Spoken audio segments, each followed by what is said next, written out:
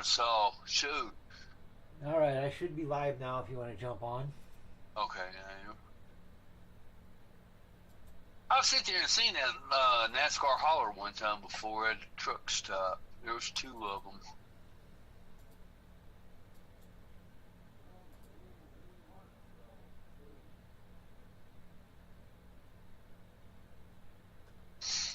All right, I got Okay, the there you setup are. up, so I'm going to take mine out and drive it. And you should be able to see my inputs and shit while we're driving. So just kind of pay attention to that as I'm going around the track here.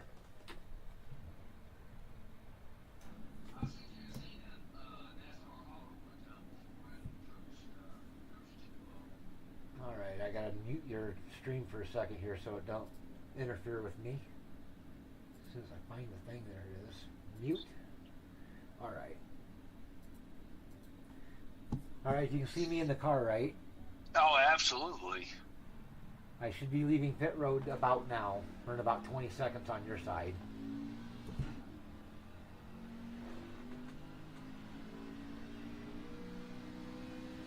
And this should be the same setup that you ran your race with yesterday, or whatever day it was, right? Yeah, same day you ran yours.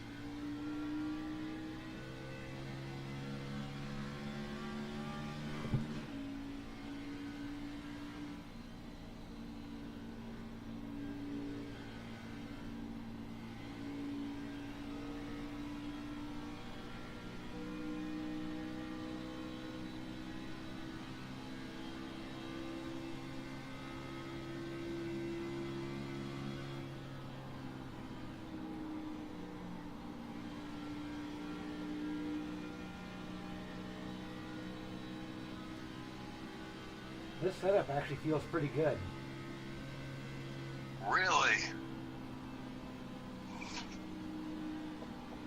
Wait till you get about 25 into it and you'll find out different. I don't know why. It just. Now, would you say how many laps into it? I started getting about 20, somewhere between 18 to 22, something like that. That's when it started going south on me.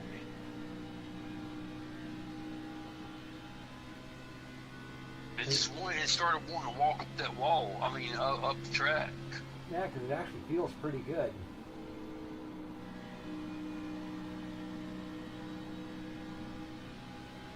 Hey, I gotta give thanks to the master of setups, because man, without you, I could have never done it.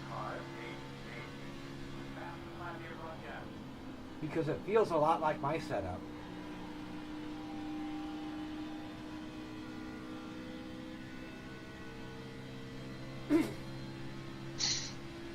The only difference I really notice on it from that I can see right here from the driver's seat is your brake bias is set lower than mine is. Which might be a problem. Well, might be my problem.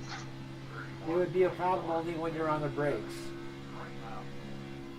Oh, okay. It really, from where your brake bias is set, it would be mainly a problem when you're trying to come onto pit road and trying to slow down to get onto pit road. It's set up to where it'd be easy to spin out when you're trying to slow down for coming onto pit road. Because you got your brake bias set at 58% and I have mine set at 70. Oh, okay. I just saw the lap. I saw the lap times that's on here.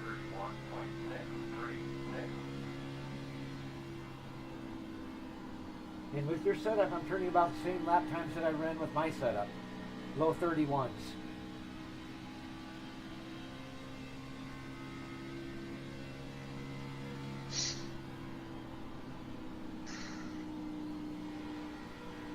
Right now I'm on lap 5.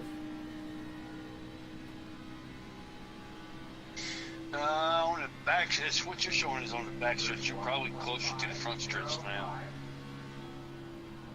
I'm now going into turn 1. Oh yeah, yeah. I'm like coming out of 4 and you're going into 1.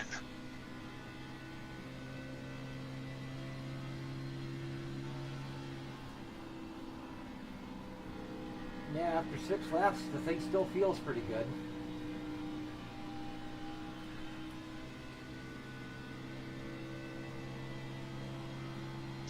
So just out of curiosity, you're just now going into turn one now, ain't you?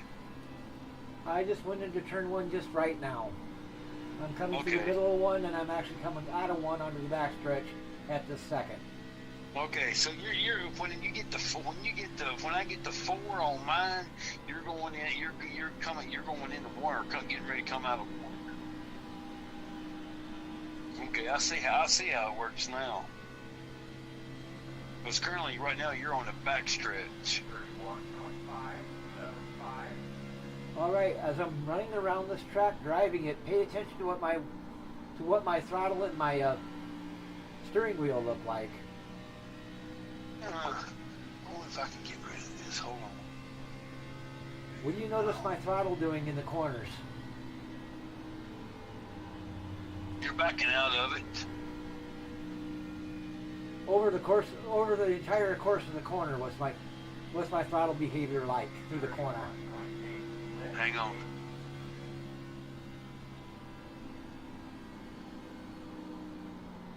Half throttle. Roughly that. And when I'm coming back on the throttle, do I quickly mash it to the floorboard, or do I ease into it? Ease into it. And it takes me a while to get to wide open throttle, doesn't it? Yeah. That's your problem. And also, when you notice my steering wheel, what's my steering wheel doing as I'm going through the corner? That I cannot see. Yeah, you can, because it's right there next to my pedals. Not on my screen, it's not. There should be a white steering wheel. Actually, no, you can't see it, can you? No, I can't. Give me a second, let me fix that. Yeah, the only thing I can see is actually you're in fourth gear, and I can see the green going up and down as you give it throttle. But other than that, I can't see nothing. Now you should be able to see my wheel. As soon as it updates. Oh wow. Okay, I see right now. I see you sliding it over.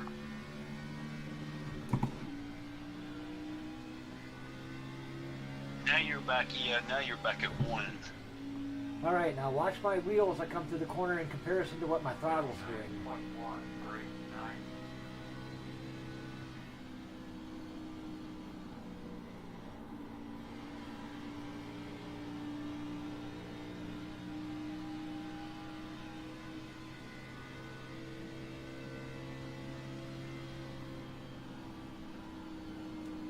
You notice I hit a certain point in the turn to the left, and then the wheel stops moving. Right. And then when I start coming off the corner, I gradually ease it back to center. Right. That tells you something about how I'm driving it.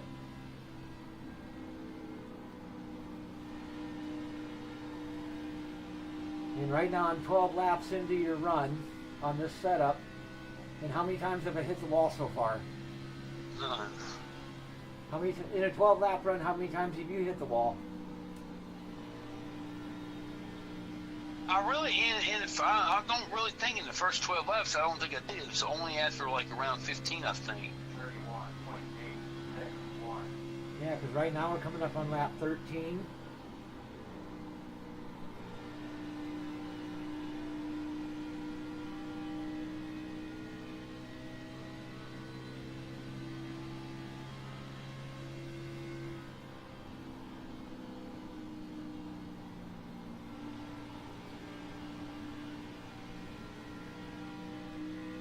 Yeah, even after 13 laps, this thing still feels really good yet. This would be a setup I would actually race.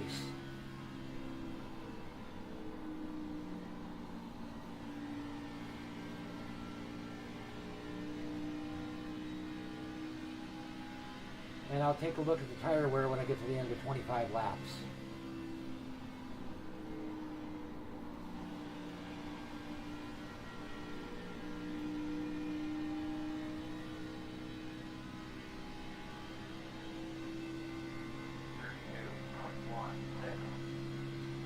Now I got a question. How in the world is this new thing that they put on there for your? I mean, you know, it's got the graphs on there.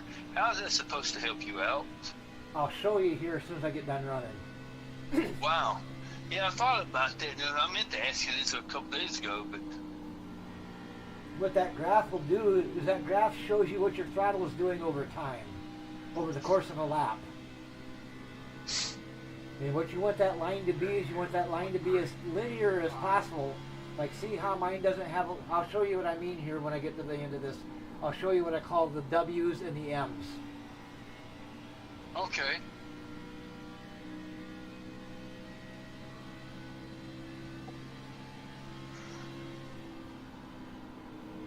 But I want to get to the end of the 25 laps here so I can pull up the tire info for this and compare it to your tire run.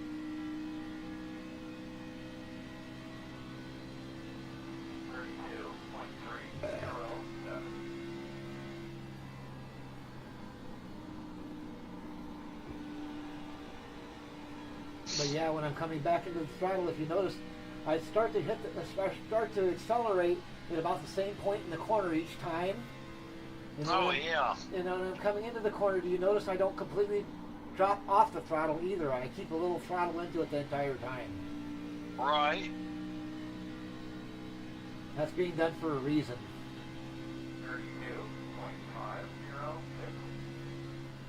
To where I drop maybe to 3/4 or to a half throttle, or sometimes a little bit less than that.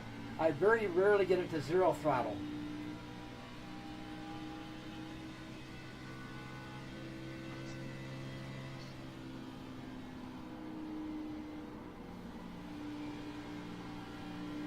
And the reason for that is I'm trying to get the car to stabilize and be balanced. And that's done through a combination of braking and what you're doing with the throttle as well as the steering wheel. Because remember how I said I get to a certain point and the wheel just stops and doesn't really move after that? Right. What that does is it causes what's called a weight shift. And it draws the weight from the right front tire and sends it back toward the right rear tire.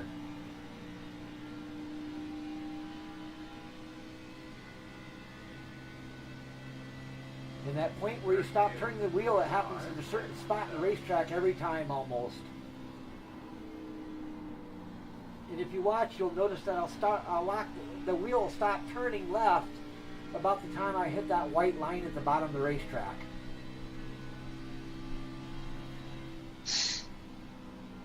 And that's about where I hit the lowest point in my throttle too, is at the exact same point. And then from there on, I start to gradually get back into it. You see that? I am. Remember that, because I'm going to show you I'm going to show you your replay from your race that you run the other day here in a minute when I get done.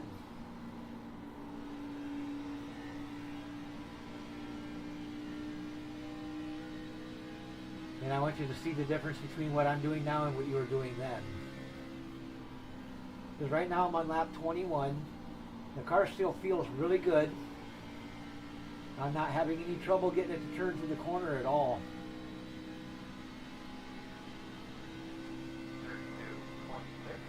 And this is 22 laps in. And I goofed a little bit on the entry of that corner, but it wasn't enough to bother me.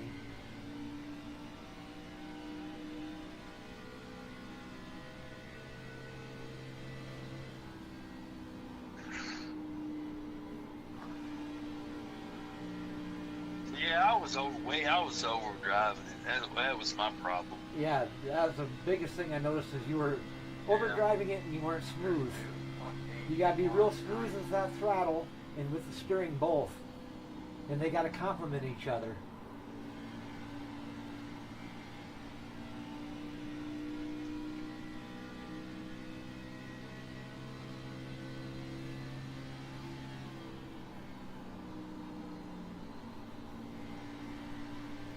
Because if I remember when you were running your race, when I was watching the replay of your race on YouTube there, at about this point in the run is when you started having problems with hitting the wall. It was lap 25 that you killed yourself on the wall. Right.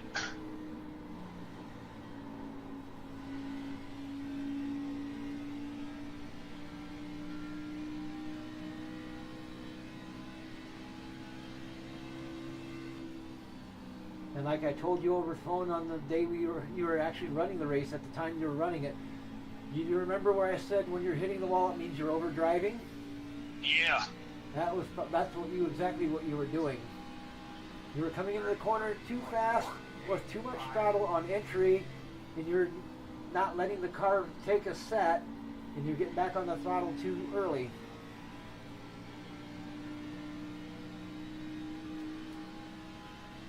Okay, you know what it means when a car takes a set, don't you?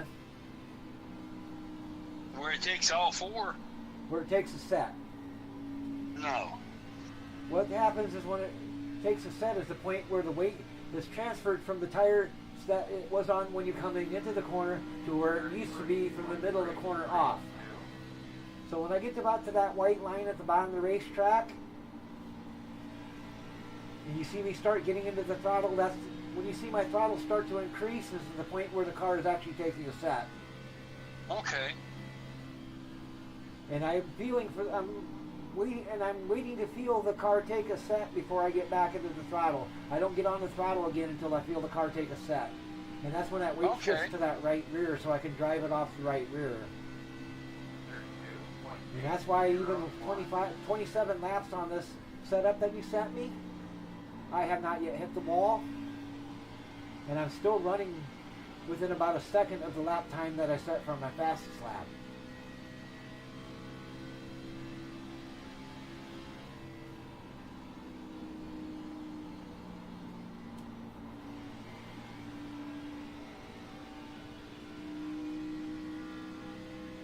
Alright, so 32.06.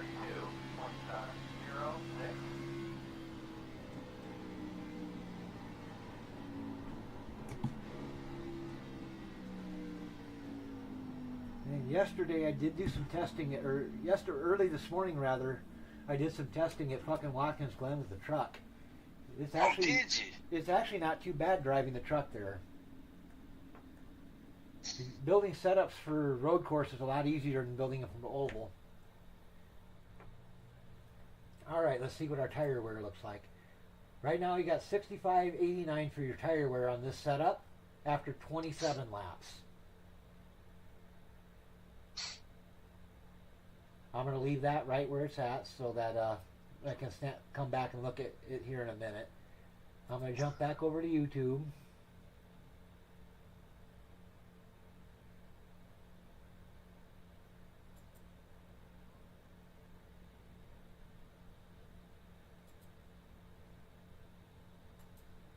And then I'll try to find your race from the other day, yesterday, and rewatch it.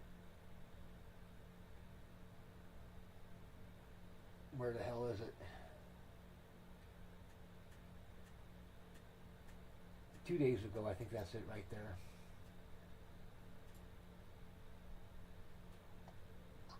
And I'm going to watch it so that you can actually watch it so you can actually see it with me.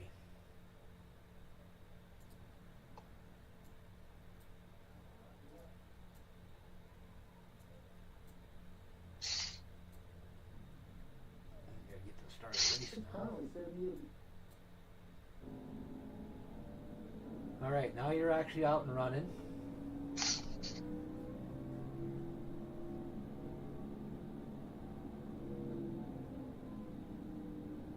But it doesn't look like you've taken the green flag yet.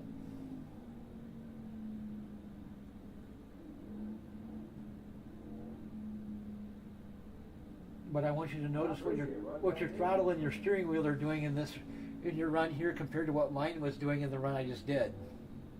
And see if you can see the difference.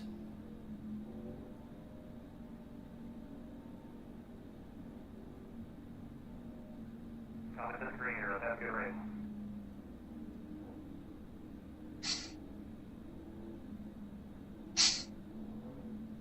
Pace car's off. Have a good day. Do it. Green flag.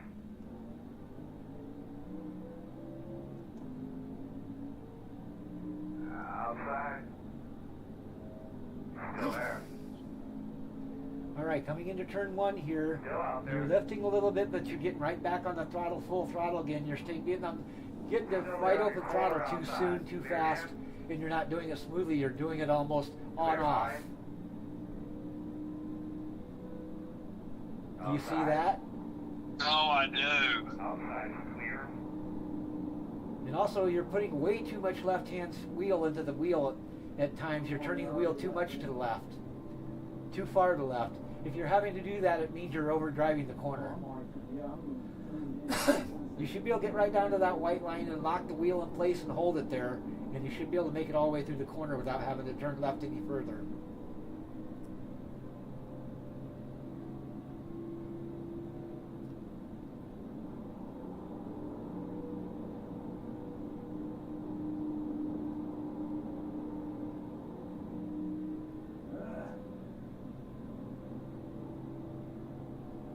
Outside.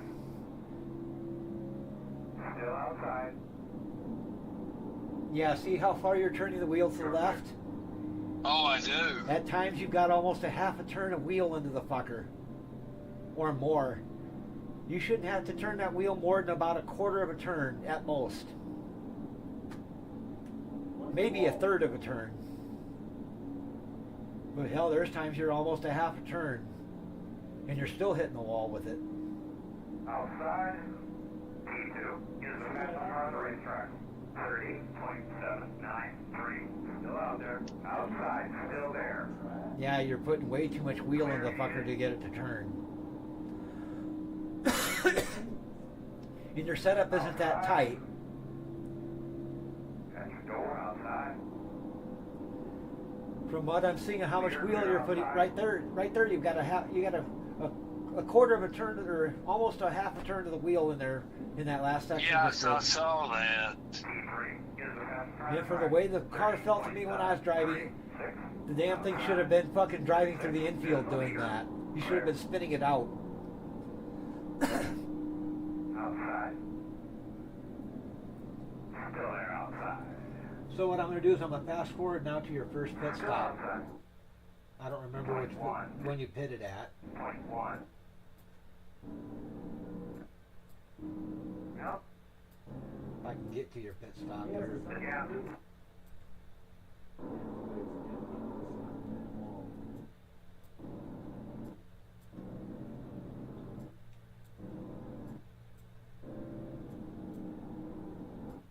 Bring it there, bring these stuff, guys. You're floored. I think you pitted on the first caution, didn't you? Yeah, I did. All right, let's take a look at your tire wear and see exactly where you were at after that 15-lap run.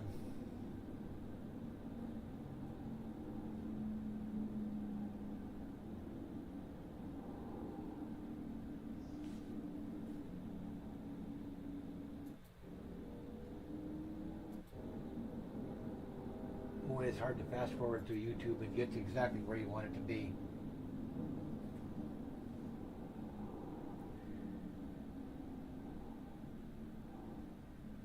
Alright, you're getting ready to come down to pit road now. Yeah, I just got my first call. You're going to be lining up behind an 11.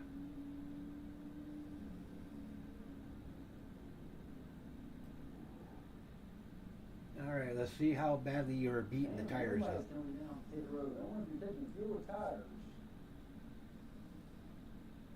Here we go. 10 away. 15.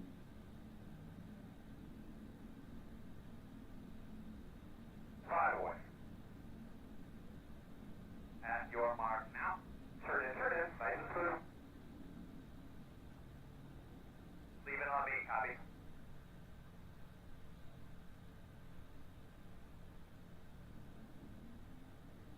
Alright, 68.92. Yeah, about 15 to 68. So you were smoking that right front pretty hard.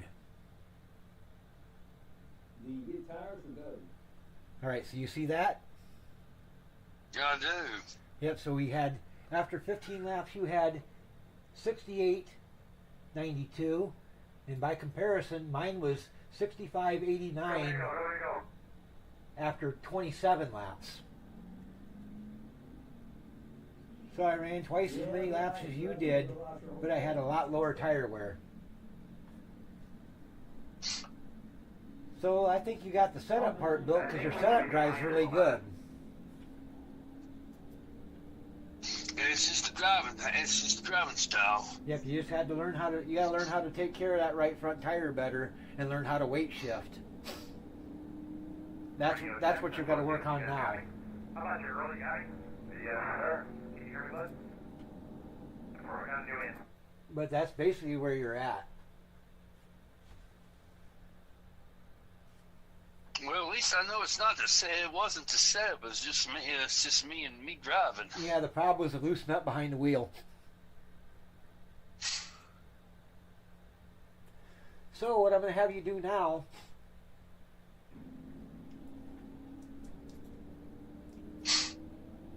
is I'm going to go ahead and quit fucking iRacing for a moment because I do have a recording of me at running at fucking Darlington. Radio check, that's what you guys got me?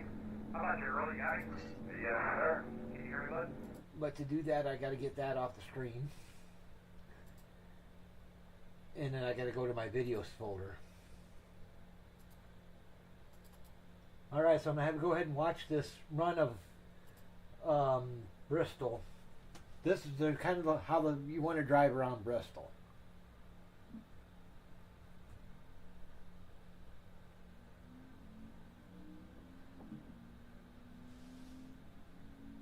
So do you got it? Oh yeah, I see you. Alright, I just want to make sure you're seeing it. Now, unfortunately, you're not going to be able to see my steering wheel in this one because I didn't have it moved over far enough. Right. But you should be able to see my throttle. This Yeah, is the one. I do. This is the one track you're going to notice something kind of interesting about my footwork on the pedals. You're at Darlington, right? Yep, this is Darlington. Yeah. Okay. I mean, compared to Vegas, where we were running, what are you going to start? I'm going to give you a couple laps to pay attention here and tell me what you notice different between Darlington, how I was driving at Darlington versus how I was driving at Las Vegas.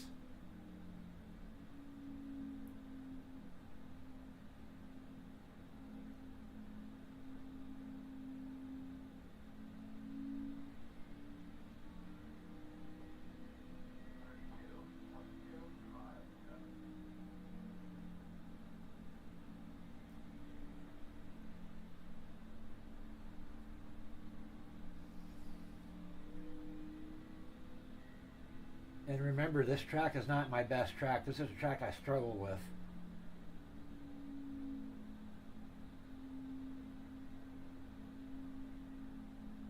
There should be enough laps now. You should be able to see the difference between how I was driving here versus how I was driving. Oh, absolutely. I just saw that on the first two laps. Yeah, I mean, it's definitely a big difference where, I mean, you're completely off the throttle going into the front stretch, and then you ease back up on the throttle. I'm also doing something here I wasn't doing at all at fucking Las Vegas. And it was riding the top line. Something else. Watch the brake pedal.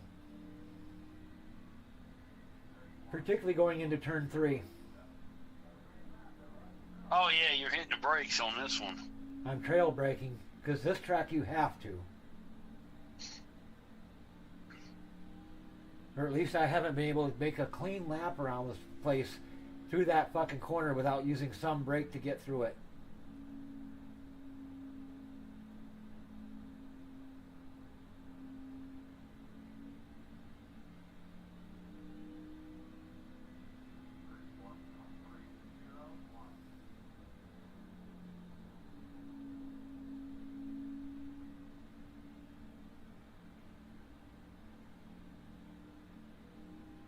For somebody that's not good at it, you're doing a fantastic job. I do in this video I do have a couple of fuck-ups though. And what's causing there's a couple times I do smack the wall coming out of turn 2. That's the hardest, that's the track that's the corner I have the most trouble with, is turn 2. And 90% of the time when I have trouble on turn 2, it's because I took the corner too shallow.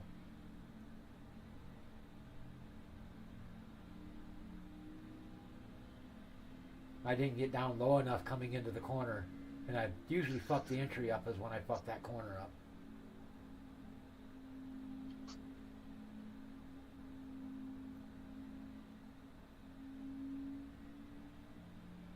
And there's a couple times where I bounced it off the wall coming off of 4, and that was mainly because of being a little bit late on entry and driving in too shallow and overdriving just a little bit. Because even I overdrive sometimes. But at the same time, in this video, I'm actually building the setup. We're still building the setup for this. I had the setup most of the way built, but I was just kind of going through and just double checking it. So what makes, I mean, and I'm not saying you, but what makes you overdrive like it? Like, I mean... Well, part of what makes a person overdrive is the fact they're watching the wrong thing. They're worrying about the wrong thing. You know, I remember hearing you say that you're out there driving and you're always trying to get a faster lap time than you had the lap before, right? Right. That's what causes you to overdrive. But what causes you to overdrive? The same thing. Okay. That constant need to always try to be faster than you were the lap before. That's just a fucking inherent normal. That's a normal part of driving. And that takes discipline to get over that. I used to be real bad I was at just it. making sure I was the only one that did that. I used to be real bad at it, but ARC is what helped me fucking overcome that. And you got to develop the discipline to not drive like that, to where you're trying to hit the fastest lap every lap, because you're not going to do that. You don't want to do that because that's how you burn your shit up and overdrive the car and wreck it. What you want to aim for is fast, consistent laps. The laps where you get the best lap times you can get consistency over the course of 10 or 15 or 20 laps. Right. And then the other thing I look for and try to do when I'm running, you notice my last lap time versus my best lap time. I try to keep last lap time. I try to keep that last lap time as fast as I possibly can versus the best lap time. I try to keep those lap times as close to each other as I can without overdriving it. And then I also use that green delta bar at the top of the screen. That's kind of one of the ways also I judge whether I'm overdriving it or not.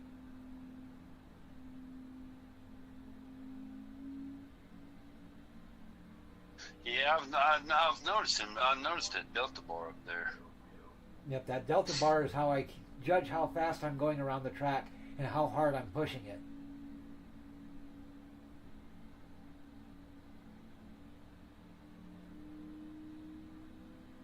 And on the corners that I'm overdriving it, if you watch that delta bar, you can tell when I'm actually overdriving.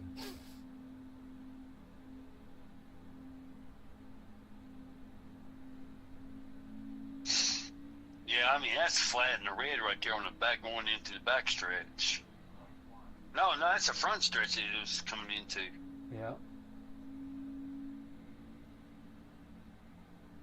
And I'm coming out of 2 on this particular corner here. You see it start counting down where the number starts getting a bigger negative number? Right, yeah. That's because I'm not overdriving that corner. And I'm coming through the corner faster because I'm not overdriving it. I'm able to get more grip on that corner, which keeps my speed up.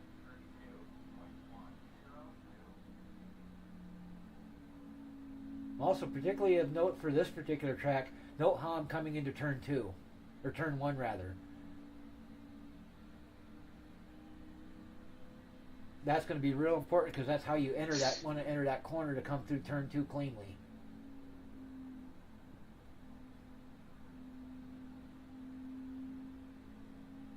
Now, have you started to build a setup for Darlington yet? No, not yet. All right, we can work on that here as soon as you think you've seen enough of this to know how to get around the track. Oh, absolutely. If so, then let's go ahead and get started on building your setup for Darlington. So let me go ahead and jump out of this real quick. And we'll close that.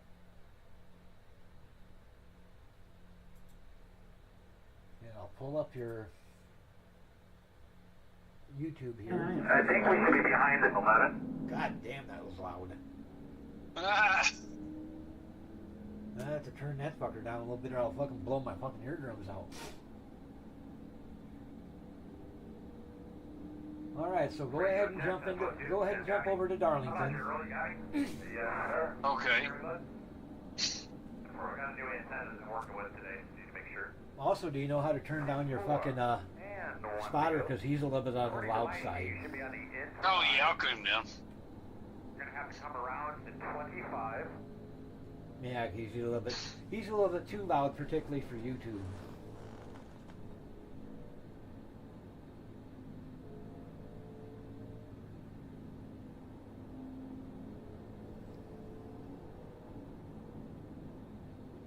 I think we should be behind at 1.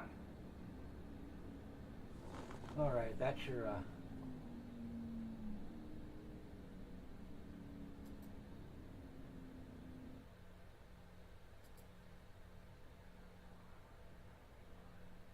Okay, I want for it to set up. So All right, I'm just waiting for you to make sure that you're on. I'm trying to get onto your stream now. Make sure I'm looking at the right one. It says you're live and you're loading into the sim. it seems like it's taking a long time to get in there. That's for sure. Did you get your date and time set correctly for Darlington? Let me see. Since I'm sitting here waiting for it. Huh? Okay. And the time looks right. Possibly.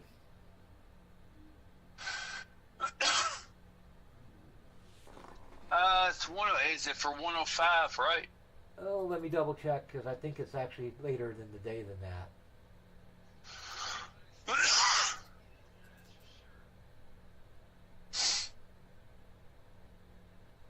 Race. It's actually 6:15 p.m. is when it's supposed to start. Okay. So you have to reset that and reload back into the sim. Once it gets loaded, you have to exit, then jump back out, reset the time, and start again.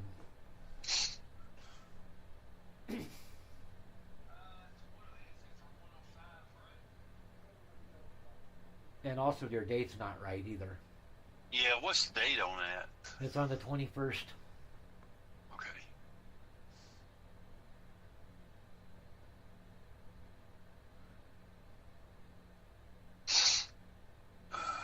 And you said 6:15, right? Yeah, March 21st, 6:15 p.m.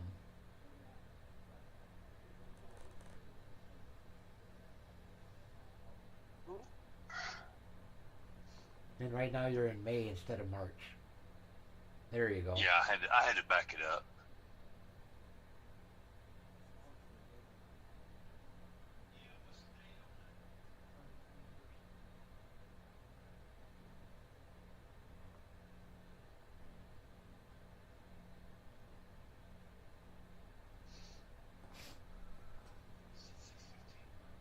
Huh. Okay, get out of this.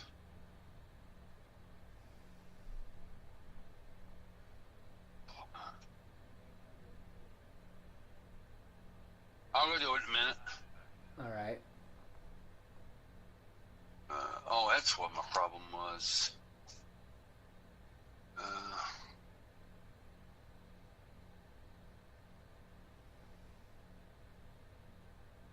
I thought, I had to exit out of the one I was in over in Las Vegas. Yep.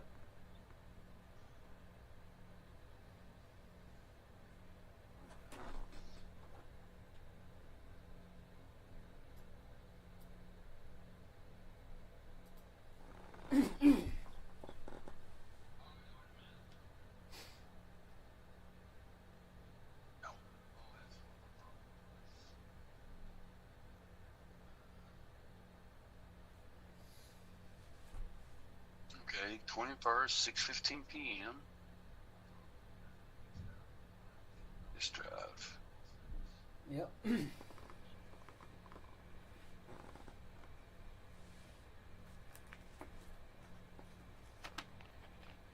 Darlington Raceway. A track I do not like.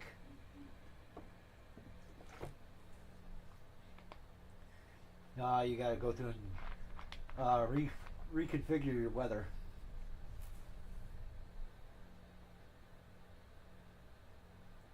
So you gotta go click on the weather and click regenerate. Oh, okay. Regenerate.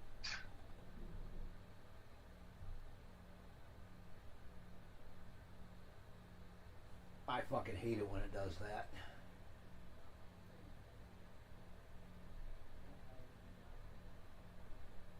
Okay, now test drive. Okay, there it is. Oh, that's storming up. I need to go outside and do something real quick. Alright. It's finally got dark enough where I can put my chickens up and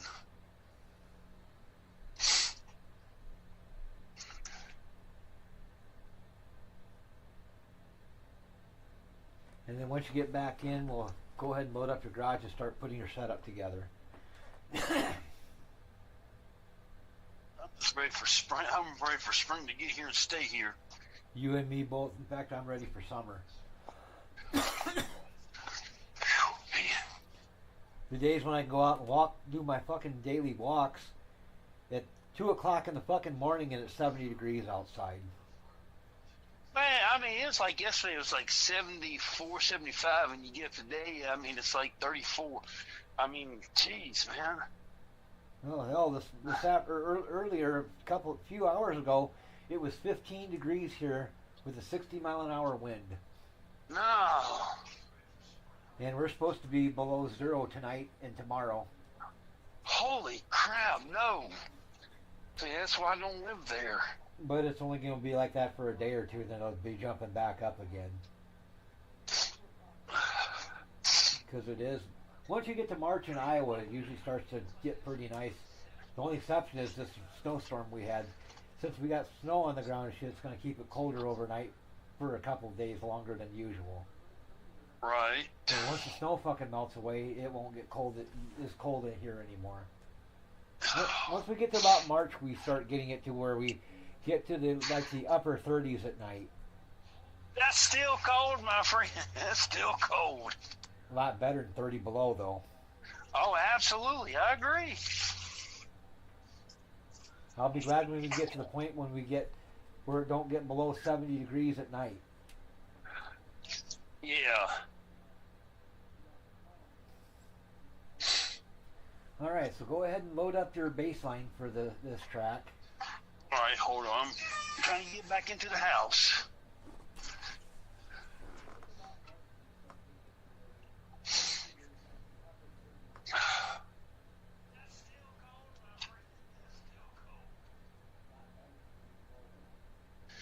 Yeah, we got 2 days of this cold, and then it jumps right back up into springtime. I mean, and it's supposed to be nearly 80 this weekend, so. Yeah, you're down in Tennessee where it gets a little bit warmer quicker than we do up here in Iowa.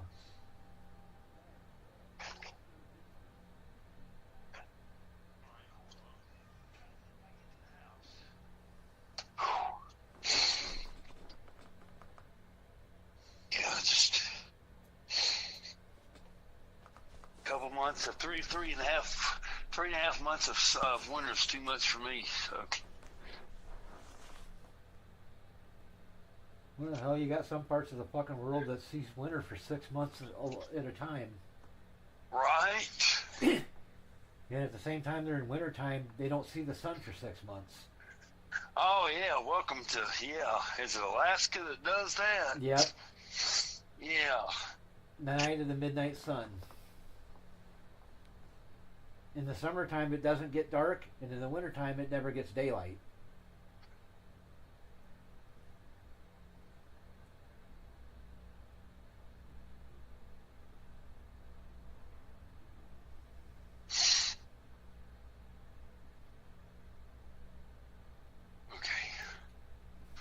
Into the garage we go.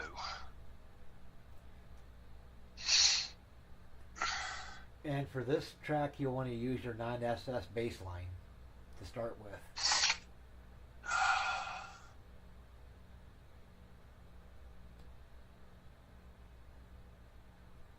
Trucks.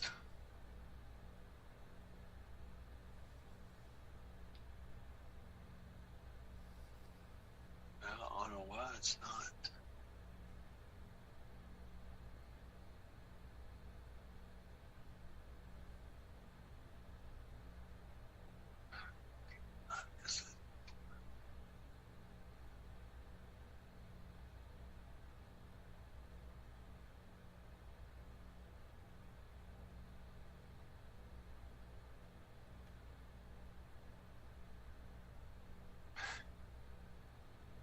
Where in the world did I stick that booger at?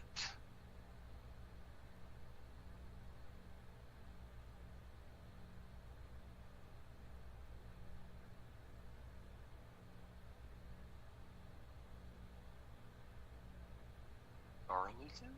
Right there? Ain't no. Okay, so I need to shoot.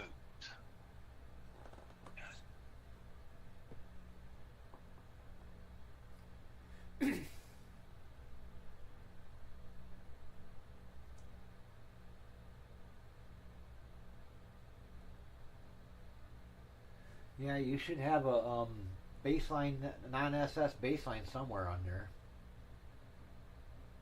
Here it is.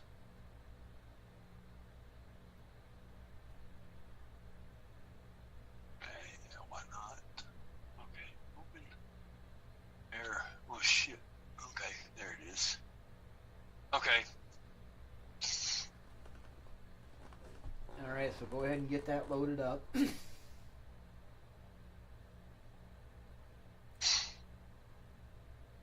You don't overwrite. Oh, never mind.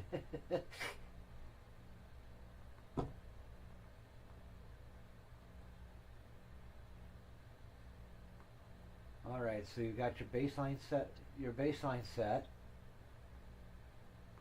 So first thing you want to do is go ahead and get your tire pressure set. Make sure the tire pressures are correct. So. Yeah, so go up to your tires.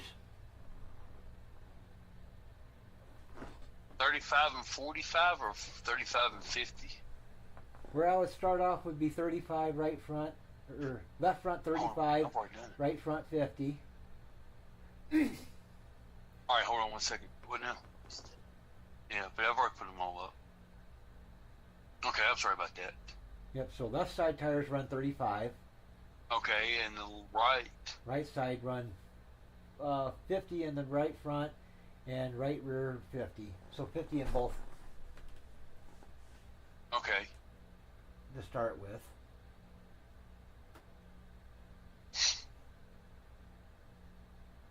And then set your offset to 0 degrees so you can go out and do about a 10 lap run to figure out what your offset's going to be. And also to get used to driving this fucking thing.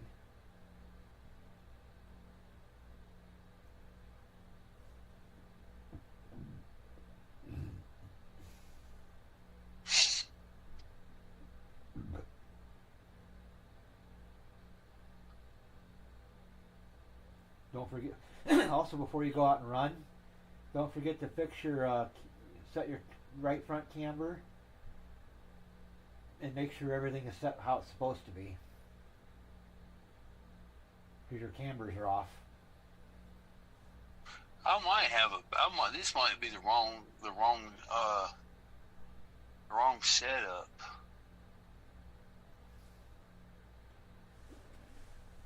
Well, from what I've seen of it so far, everything looked okay except for the cambers. Okay, I just thought it was the wrong setup. Camber.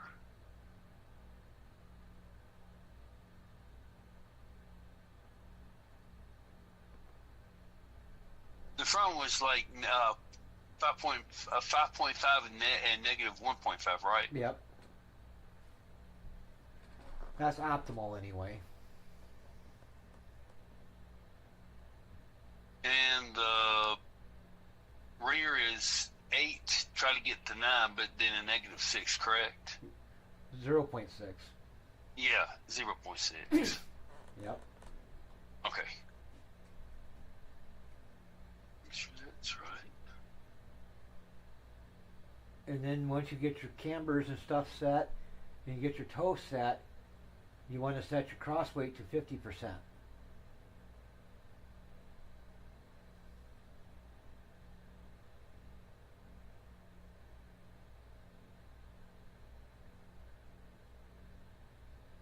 Now, I remember you asking me one time if there's a time I'll ever run my truck arm mounts at bottom. Right. And and now I can say that there is a time I will run bottom on the truck arm mounts. And that'll And be this is one of them. nope, it'll be a road course. Okay. If it's an oval, I run it up top. If it's a road course, or at least Watkins Glen road course, I'll run it on bottom. And then I run the track bar all the way down.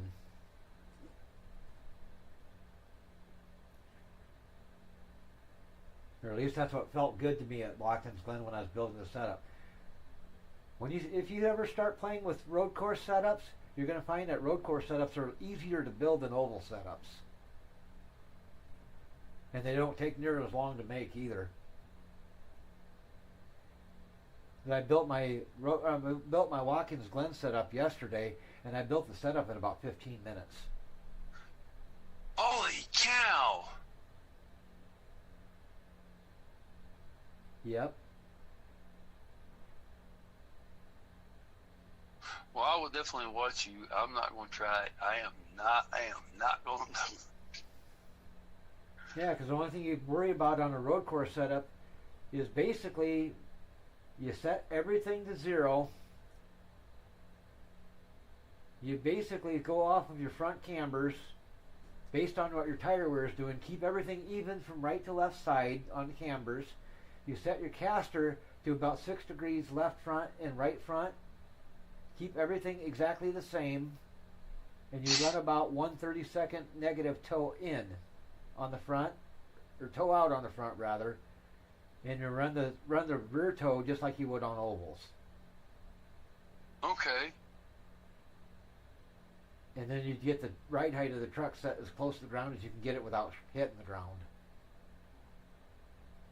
And that's basically all there is to it on a. But the biggest thing you got to worry about adjusting on a road course is the gear ratio.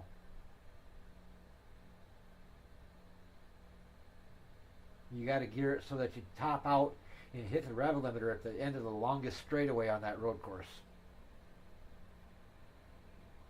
Can you change the gears on road courses? So far, I've been able to on every road course I've tried. Okay.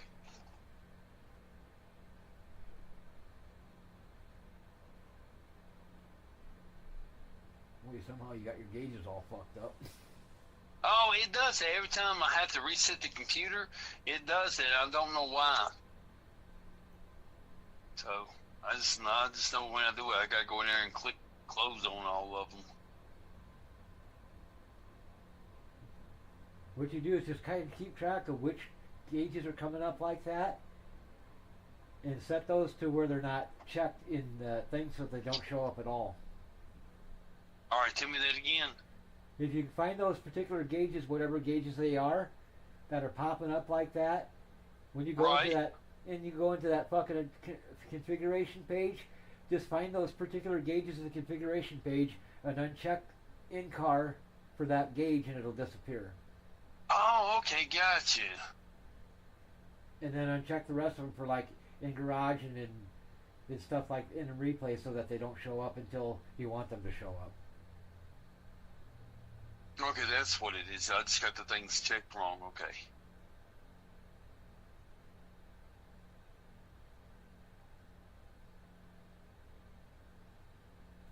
Man, that sun will freaking blind you. Yeah, I don't like the sun in that corner.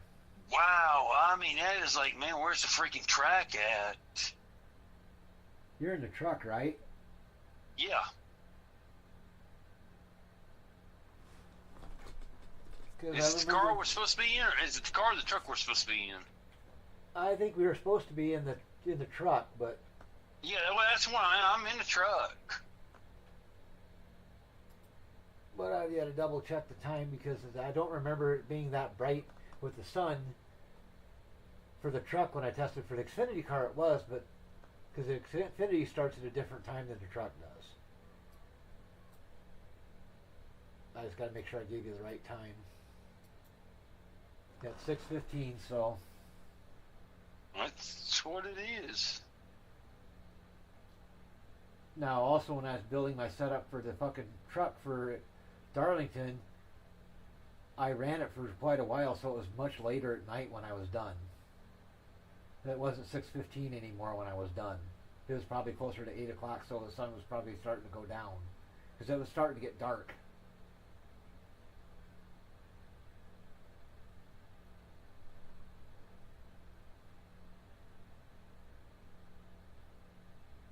Now remember, smooth out and don't overdrive.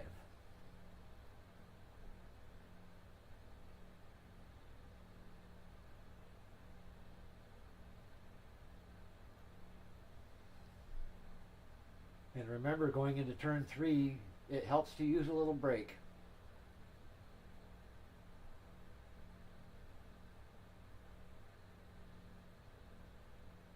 See, I got to remember that. And going into turn 1, it is important to need the brake, but I still sometimes catch myself using the brake a little bit going into 1 because I have so much trouble with turn 2.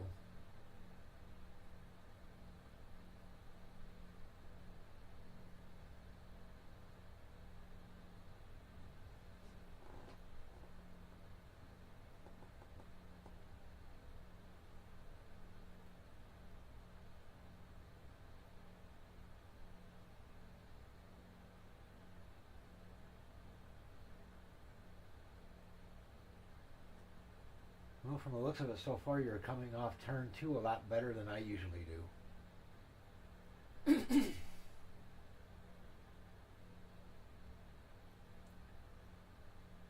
Also, another thing you'll want to practice this week before you race this track, not only for the Xfinity car or for the truck, but for both of them, practice your pit stops because this pit road for this track is not the easiest to get onto.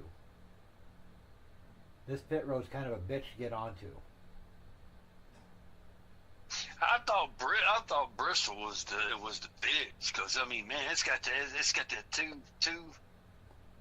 two sets. And Yeah. It's like, damn, you just don't remember which one to switch. Yeah, this one ain't quite that bad. The problem with Darlington's pit entry though is it's such a fucking hard turn coming into the fucking pits, and you're not on the banking anymore when you do it. And it's real easy to spin out coming into pit road, especially if you ain't got your brake bias set right.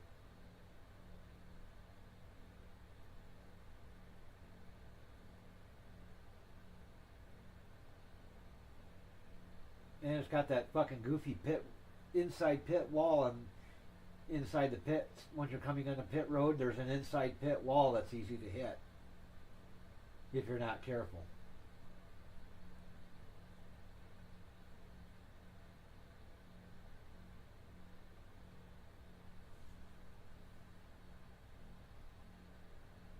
Also, remember when you're setting your offset here, when you're Right there it is, man. Damn, boy, if you ain't careful, man, you'll run right into that damn wall.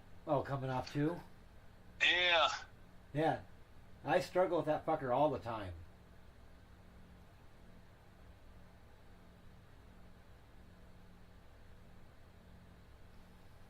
Damn. Yeah, I really gotta watch that one. Good Lord. Yeah, Let's see getting if I can. entry to turn 1, the angle that you come through turn 1 is very critical. That's kind of one of the reasons why I had you watch my run of it, so you kind of had an idea of how to come through it. All right, so here I am coming. All right, I'm on the. I see I'm you going come down back pit around. road I want now. to sit there and see this crap. Like, man, okay, I know you get up against a wall right there. Now, as you're coming through the corner, then as you're up against the wall, notice the broken white line that's in about the middle of the corner. You want to try to stay to the left of that line. No doubt.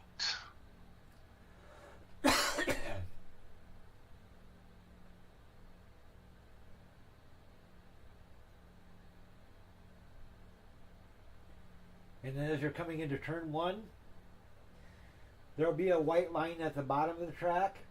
You want to kind of clip that white line as you're coming into the corner, so you're kind of go over it, or kind of like cross through it as you're coming into 1.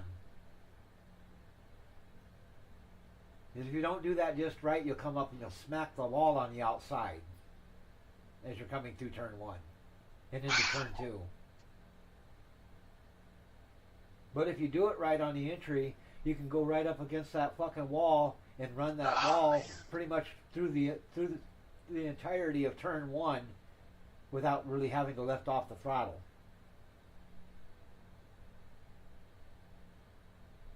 But you got to get that entry angle just right.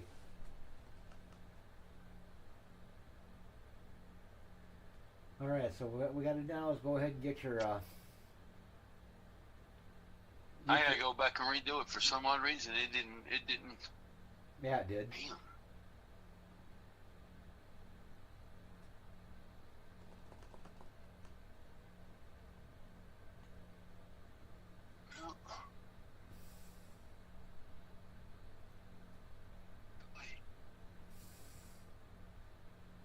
Wow.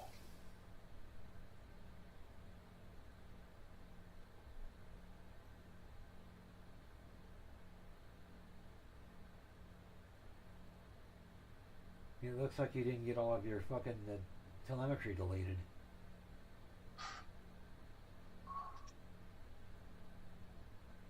Yeah, you want to delete all of them.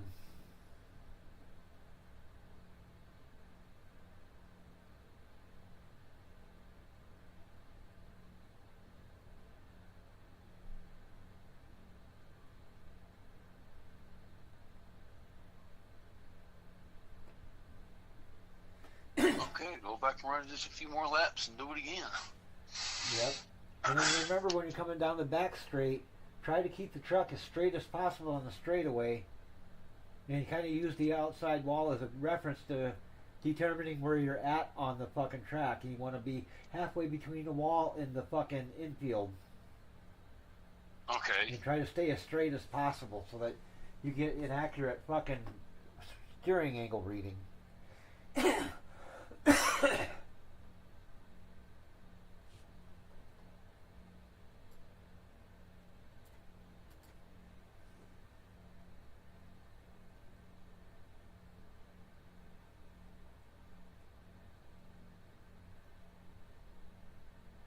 There you go. Now you're doing it pretty good.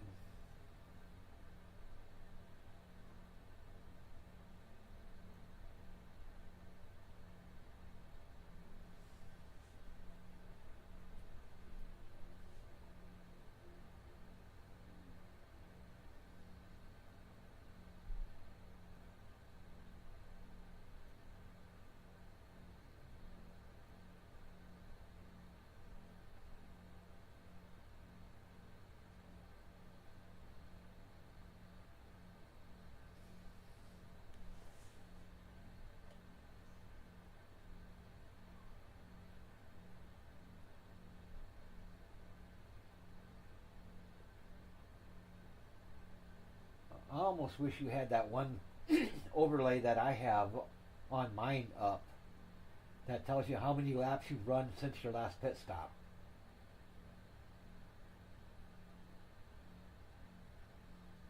Where did you get the overlay at?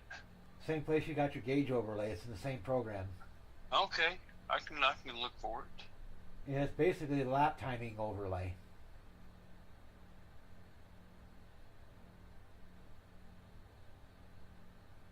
It'll show you not only what your lap times are, but it'll show you how many laps you've run since your last pit stop. Oh, okay. Well, I'll definitely do that. I use that one fucking all the time. I use that one probably more than I do the fucking iRacing stock lap timing box.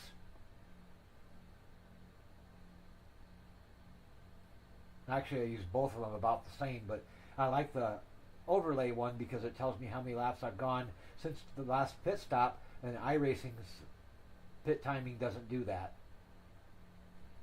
They just tell you the total number of laps you ran. Yeah, I need that. I need that one.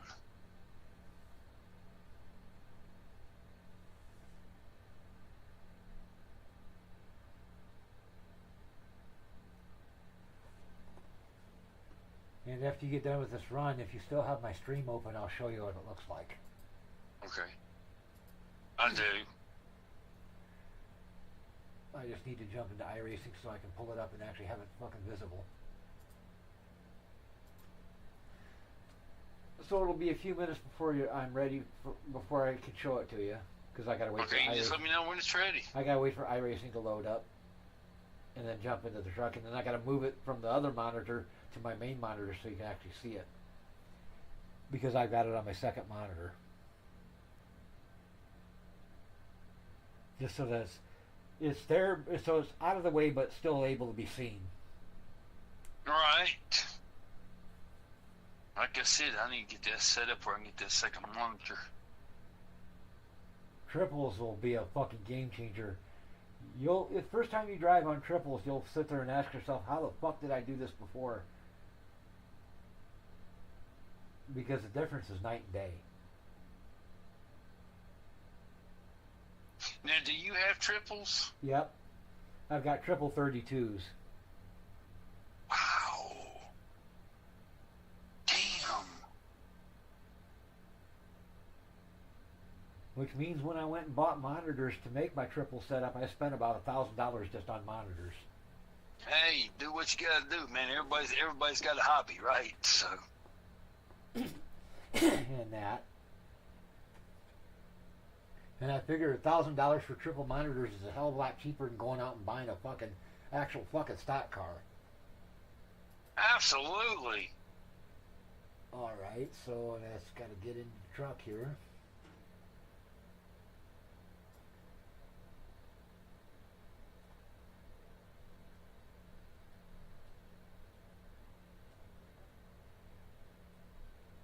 Alright, I've got it up on my screen right now. It's directly above my pedals and wheel thing.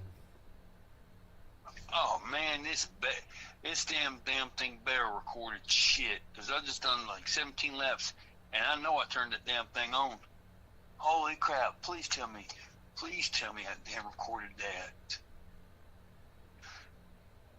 I'm gonna be so freaking mad. Damn, it didn't. Okay, I should go back around and have some more laps. Shit. Okay, man.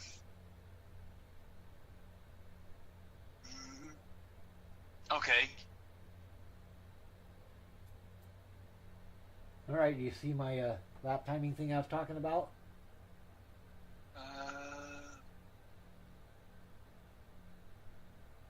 It should be right above my wheel and pedals. And it should have my truck numbers 93 on the thing in a yellow. Okay, yeah, I see the lap time. Yeah, lap timing. It's 1:07 p.m. Laps run. Okay. And the way you do it is the laps run. The first number is the total number of laps. The second number is the number of laps since your last pit stop.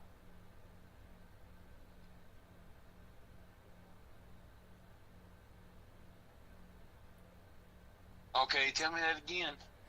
So, the number right now that I'm highlighting is the total number of laps that you've run. The one that's highlighted in blue there. And the second one off to the right of it that is now highlighted right now is the number of laps you've run since your last pit stop. Okay. And then, of course, you've got your, I think this might be your iRating down here. And then, it also tells you what your safety rating is and your incident points up above where it says elapsed. That the timer that's typing or that's counting up. Right. That there tells you what your incident rate is, how many incidents you have. Oh wow. Okay, let me go back. Let me see if I. It's lap timing and testing. Okay. It'd just be lap timing. The testing part isn't in. The only reason it says testing is because I'm in a test session. Okay, let me see if I can find this. And I'll jump over to your screen so I can help you find it.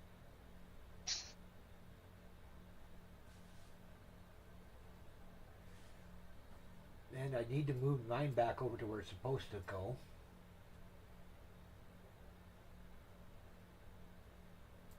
There, that works.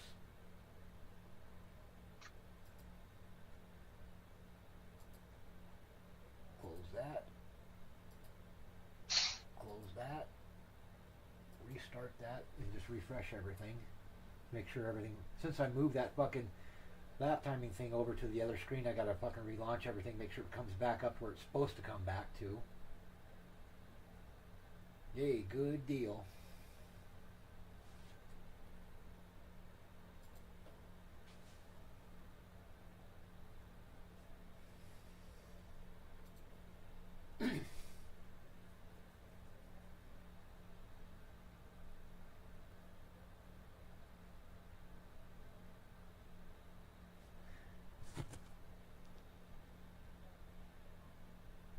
And one thing also I'm going to do here too while I'm thinking about it is I'm going to take a picture of my screen of all three monitors so you can see what's on each monitor.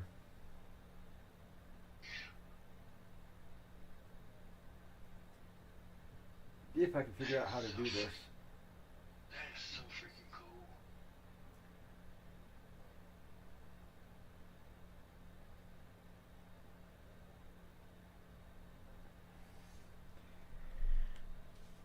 Alright, why the hell is this not giving me the option to take a picture?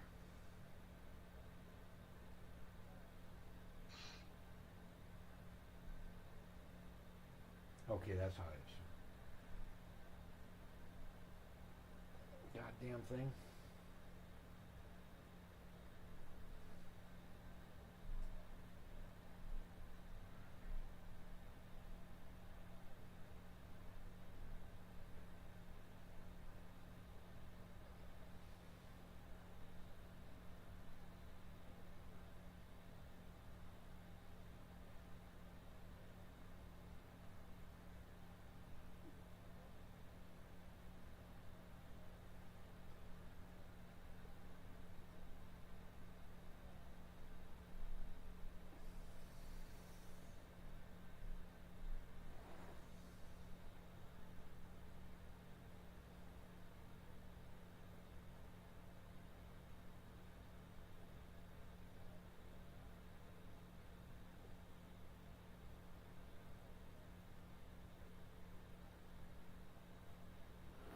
Now, if I did it right, you should be getting a a text message with the pictures of my fucking screens. I'm assuming I did it right. Okay.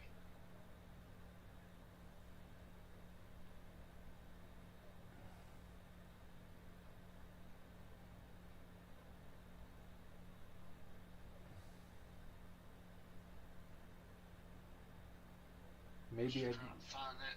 I'm still trying to find that blooming. Do you have my stream still up? I'll show you where to find it at. I'm gonna look now.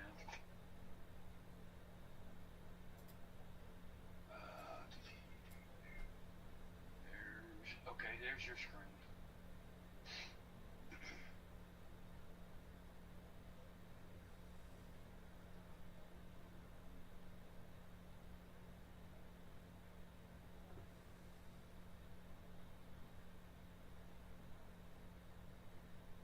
I think I went down too far.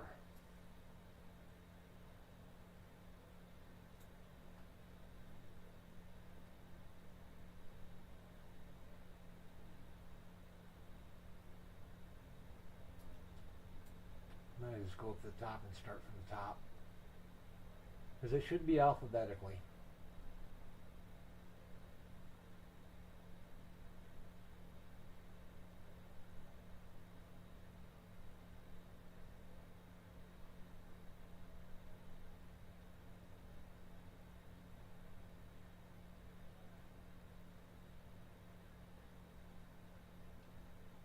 Where the hell is it?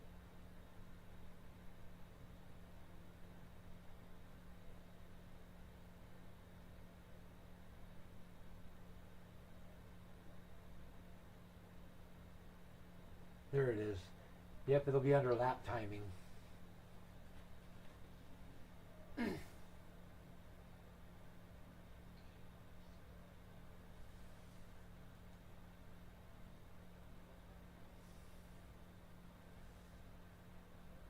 timing, okay, got it.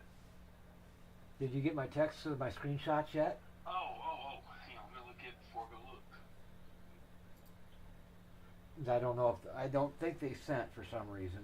No. All right, so I must have fucked it up somehow.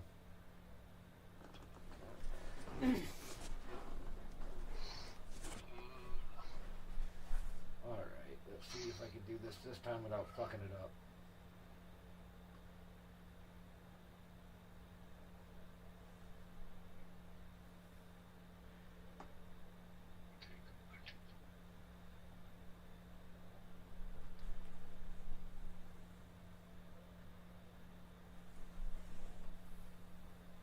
Okay, here's the thing now. Timing. Lap timing. Okay, right here it is.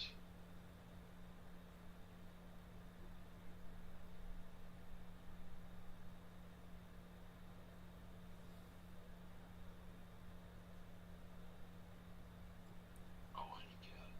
Bucks, right? All right, now you should have it. Holy cow! Oh my stars!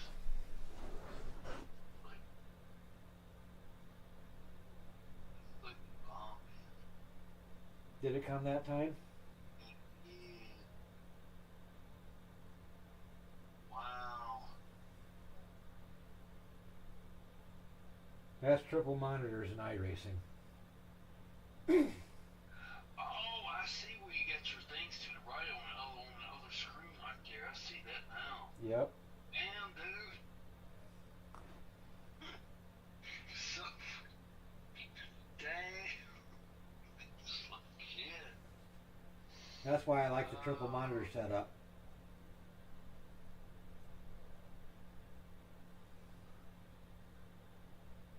That is so cool. Yep. Okay, I need to fix all this somehow.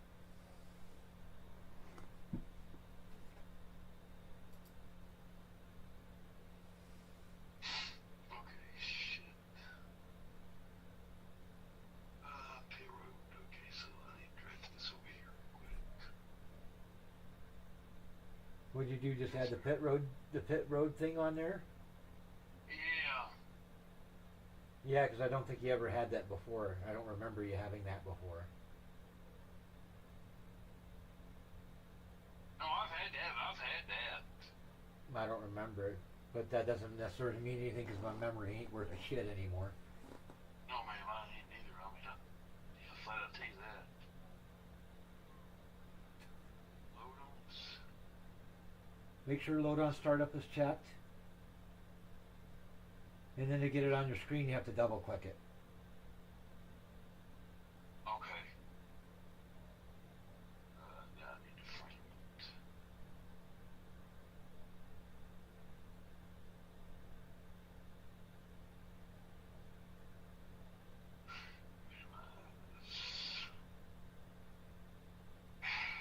There it goes. There you got it. And then you can resize it so it ain't so fucking big. Right. And then once you get it sized to how you want it, just go over to transparency and click transparent, and it'll make that white border around it go, and the border around it go away.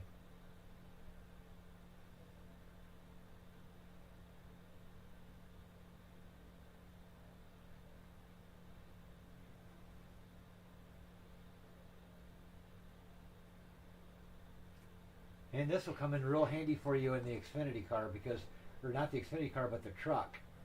Because this will tell you what your truck number is, because iRacing doesn't tell you that in the fucking... No, they don't. No, they don't. And I mean, it's like sometimes, like, damn, I gotta ask somebody what it is, or jot it down before I go into the race. Yeah. Yeah, this will tell you what your number is all the time.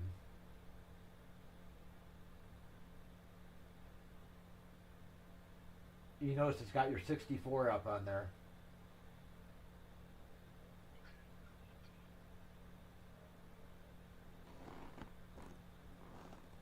Great.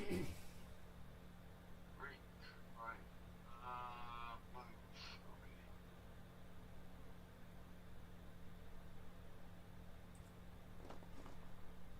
But yeah, for mine, I got mine on my second monitor, and I got it sitting right next to... Wow, that damn, dude, Chad, thank you. That is so helpful right there. Yep. Now I need to find this damn pit road.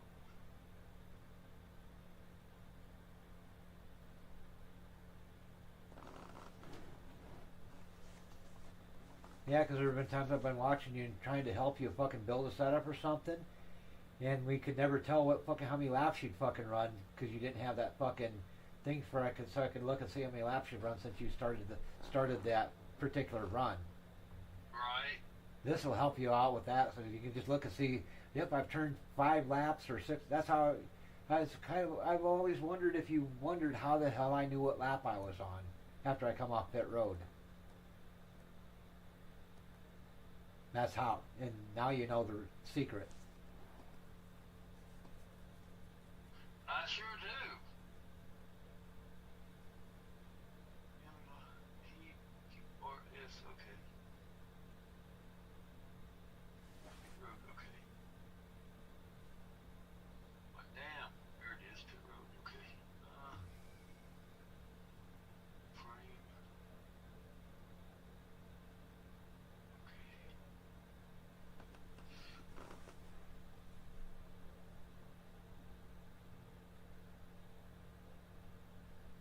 Oh.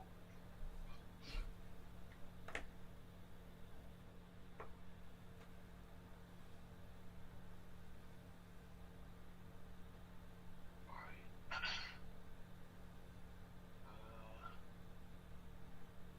Size.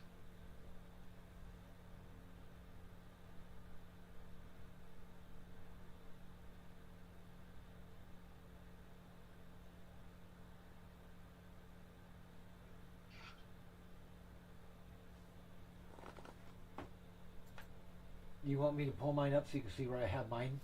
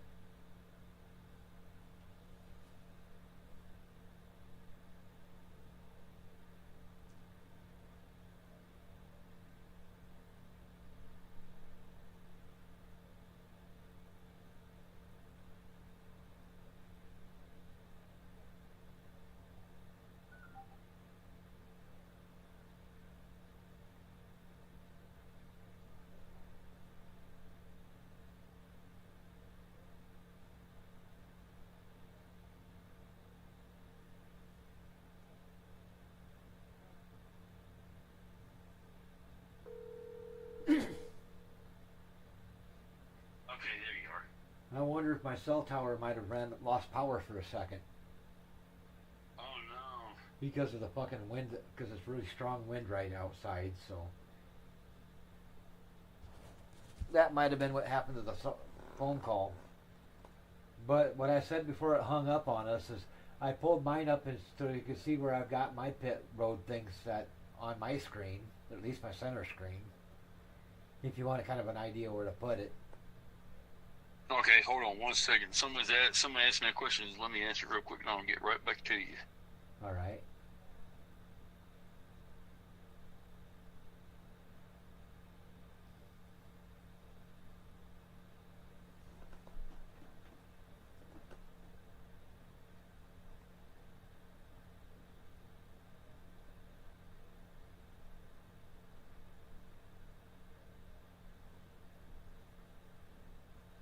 Is asking about my attorney.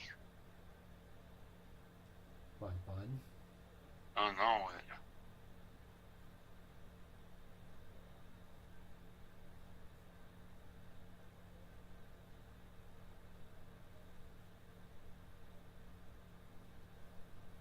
You know what that new iRacing throttle graph reminds me of? An Etch-a-Sketch. Oh yeah.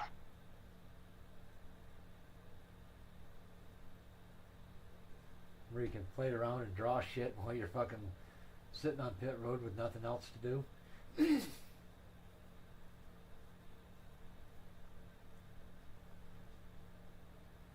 Shoot.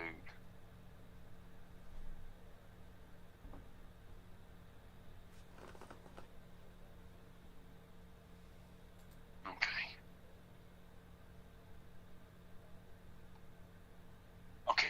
Now my question is again that right there, the excess, call it the excess sketch. How do you go back and replay that again to see how it can how you benefit from that? The only way I know of how to do that is to record your screen in OBS like I do. Right. And then go back and watch the replay and then look at your graph as you're driving. Watching your replay. That's how I do it. That's how I use it.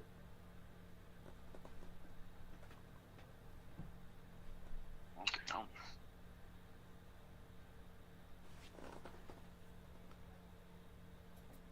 And to give you an example what I mean by the M's and the W's, if you watch my screen, I'll go ahead and do a bunch of M's and W's. Okay, let me stop and get back out of this, and we'll go do that. I don't know why my pit road went black. Okay, hang on.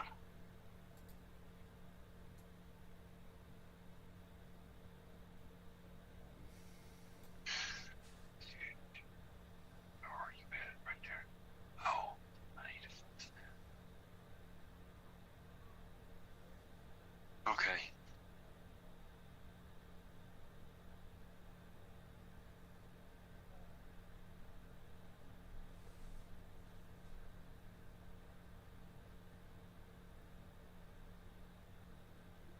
Hold on, I've got something's messed up on mine. I've got my pit road and lap timing still on the screen, and I don't know why.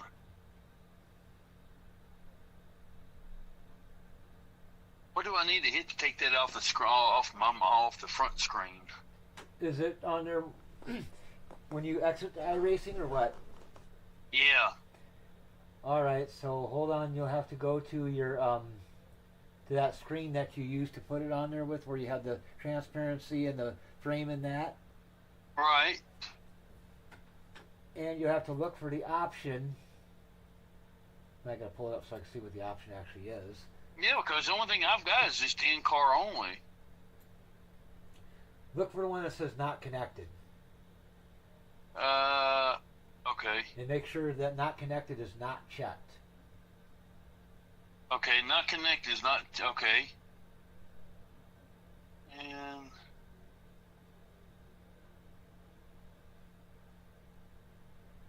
the only one that should be checked is in-car.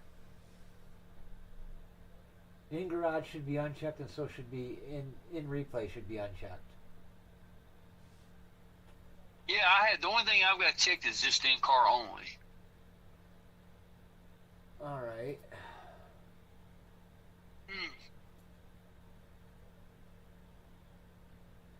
Let me go back to lap time and see what's on that. A, B, C, D, E, F, G, H, I, J, K. Oops.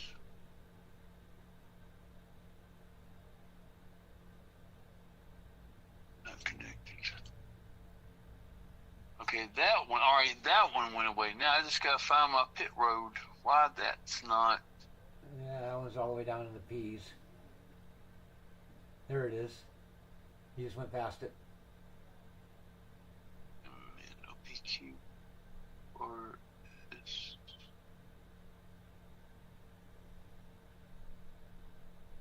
There it is.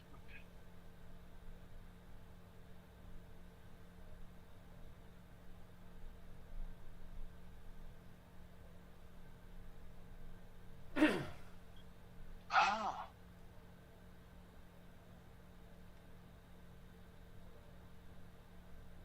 Okay. So let me go back to your screen. Is yours? You're not on a pit, are you? On what? You're not on it. You're not in pit road, are you? Actually, I am. Not on pit road from the looks of it. No, actually, I am on pit road. Okay, so that might be yours that I'm looking at.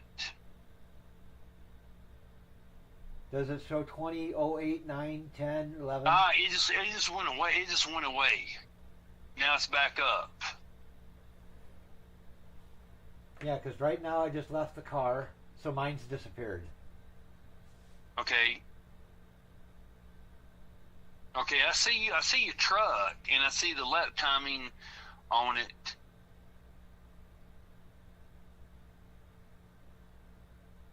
Go to reset. No, all right. All right, everything went away. So it's. I guess it was in your truck that I was seeing. Yep, so that was throwing you off. Yeah, it was. I was like, damn. Okay.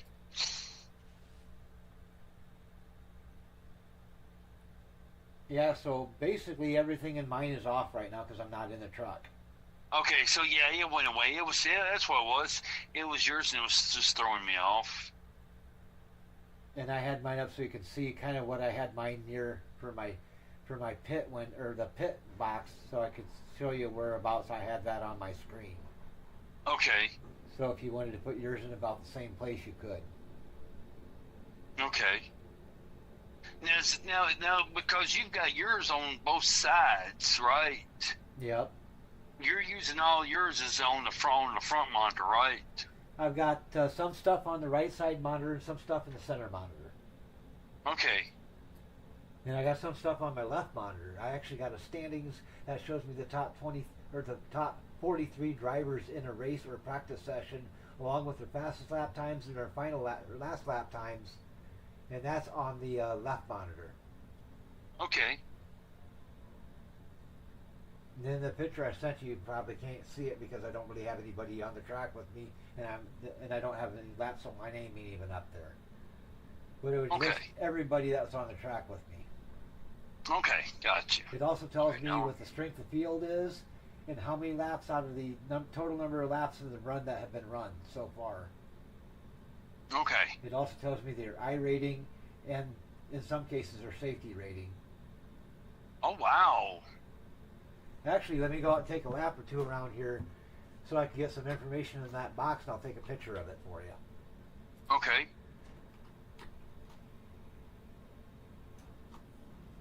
I still got the truck here at Las Vegas yet from the looks of it, for the Xfinity car rather.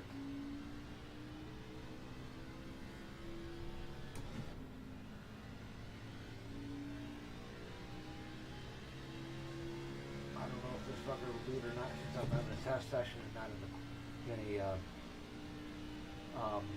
official race session. But if I remember right, I think it does, but I have to double check.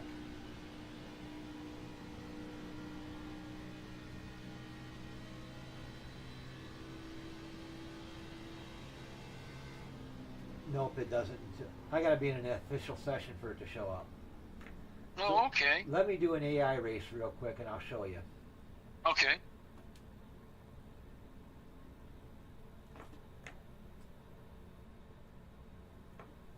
So quit that. Yes, quit. And I shouldn't have to set an AI race up because my shit from happy hour should still be fucking ready to go.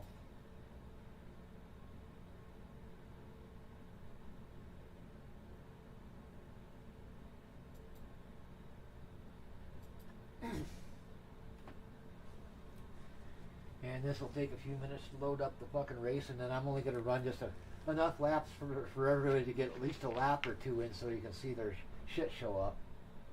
Yeah, all right.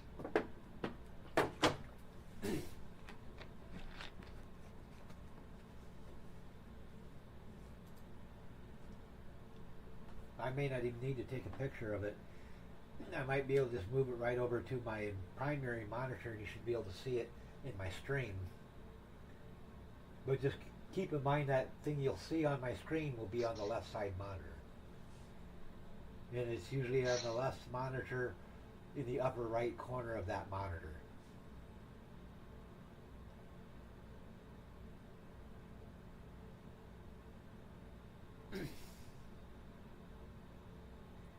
And that's the only thing I'd actually have on that monitor, other than looking out the window of the car or the truck I'm driving.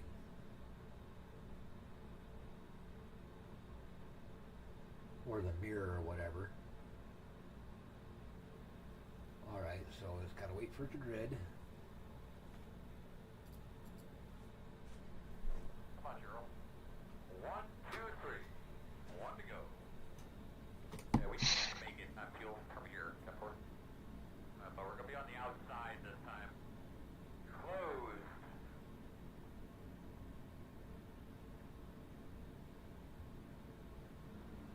Alright, we're just starting our pace lap, so it's going to take a minute or two to do the pace lap, and then we'll go green, and I'll run a couple of green flag laps.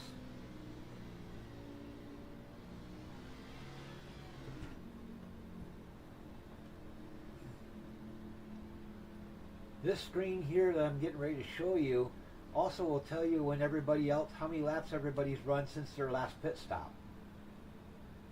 Damn!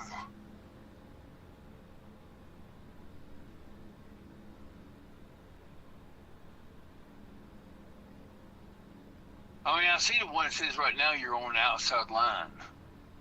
Yep. That's the standard iRacing fucking overlay. That's not part of my overlay Right. program.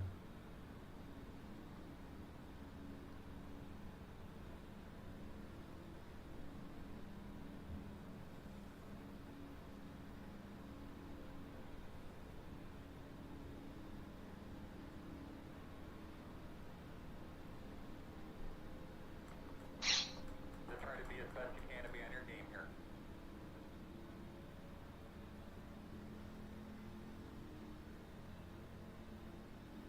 Pace goes up. Do what you can. Alright. Green flag. Boy, I forgot that it doesn't like a first gear start at this track. Right.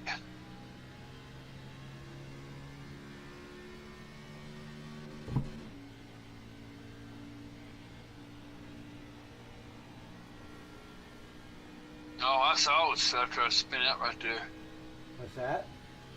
I said I saw it kind of like spin out right there. I bounced off the rev limiter is what happened.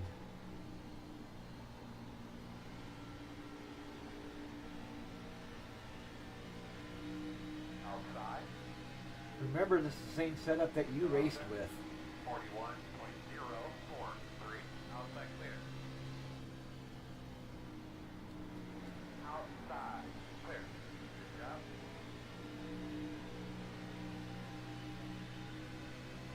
So that setup you built for Las Vegas that you were running, actually is a pretty Right. decent setup. Inside. Still inside. Clear. Good job. Outside. Still there on your quarter outside. 32.782. Still out there. Door quarter clear. Outside. Still out there. Still outside. Yeah, like I said, that setup that you built, I would actually race. Outside. Well, I'm really pleased that you like it because I mean I've never, yeah, to hear you say that's a compliment. Still there on your quarter outside. It's easy. I can drive it, and I'm competitive with it Green lap. in the AI anyway. Clear. P10 is the best try to track. 32.116. Inside. Still inside your door. Clear. Outside. And if you're watching my stream, I am actually running Still out there. pretty good with it Inside. until I fucking ass-ended Dale Jr., but Still inside. Clear. that ain't the setup's fault. Right. That is my not fucking backing off the throttle and just ramming him in the ass fault. Track that lap. Outside. Clear high. But yeah, this setup is actually a pretty solid setup. Door outside. Still there, man. As long as I don't overdrive it. Still outside. Two outside. Yeah, even when you're passing other cars, it's stable and it's smooth, and I know what to expect from it. Still outside. 32.001. Still outside. Attaboy, should have enough now to at least get something for you to look at there. Outside. Still out there? But yeah, you can actually see just how well this setup actually runs. Clear. Yeah, I am impressed with my own self. Yeah, you did a good job. Hey, you know what, Chad? It's all because of learning from you. I mean, plain and simple. Time to run at 30. Yep. 0.549. All right, if you still got my streams up, I'm gonna pull that window over so you can see what it looks like. I do. All right, I got it You're right next to my. getting ready to head into the pits. I got it right next to my virtual mirror in the car right now. So you should be able to see it.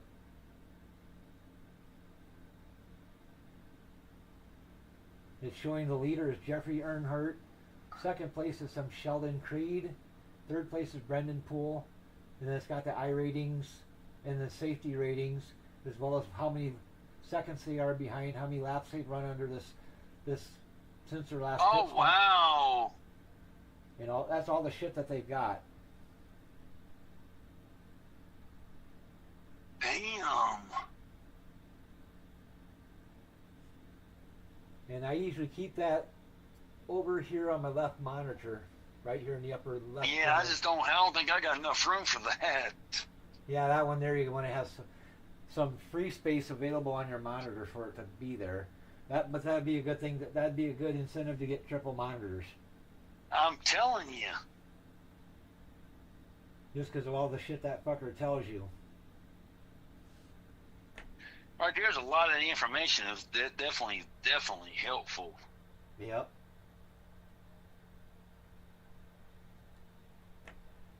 All right, back to the task at hand, getting your Darlington setup ready to go.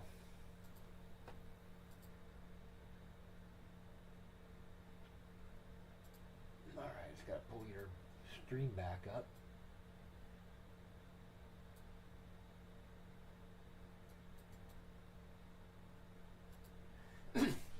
All right, have you got your gone ahead and got your offset figured out yet? No, I gotta go back and run that. I was watching yours, and All right. let me get back to it. It should be down right there. Okay.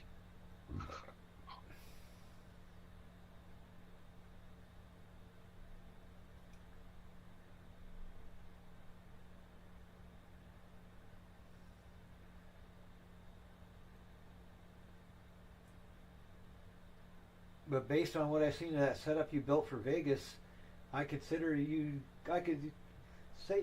say that you probably are a pretty good graduate of my setup training class. You graduated. Oh. No, not yet. I'm not that damn good yet. But if you keep building setups like you've been doing, you will be. And Oh yeah, I will be in as you time. keep building setups, you'll learn more and become faster at doing it.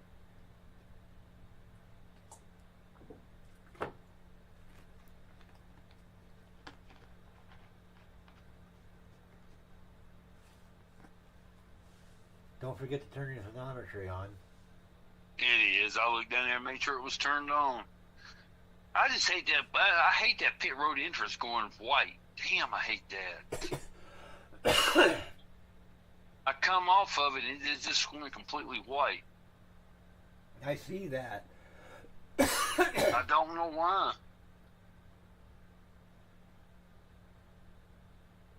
After you do your run, stop on the racetrack. Don't hit pit road. Just stop on the track somewhere and see if that thing still stays white. Oh well. If it does, then we'll go into your widget configuration section.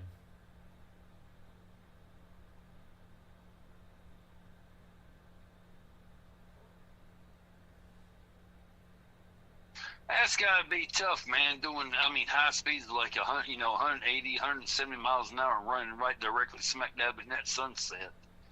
Holy Yeah. cow! Yeah, it is a pain in the ass. I don't even know how in the world you stay.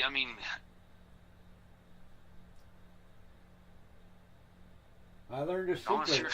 Unless you're sitting there following them other trucks. That's part of it. The other thing I do when I'm running that fucker in that situation is I watch the seam line. Because you can just if you're watching the seam line, you can still see it, Right. and I use that as my guide.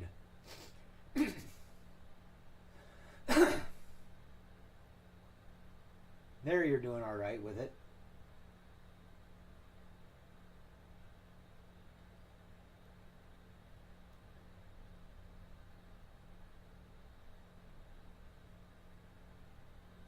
It's only on the first 1 or 2 laps that you see that sun, and all of a sudden, once you get through that first 2 laps, I mean, it goes away. Yeah, because it starts getting later in the day and the sun starts moving. Yeah.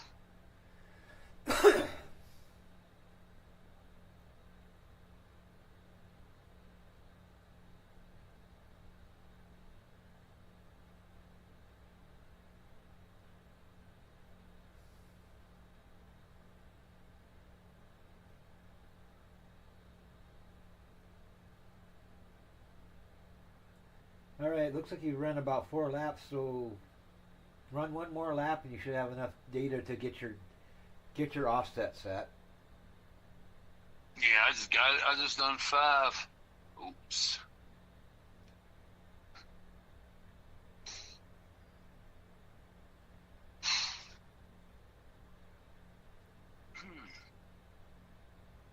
Yep, it's still okay. So it's still white. So let me go over here to pit road and see what it does. Actually, don't pit. Just come to a complete stop, Okay. and then hit Alt K on your keyboard.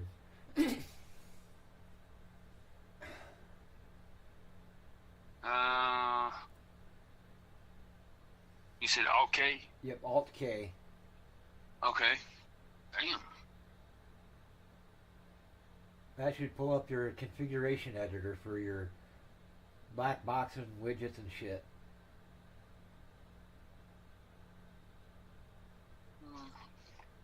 Okay.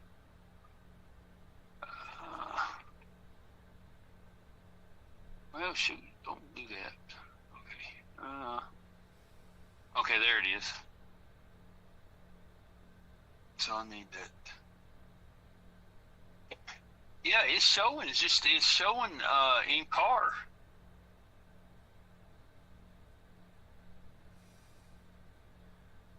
All right, what is that? Is that the actual? All right, uncheck in car and see if it Okay. goes away. Okay, it goes away. All right, recheck it and click transparent. Oh, I bet you it's in car and transparent. Okay, where did it go to? It disappeared.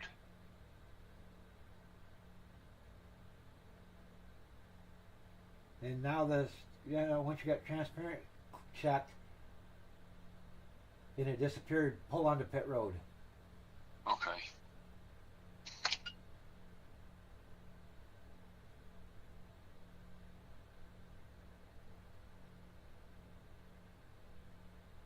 And it should appear as soon as you get close enough to trigger pit road speed limit thing. Oh, crap.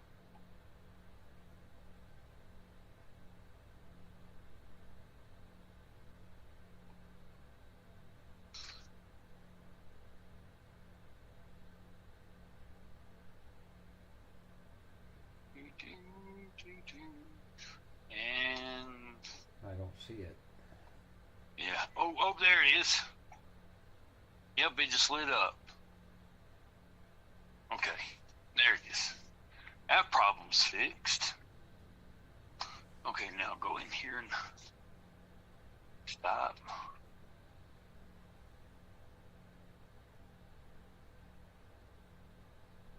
Okay.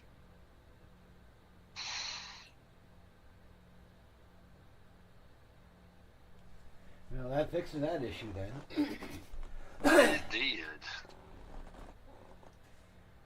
Now we're ready to get your offset set for your truck and verify that you're not bottoming out anywhere.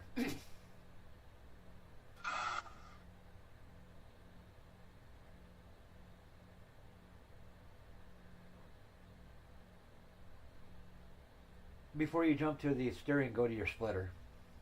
Okay.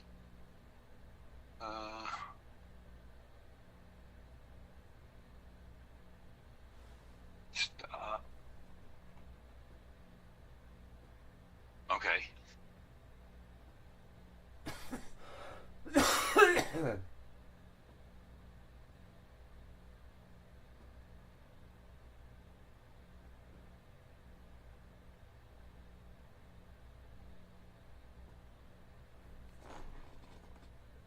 All right, it looks like you're good as far as your ride heights and stuff go for at least beginning to build your setup.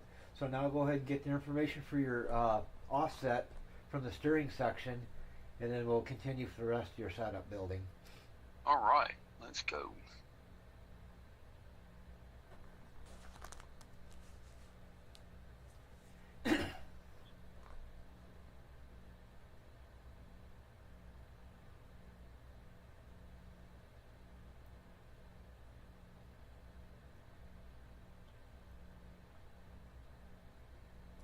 You might want to slow your playback speed of your lap down.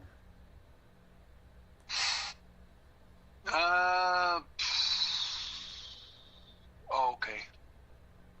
Otherwise, you're not going to be able to keep track of how fast those numbers are changing.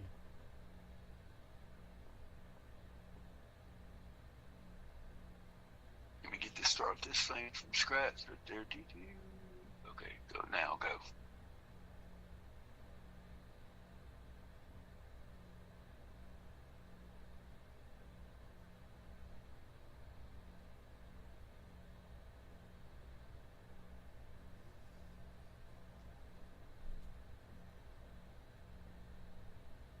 Actually, I would do your test of that on the backstretch. Because the backstretch on most tracks, you always want to do it on the backstretch because that's usually the straightest segment of the track on ovals that aren't perfectly true.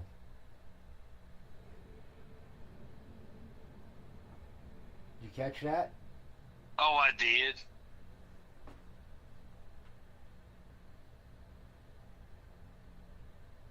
Yeah, because not all of your tracks are going to have straightaways that are perfectly straight for the front stretch.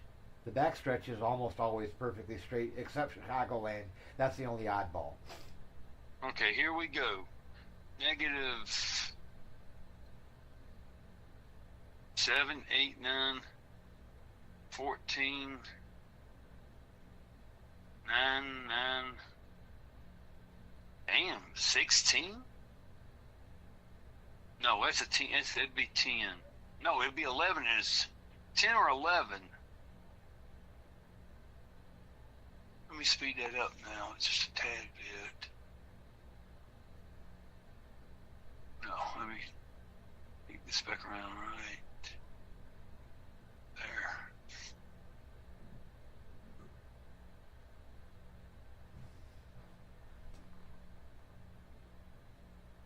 Oh, I need to slow that down. I need to slow that.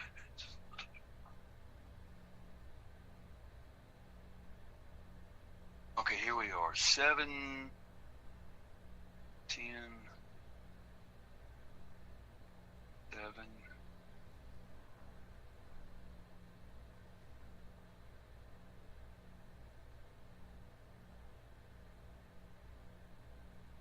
9, 9. Damn, Chad, what are you seeing? I'd call it 8. That's the one that's popping up the most.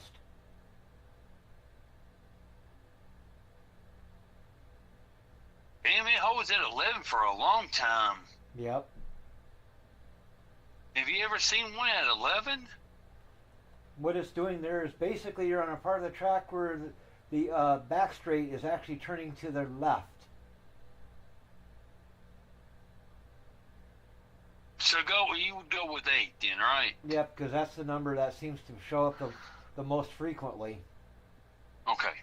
When I do it, I start off with, I move the mouse till I see it get to about 10 or so, and then I play back at real slow speed until it gets to just about almost to the green line, and I keep track of what the numbers are and see when they start to count up higher than 10, that means the thing's turning left into the turn 3.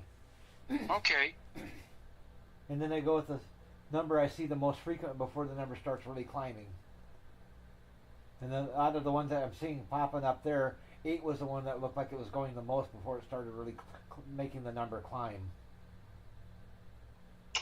Okay, we will go with 8 then. Okay.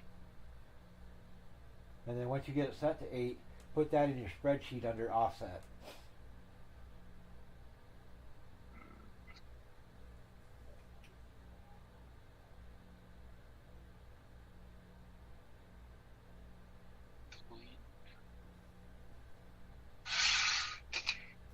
And when you were driving it to get your offset reading, how did the thing feel? To be honest, man, I loved it. I mean, I didn't have a problem with it, so none whatsoever. I mean, I know it can be tweaked, but I didn't have a problem with it. It didn't feel like it was loose or if it was tight? I mean, not, at least on the 17 lefts, the first time I tried it, thinking I had it, but no. Go to the garage. If you still have the same, if you haven't reset the session yet, go to your garage to see your tire wear looks like. Garage. Now this is only under 5 laps, so this is 5 laps. That'll give you an idea to kind of see what your truck is doing.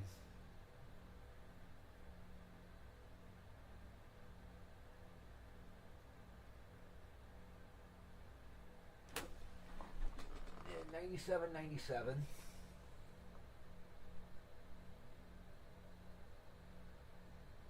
Alright, right now, just after 5 laps, it's pretty balanced. That's why you like the way it felt. So before you can do any more, you've got to get more laps under you. Alright, yeah. So go ahead and set your offset in the garage. And then go out and run 20 laps. What is this, 20 laps? I can't remember.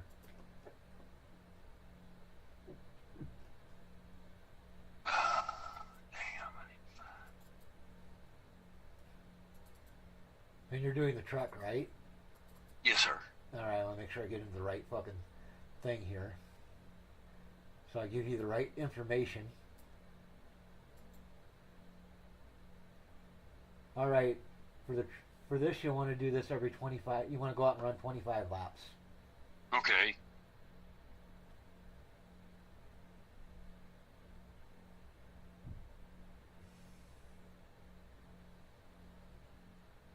What the hell?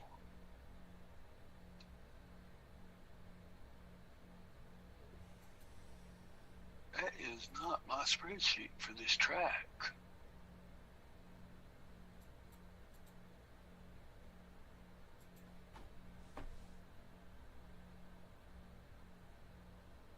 I have no idea what spreadsheet that is. There's an easy way to find out. Go to File, Save As, and see what folder it's trying to save into.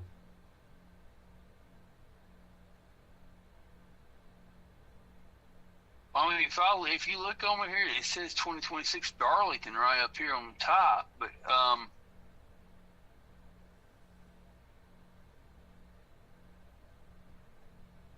I need to go because I know we put a sheet in each one, right? Yep. And this is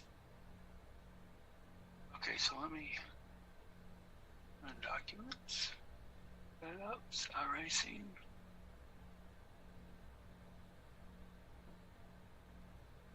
Setups.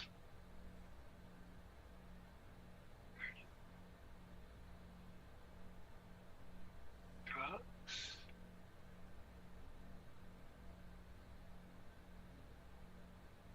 Oh, here it is. Darlington. Chevy Silverado trucks. Okay. 2026 trucks. Come over here, Darlington.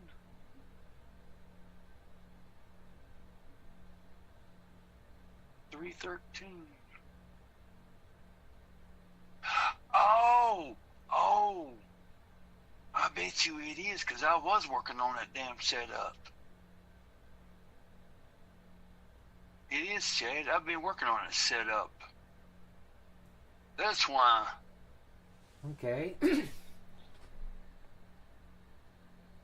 Yeah, I was. I totally forgot that. Damn, I was working on this setup.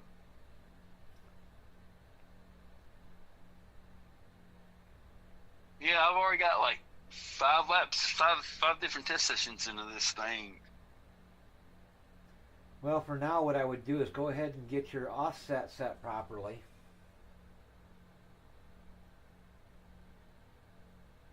And right now you got your steering ratio set at 8, which it should be 12 to 1.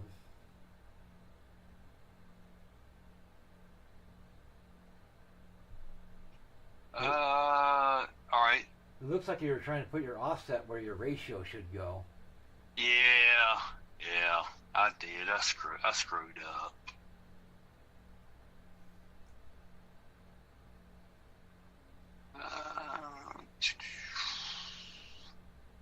Yeah, so I'm glad you saw it.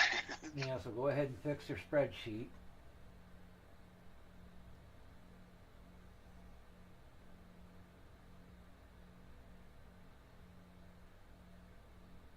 Okay. And since we know your camber's been changed, go ahead and set your cambers in your spreadsheet to what they're set at, what you got them currently set at now.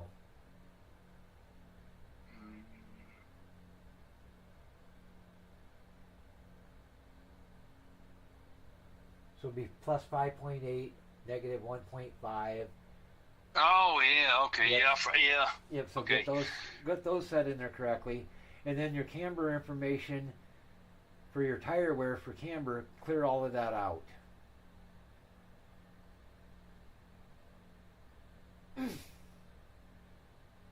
the right cameras is 1.9 and Negative negative 6, 1.5. right? Negative 1.5. For the right. Yep.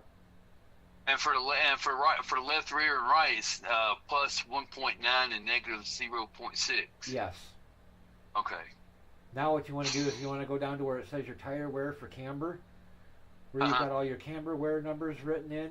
Clear all those out so that they're all blank. Okay. Because those are the numbers that you got from the last run you did. That was with the old settings. That was a negative 0.5 and then shit like Right. that.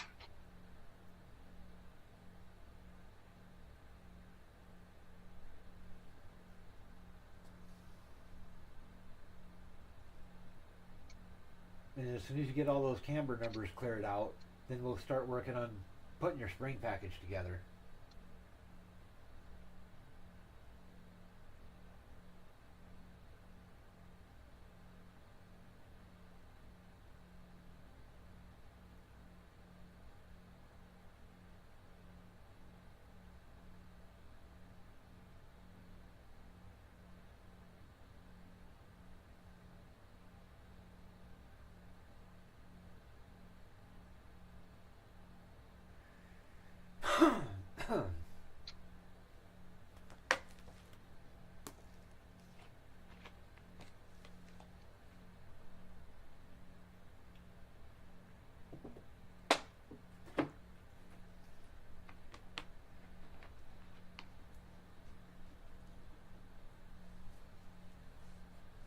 Damn.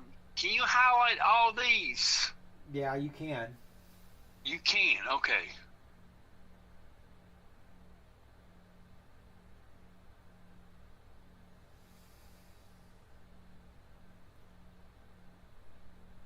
Okay, I highlighted them. And what you gotta do to just hit delete. No, hit backspace. Oh, backspace. Okay. Yep.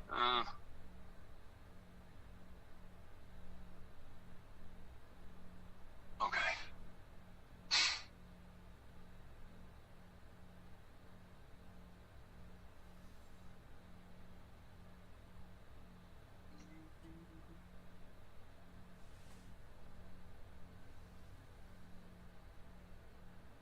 Oh, no. There you go. See how much easier that was? Oh, no doubt. Yeah. Come on, damn it.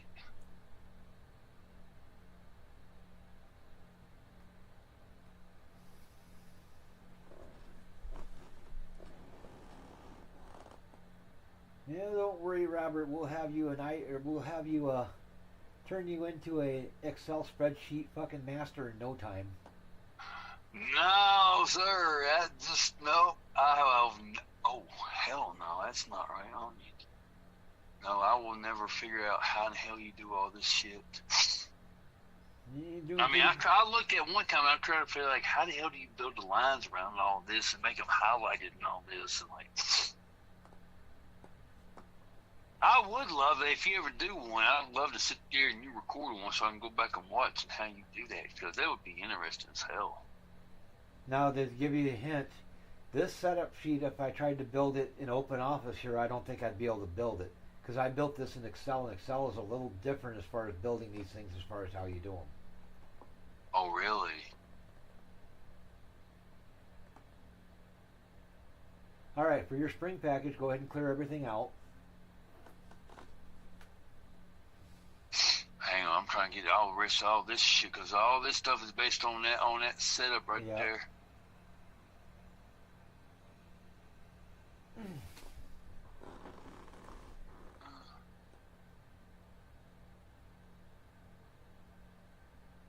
Well, all that's got to go. Shit.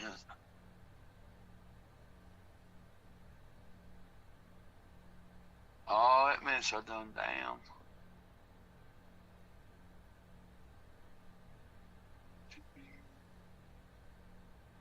And to my knowledge, you and I are the only ones that use a spreadsheet to do this shit. Really? Nobody else does this shit as far as I know of that I've ever heard of. Chad, I mean, I would be like, to do this without a spreadsheet now would be like completely out of my, like, no, you need this. And as far as I know, we're the only ones that do it. Wow. I think I just saw something in that damn garage. It just made me think.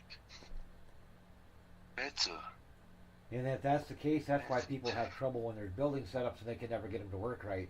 Is because they don't keep track of nothing and they forget what the fuck they were doing.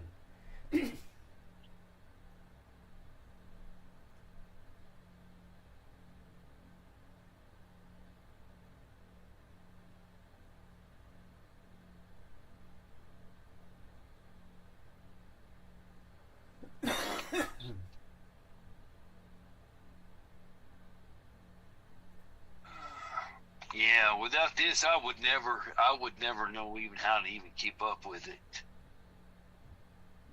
Okay. Part of the reason you're able to keep up with this and use a spreadsheet to build setups is because the way I designed the spreadsheet. I got the spreadsheet kind of laid out in the order you want to build the setup. Right. Not only does that keep you on track, but it lets you know if you missed something.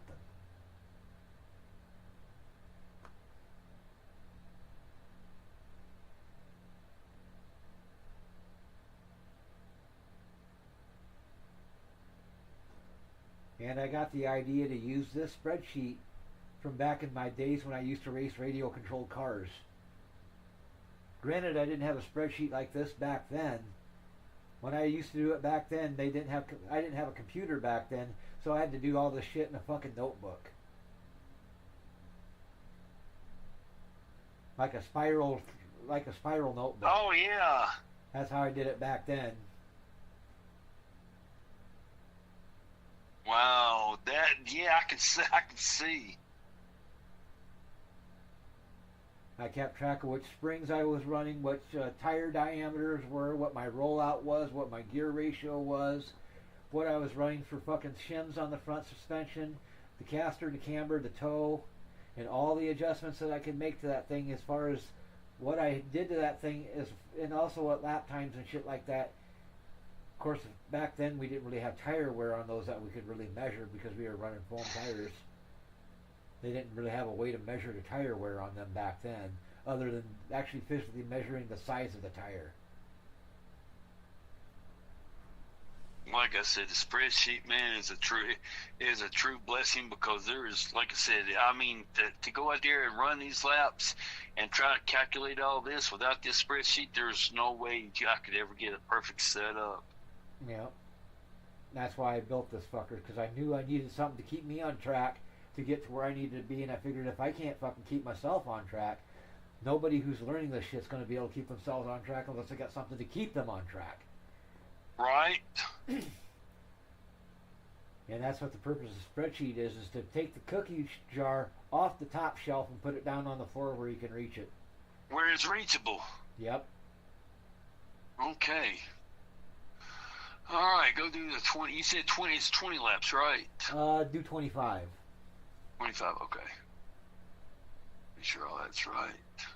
But before you do that, jump over to your spring package and let's put your spring, that what you got for springs in there right now, into your spreadsheet, so we got that data already recorded. All right, so 5750. Springs. No. No, that. Shit.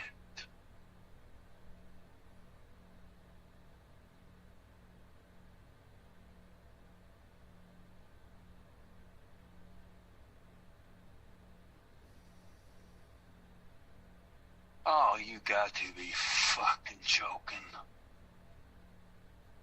Damn. I hit the wrong damn key chat, and I put every damn thing back up on there. Hang on. I did not save it, booger. Steering off say it's 8.0.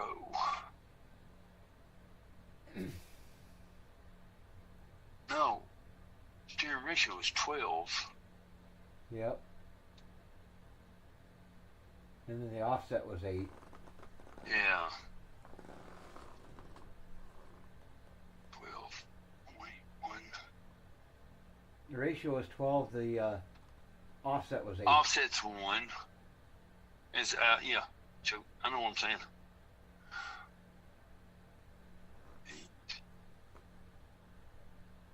8.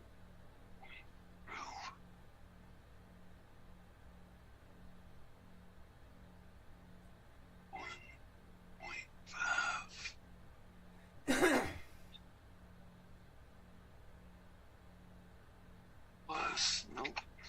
Zip plus 2 slash. Nope.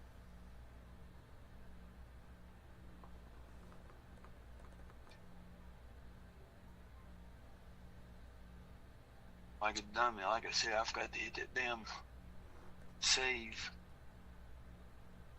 Yep. Okay.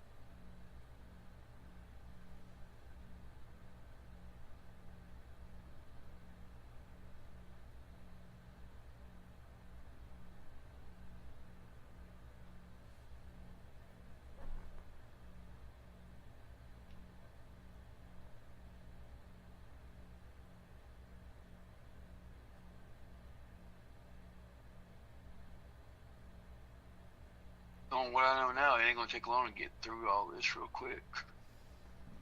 Yeah.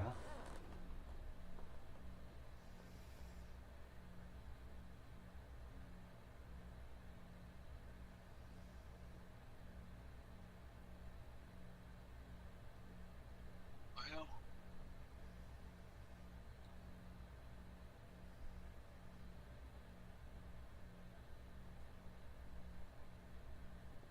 oh shit.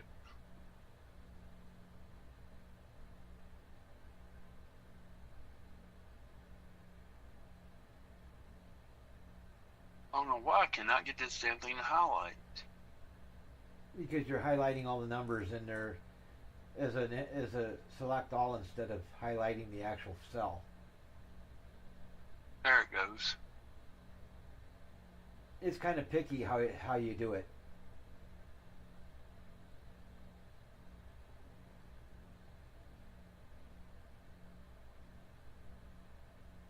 When it does that where it's turning everything black, just hit enter and then there you go.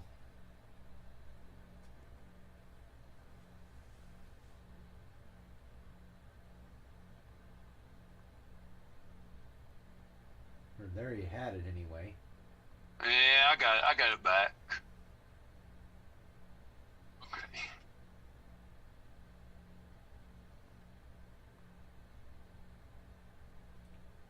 Or do it that way too if it works better.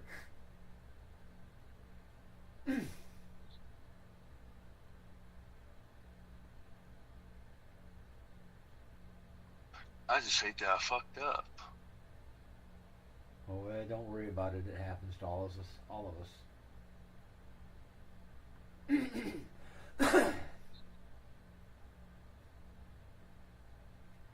One of the reasons I know all this stuff I know about Excel and shit is because I used to have to use one of these at work all the time.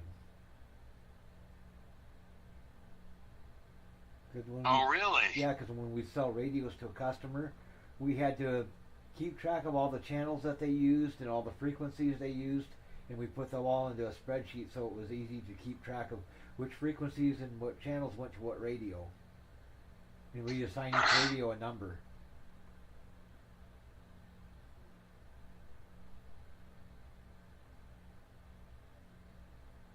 And since each radio not only had a number, but most of them would have a name as well, we'd also put that on there so that we could name each radio, so we could go into the spreadsheet and look up to find out exactly all the information we needed to know about that radio's programming, so that we could just look it up if we had to make a change to something.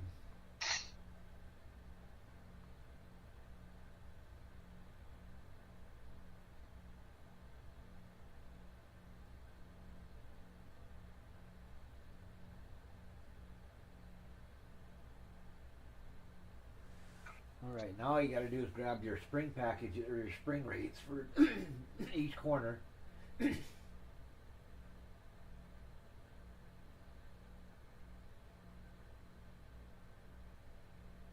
I don't think it's 5,700.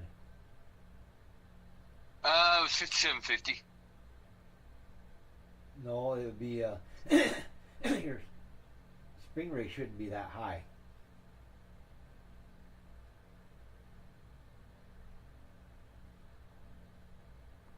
So that's one change you'll want to make right away, is set your front spring rates down to about 3,200 or 3,250 Okay. for the front.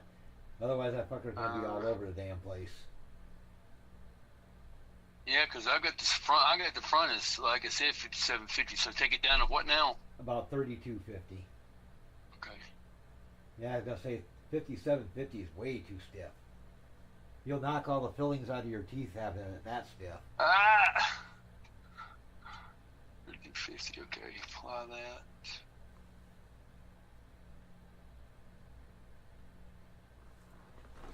Uh, 3250. Okay.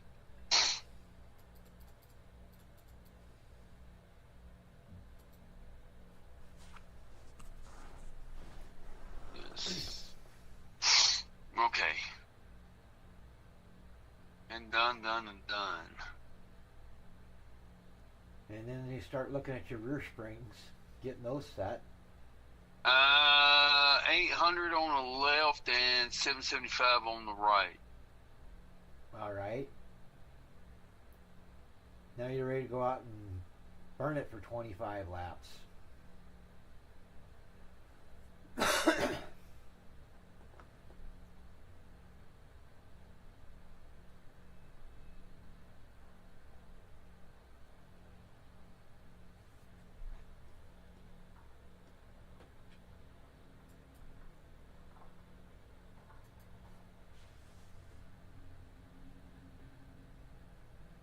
Go out and do what I call a turn and burn.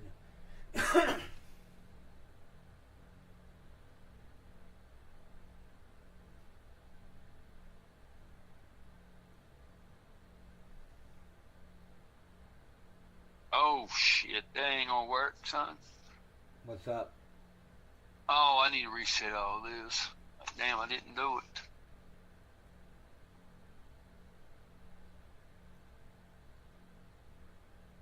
Drive, okay, west on that.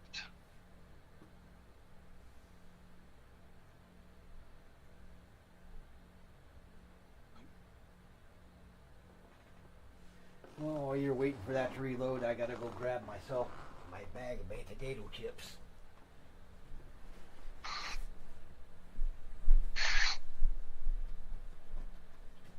So what kind do you eat?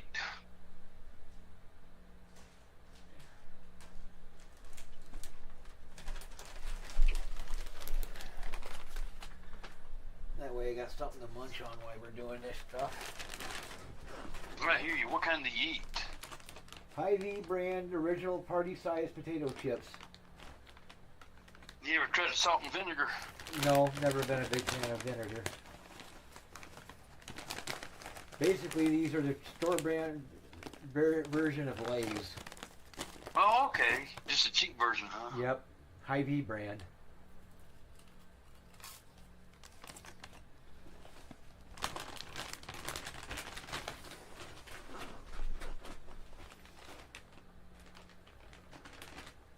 The only difference between these and Lay's is these are about half the price.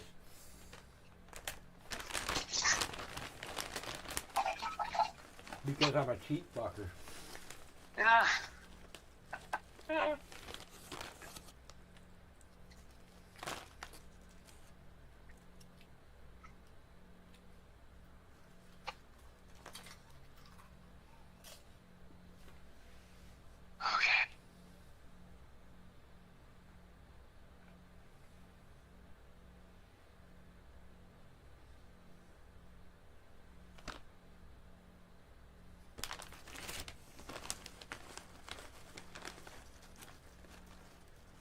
No, man. Damn. I spun out right there like, damn.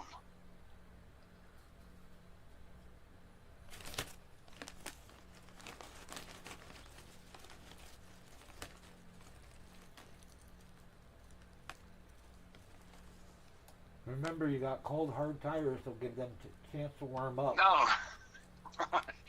Right?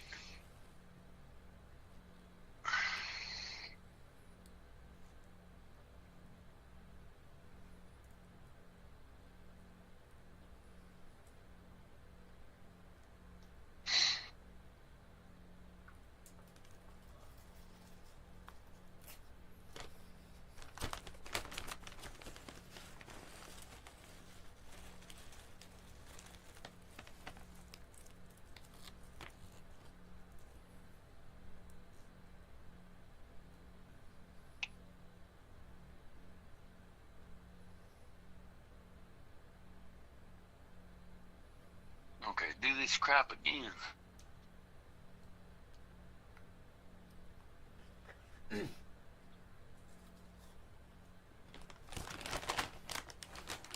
wait a minute. Just go easy on your pit exit. Oh, yeah. There it goes. Okay.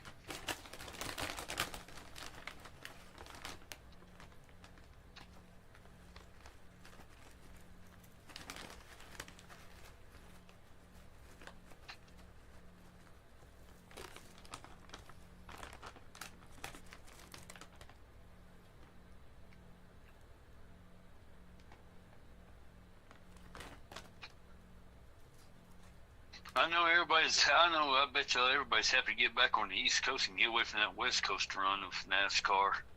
Yeah. I mean, Las Vegas is not like Las Vegas. That's not bad. I don't mind the East or the West Coast stretch. The only track I don't like out there is Phoenix.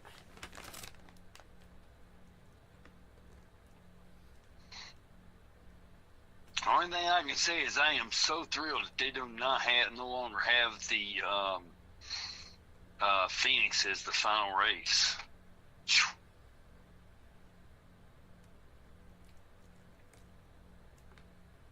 The only problem I have with Phoenix is it reminds me a lot of Homestead, Miami. Both tracks are a bitch to drive.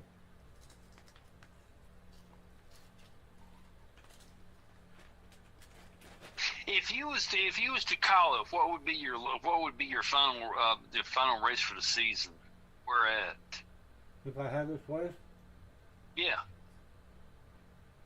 probably Vegas. Vegas or Homestead. Well, see, that's where they got it going on. Is Homestead, but yeah.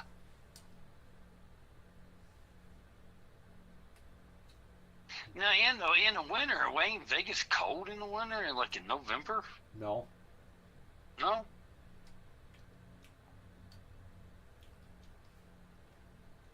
Vegas is usually pretty hot most of the year.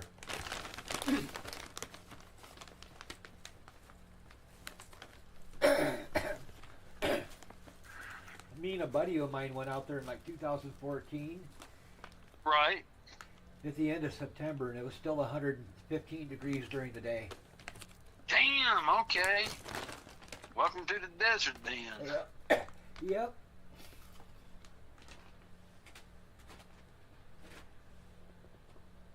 But it would get cold at night.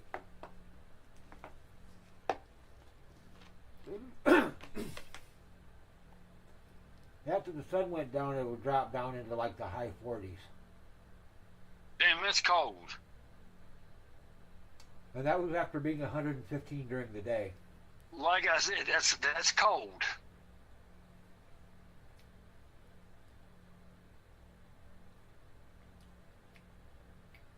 I know I went out there to Arizona, man, and caught up with my brother one year, and damn, dude, I went up there and saw him. He was over there in, good Lord, starts with a K, Kingston or something. Anyway, and then I had to go down there to like 45 miles down south to pick up a load the following morning. And Chad, I got out there and I parked over at Walmart in the parking lot, and I walked out of the truck. I was around back to walk to the front, dude. It was like a freaking 130 on the asphalt, dude. That was freaking hot. Yeah. I never felt so much damn heat come through your shoes like shit. No. But yeah, I remember Folks. being in Vegas there, and then we were out in the sun. It's probably in the afternoon, probably about 1, 2 o'clock in the afternoon, and that Right. sun felt like it was burning a hole right through you. Yeah, that's exactly what it felt that afternoon when I was walking out to go into Walmart. I mean, damn, I've never felt heat like that before in my entire life. Like, no, people, y'all can leave, but not me. I'm out of here. But as long as you were out, as long as you weren't directly in the sun, it wasn't too bad. 115 degrees felt like about 90 here in Iowa. Because hell, we were driving through the desert going out to California, and we're out there in the Mojave Desert out by Bakersfield. Yeah, I know where it's at. And I remember looking down at the little temperature thing in the car. It said outside it was 115 degrees, and we had the windows just cracked without even running the air conditioning. You just had them cracked so I could let my cigarette smoke out, and it was comfortable in the car. It wasn't hot at all. Wow. And then when we got back to the hotel, once we got back to Vegas, this would be like probably about 10:30, 11 o'clock at night. It had dropped down to 85 degrees. The actual outside temperature was 85 degrees. And we went outside and we were standing in the fucking parkade having a cigarette. And so I could also steal the fucking Wi-Fi from the gas station across the street. And at 85 degrees, I actually had goosebumps and it was cold. Yeah, I can see that. Because there was no fucking humidity. Yeah.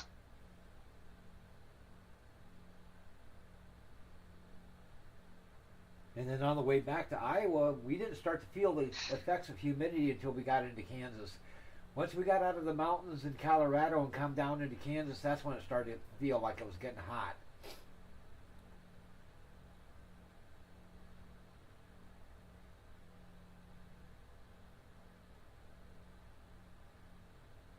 But yeah, Vegas would be a good season finale track.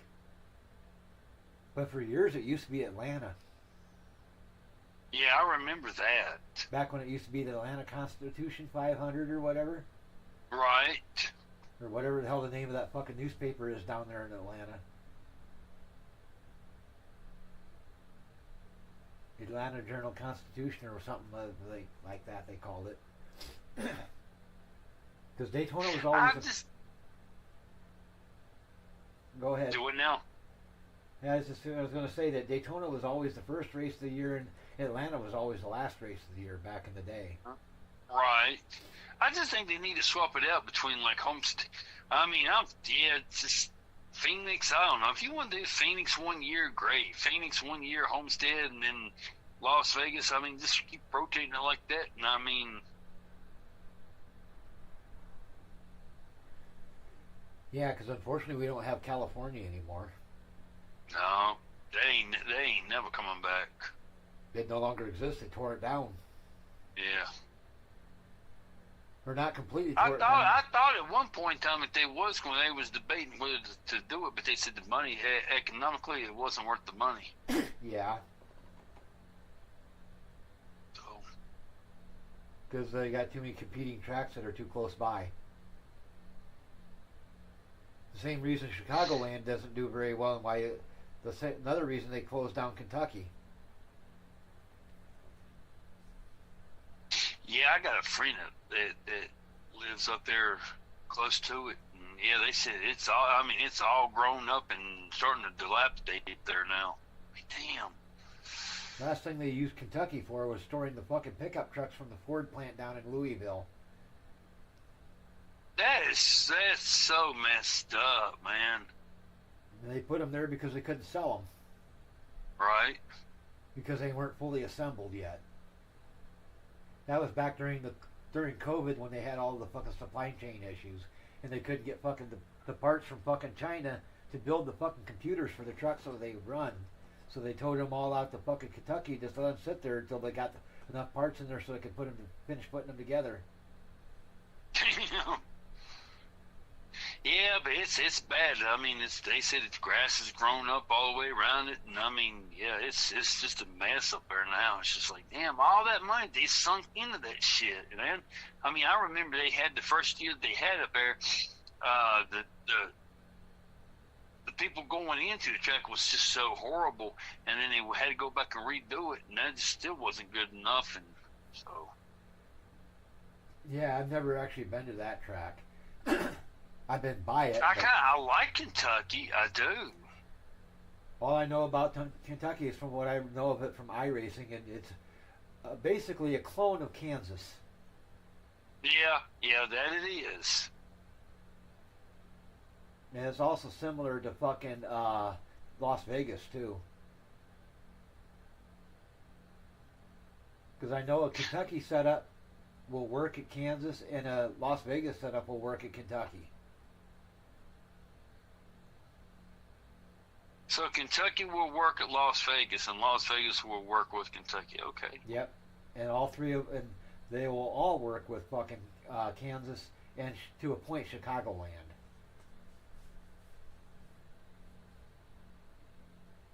Because they're all sister tracks. Right. Just like Texas and Charlotte are sister tracks. The Texas setup will work at Charlotte and vice versa. Now, are they bringing back Chicago? I think they're going to run Chicago for at least Xfinity this year. Possibly Cup. Providing J.D. Pritzker don't fucking force him out of the state from high taxes. Like he did the Chicago Bears. No doubt, man. Of course, the state of Illinois has been fucking going downhill ever since fucking they elected Fred Flintstone. That's what I call him because he's a big fat son of a bitch.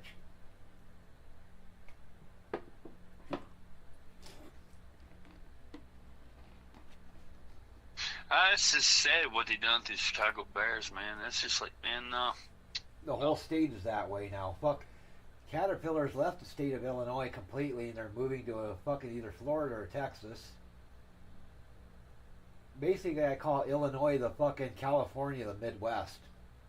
100% agreed.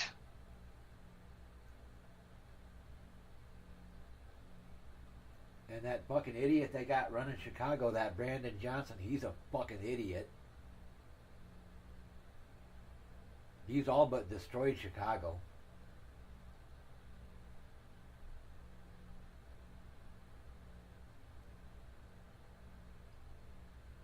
But that's what you got when you got a blue city and a blue state with blue fucking idiot governors and blue idiot fucking mayors. Thank God I live in fucking Iowa, which is still for the most part a red state. Hope it stays that way. Me too. The only cities we got to worry about here that are blue cities is fucking basically fucking Ames and Iowa City. Those are the mainly blue cities in this state. And to a point, Ames and Des Moines are too.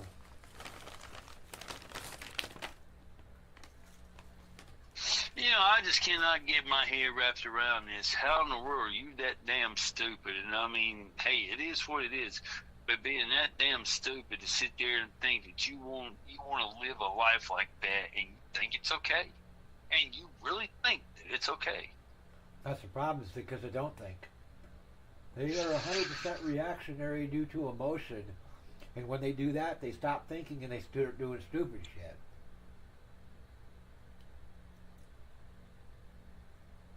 That's why they end up with such a problem they do, is because they don't think the shit through. Well, hell, I got a friend that lives in Oregon, man, and she, I mean, you can't vote. I mean, you vote, but I mean, you mail all the stuff in, right? Yep. You mail your votes in, but you don't know if it's ever been tallied or counted or anything. I mean, it's just nope. There's not a poll. I mean, a place you can go and register. I mean, you register your vote right there in front of them and stand in line. Nope, you just can't do that. You just got to mail it all in. Like, damn, that's for everything up there. Her and her husband is waiting to get the hell out of there. Yeah, that fucking Governor Kotek's up there is a fucking idiot too. They've all but destroyed the fucking city of Portland.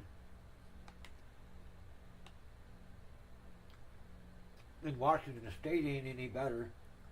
Oh yeah, I mean, you think about it, you got California, Washington State, and Oregon is all screwed up. Yeah, they all have the same ideology. They're all fucking Democrat strongholds. Right.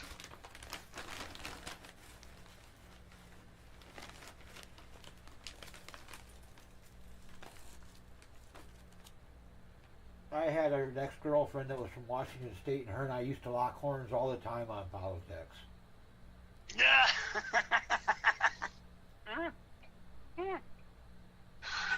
Oh me, oh my! I bet so. And she was from Seattle.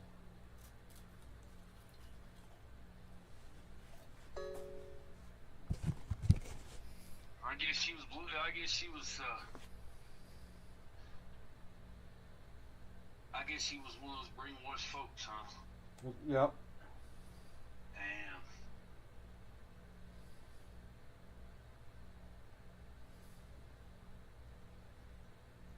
Well, that ain't bad. 87, 85.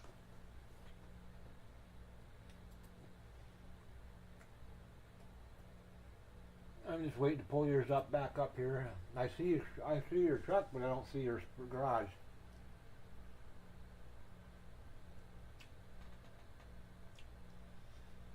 '87, '85, and that's after 25 laps. Uh-huh. All right. So what's your right rear spring at right now? Right rear is 775. Take it up 200. Take it to 975 and then run another 20. Okay. But record your record your tire wear first. Oh, okay. You don't really got to worry about your lap time at this point. The tire wear is going to be more important than the lap timing. Right, right.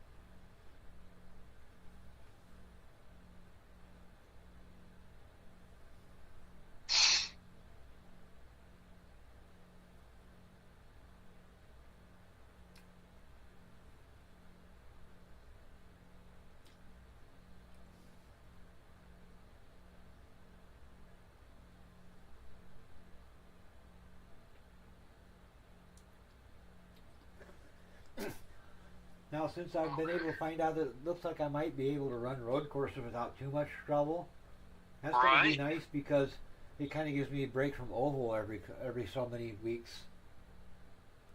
Where I ain't doing the same fucking shit over and over and over.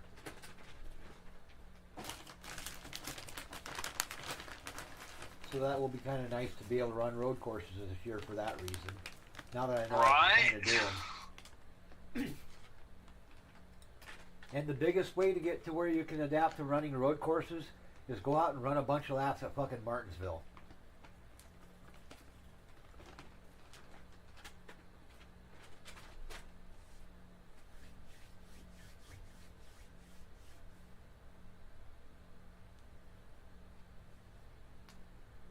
If you can get to where you're comfortable running at Martinsville, you should be able to run most of the road courses without an issue. Really? Yep.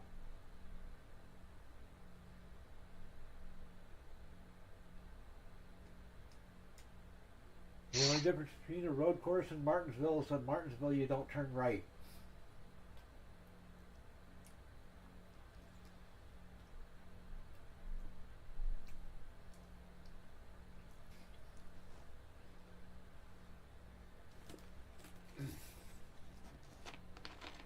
Martin, I've tried Martinsville, man. Damn, I love it. I love my track. I do. Damn, that's hard. I mean, that is effing hard. It's a track you got to be paying attention to your braking points really closely.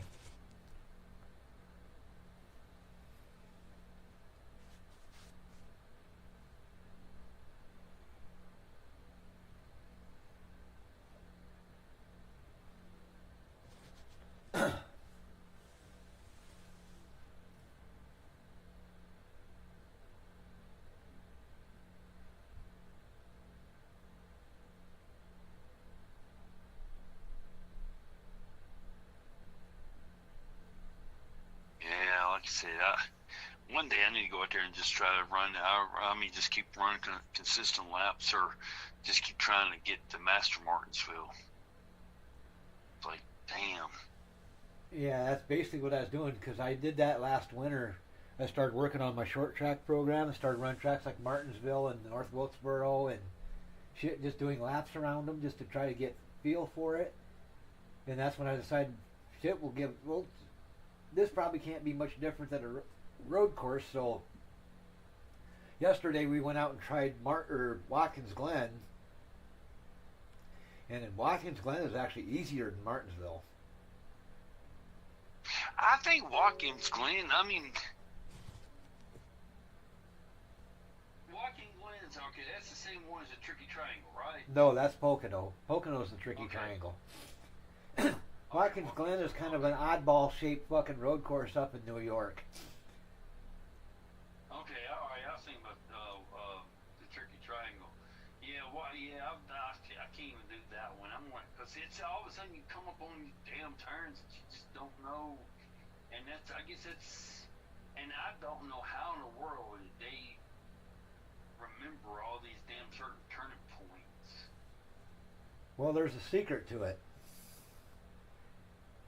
All the tracks that like road courses and the tracks like another one that I know of that uses them is like Loudon, New Hampshire. Pocono, of course, has them. Indianapolis has them, and they have what are known as countdown panels or countdown signs on the wall as you're approaching the corner. That'll say like 100.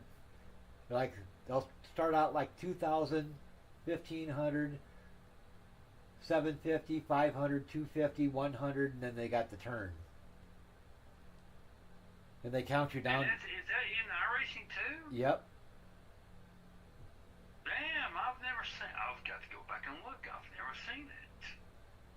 Now Pocono don't use actual number boards. They use cones that are wedged into the fence to let you know the corner's approaching.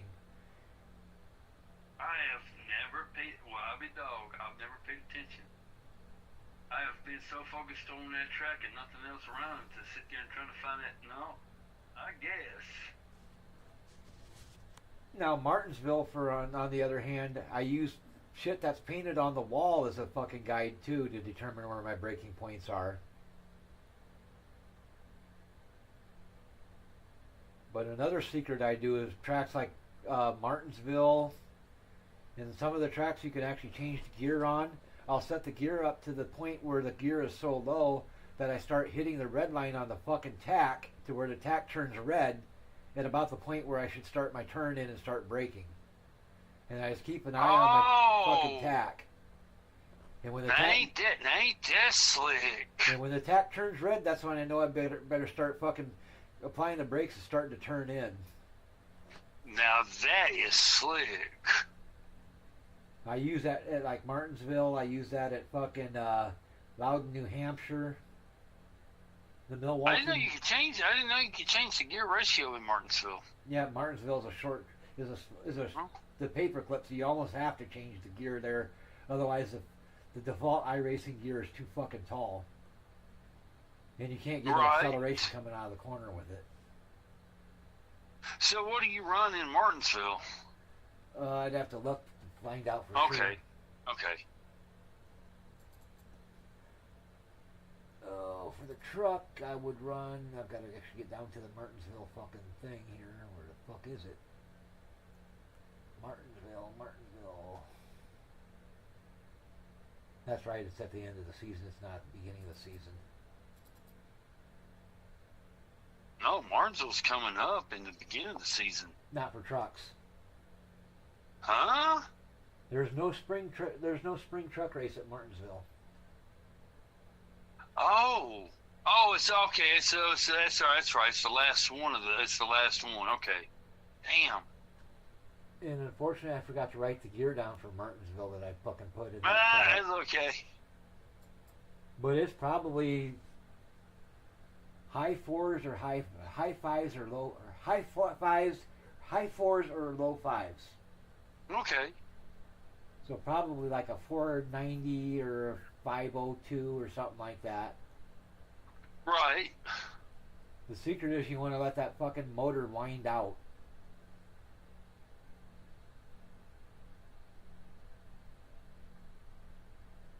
Same thing I used to do with the electric motors in my RC car, and I always geared them fuckers really low to let that motor fucking build RPM. You want to get that RPM as high as you can get it before you have to lift for the corner.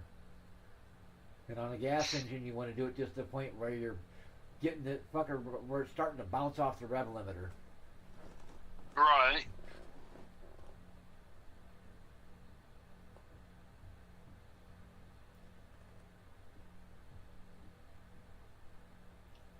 And on the gear ratio, remember the higher the number, the lower the gear.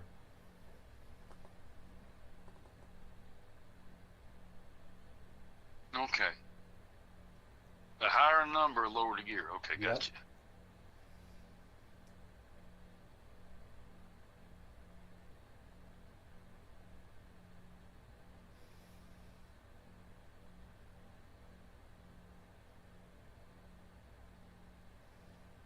Steering ratio is the same way. The higher the steering ratio, the faster the steering is.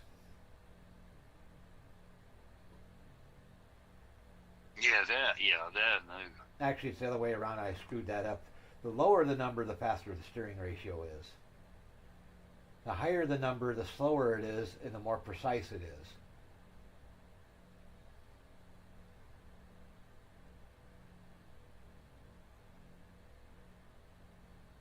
So do you leave the steering ratio the same for all tracks, or do you change them around? I usually run the same steering ratio everywhere, and that's usually 12-1.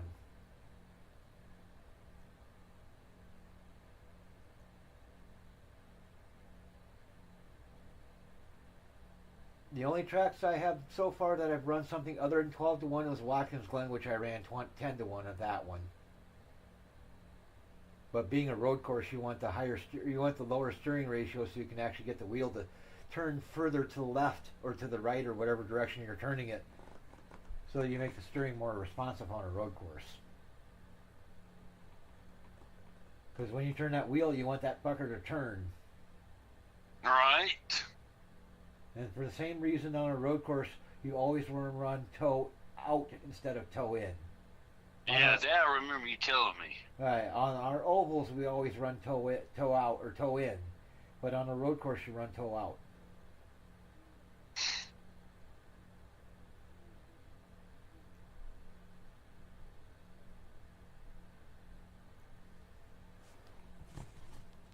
Yeah, like I said, I don't think I'll ever even attempt to run a road course. I tried, like I said, I tried that and I just can't. God bless these people who can. Yeah, I'm gonna try it this year, at least enough to, even if I start in the back and even if I finish fucking last, I want to try to at least get enough fucking laps running the fucking road course races to qualify for my participation credits, so I get my iRacing credits for payments, so I can use that to help pay for next year's fucking subscription.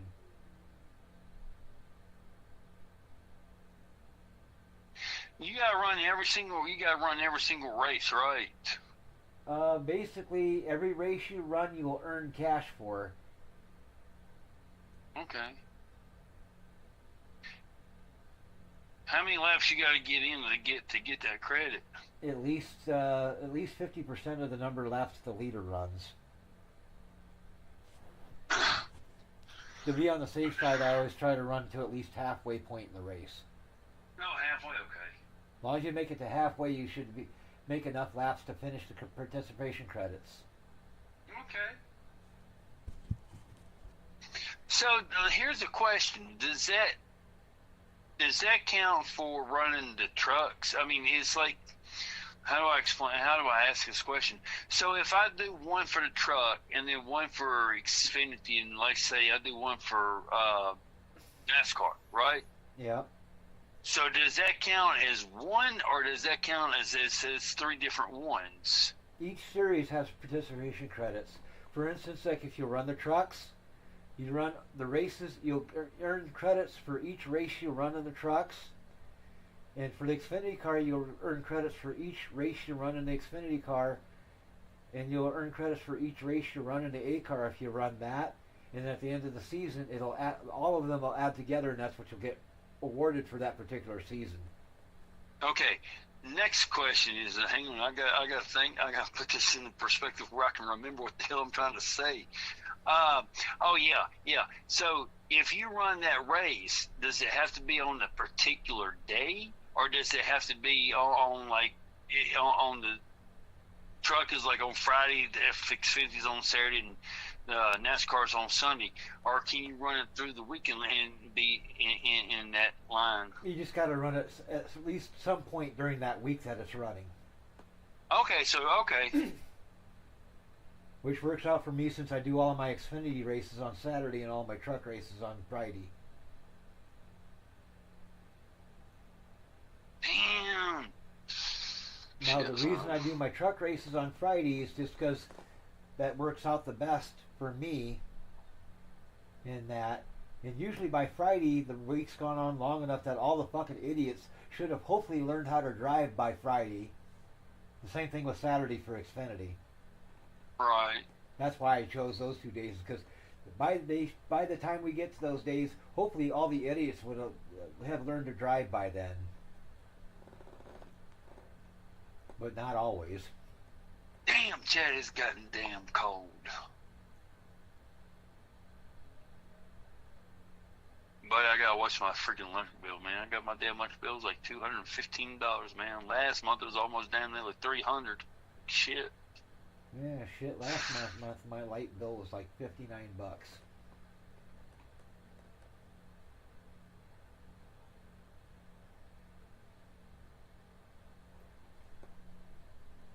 Damn, your house is definitely. I mean, yeah, you got a small apartment, don't you? Yeah, it's just a 1-bedroom apartment.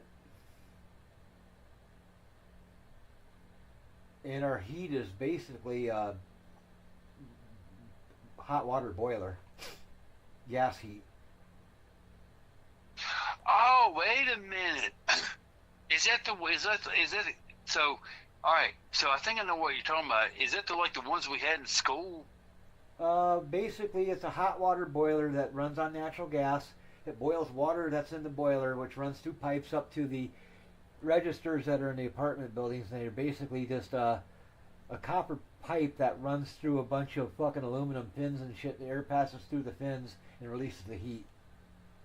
No, that's different from when I was going to school. Because I remember you going to classrooms, and I mean, damn, you couldn't get. I mean, it was on a back wall or something like that. And I mean, yeah, they had it's like coils, man. I mean, it's like I remember it was like white, and I mean, it's just up and down. I mean, like a Yeah, those were old cast iron radiators. yeah, Are the yeah, old, yeah. There you go. Those are the old school thing. The ones we have now are baseboard heaters.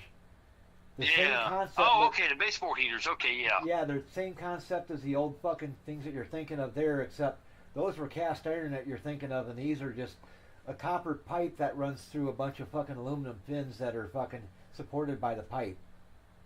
Okay. Is basically what they are. Because I know I used to have them in another apartment I lived in, and that apartment had mice. And one day I had one run out from under the TV, and I scared the little fucker, and he shot up underneath the baseboard heater, and basically basically sliced himself into fucking pieces on the fucking aluminum fins when he hit him, and it fucking just ripped him all to shit like a fucking razor blade. He come out in pieces. Wow. Damn. Yeah, because that's all they are is just the pipe is probably baseboard heaters are the ones in my bedroom anyway are probably about 5 foot long, Right. and it's just a copper pipe that's 5 foot long, and they got these. Basically, they're like 1 inch square fucking aluminum fucking fins, just pieces of thin aluminum, probably maybe a 16th or 32nd of an inch thick is all the thicker they are. Basically Right. about the thickness of a pop can or a beer can when you rip it open. And they just basically stack them up on the fucking aluminum or on the copper pipe so that there's an air gap between each fin. And as the pipe heats up from the hot water flowing through it, it heats the fins up, which heats the air passing through the fins up. And then the air rises above the pipe and then out into the room.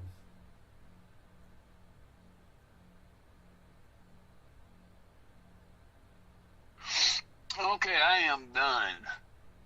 All right, let's see what your tire wear looks like. 9186.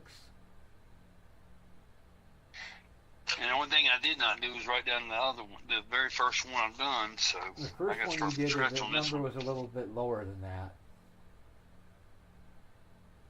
You had more front tire wear than you did rear tire wear. So now what you're going to Yeah. do is write down your 9186 or put it in your spreadsheet or whatever. Yeah, that's what I'm getting ready to do. And then you're going to bump your tire or you're going to bump your right rear spring up 200 more.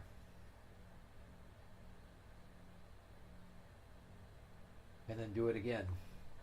Okay.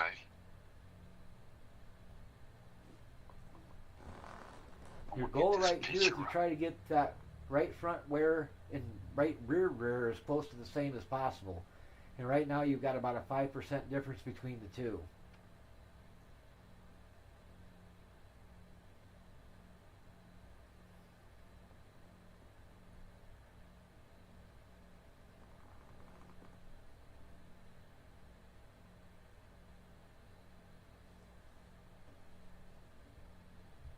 Okay, let me get to the spreadsheet real quick.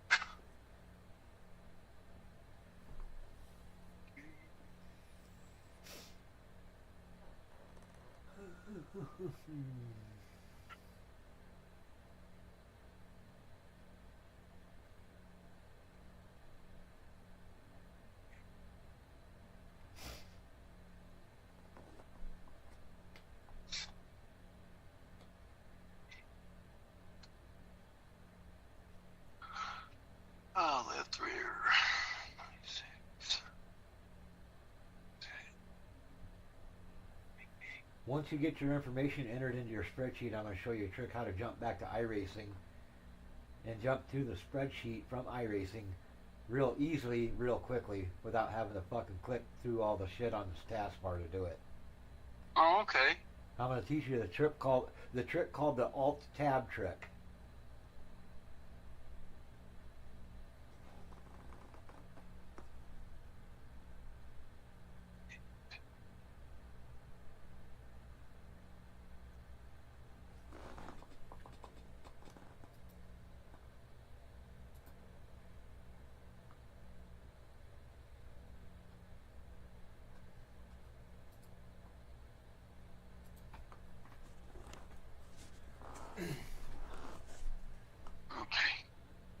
87. No, it's 87. Okay.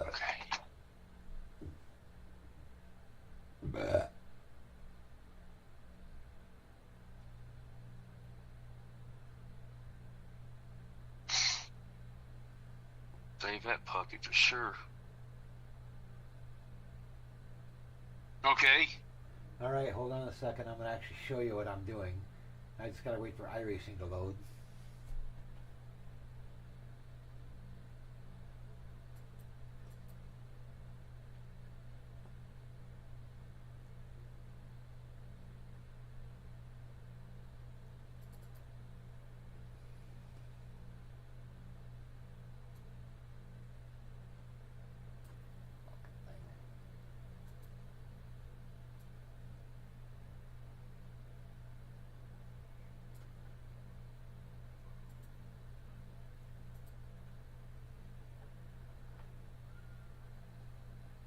All right, do you see my screen? Let me get to it real quick. You should see me in the garage. Okay. All right. What I'm going to do on my keyboard here, so you can see it, I'm going to hit the Alt key and hold Alt down while I tap the Tab key. And that jumps me, it pulls up a little thing where I can select different programs that are up. And I can go right to whatever setup notes I want to do. So that's setup notes for the track I'm on, and I go right back over to iRacing and pop right back into the garage. Okay, so it's all tab. Yep, Alt Tab. Okay. Each time you push it, it'll advance in the little thing there. It'll make the icon, the cursor go over one of the icons for a program that you can see on your screen, a screenshot of it. And when you get over the one you want, like the spreadsheet, you just let go of the button, it'll pop up. Okay. That'll make fucking jumping between iRacing's garage and your screen or your spreadsheet a lot easier. Absolutely.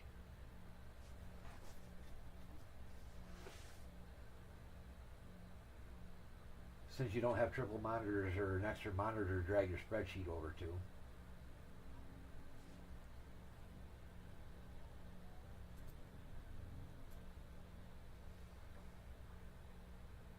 Now, when I first got on iRacing back in 2020, I didn't have triple monitors yet. I was doing everything all on a fucking 19-inch or 32-inch TV.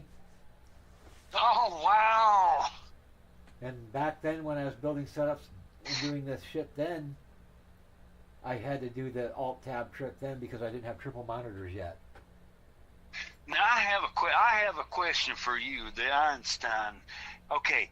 Can you use a regular TV monitor? Like a regular TV that you put in your living room. Can you use that as a monitor? Yeah, it can if you have an HDMI port on your video card. Okay, I need to see if I've got that. If I don't, then okay. But for triple monitor setup, your better bet is to go with an actual monitor that uses what's called DisplayPort. Okay. Triple monitors, you only want to use HDMI for the TV connection if that's the only option you got. Okay. Because most video cards only have one HDMI port, they don't have three. But all video cards that support triple monitors have at least 3 display ports, to where you can hook 3 monitors into the video card.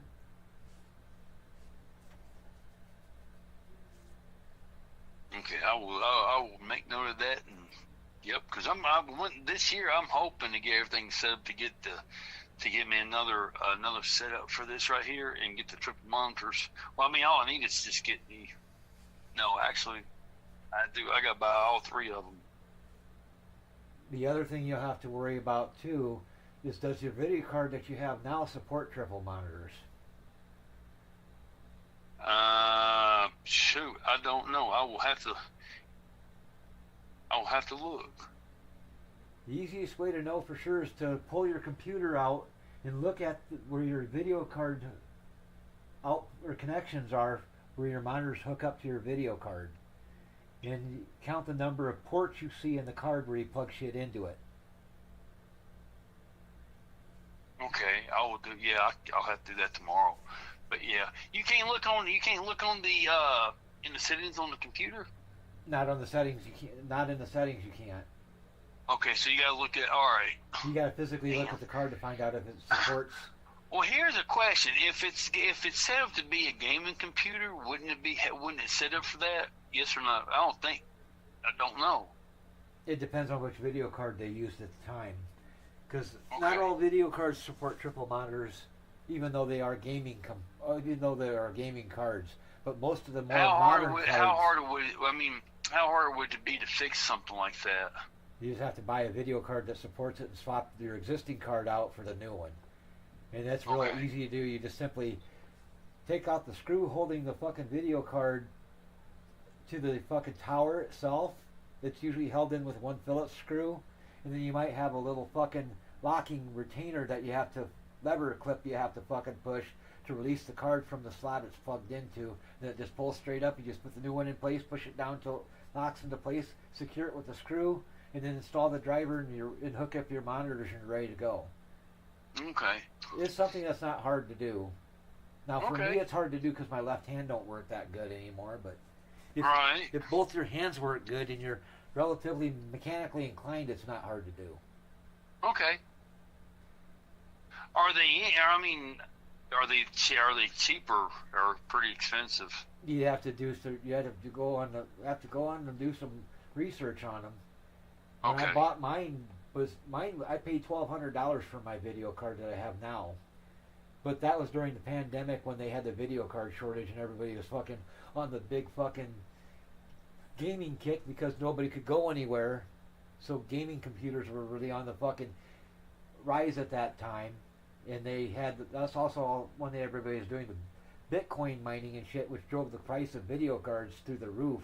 The card I got now, you can probably find it for probably about $300 or $400 now, even though I paid $1,200 for it back in 2020. Oh wow. And the only reason I paid $1,200 for it then is because it was the only one I could find. Because fuck, at that time, people were waiting to fucking buy a video card for 6 months before they could find one. And every time you went on Amazon to look for one, everybody was sold out of them.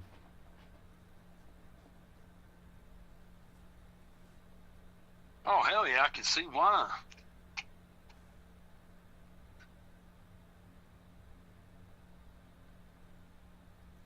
Man, you got me curious here in a minute. I'm gonna have, you know what? I gotta go look now. I'm curious now.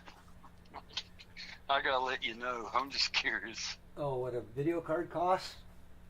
No, if I've got the room for one, for the triples.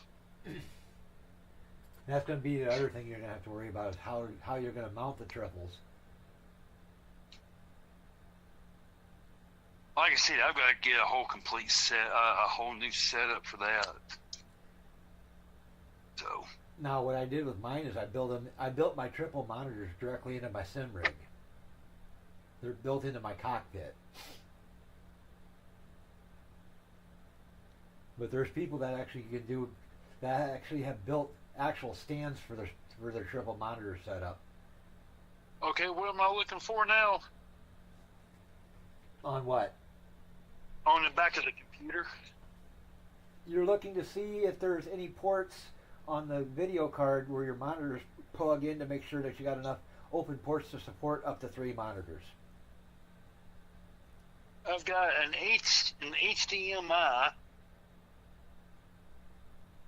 Okay.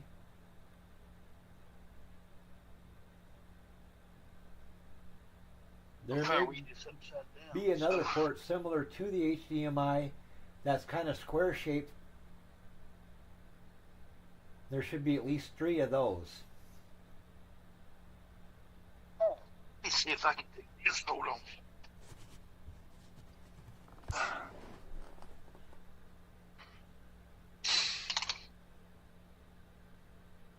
It'll be a square shaped hole in the back of your video card.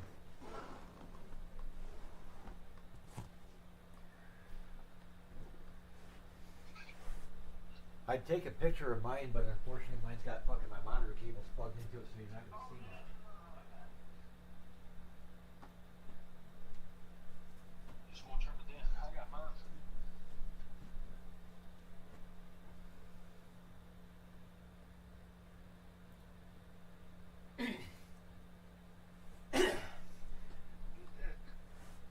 They being roughly about the same part of your computer that your HDMI port is in.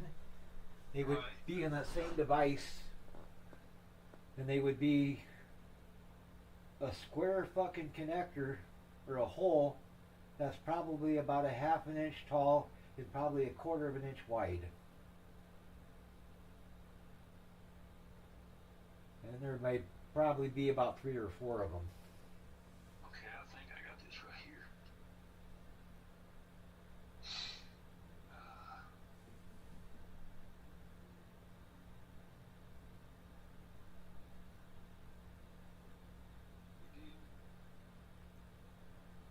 Being a 3060 NVIDIA, it might support triple monitored display port setup.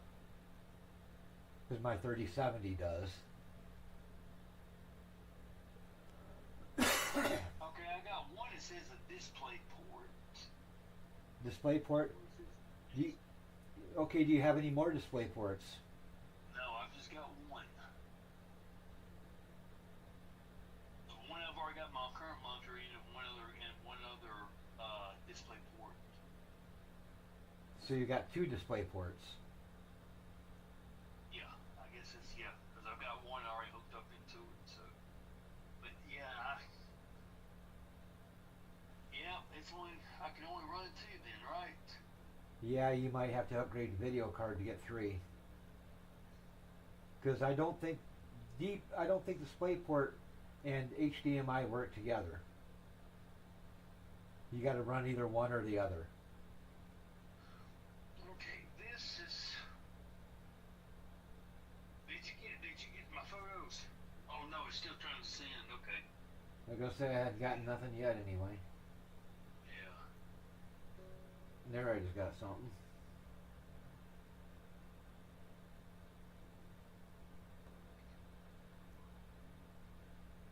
All right, yours is onboard video.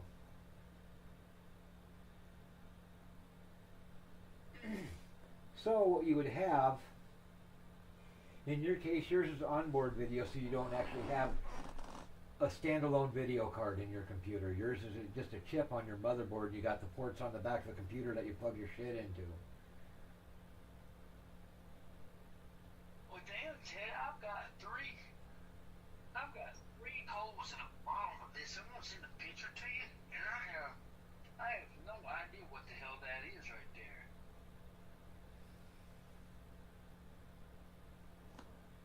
If I can get it lined up right. Yeah, if you got 2 display ports in that picture.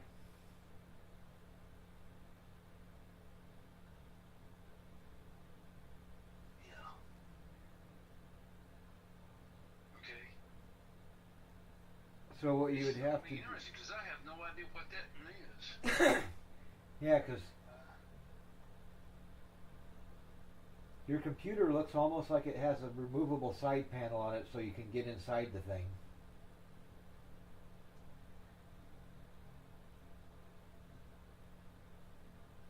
But I can't tell if yours has fucking expansion ports or expansion slots. Okay. Oh, shit! I didn't see it. Hang on.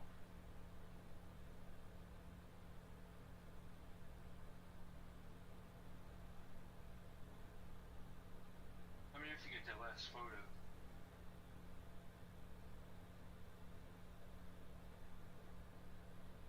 Yep, I've only got just the one that you sent me just a couple of minutes ago that's got your display ports on it.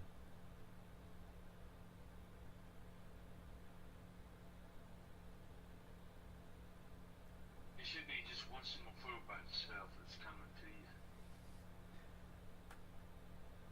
Yep, I haven't seen it yet, so.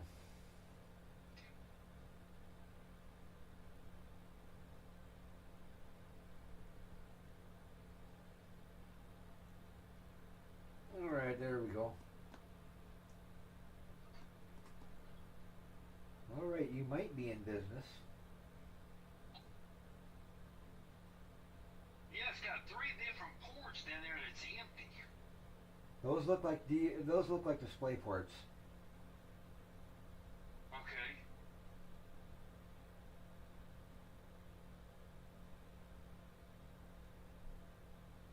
Yep, so you should be able to add triple monitors to that thing with very little problem. Okay.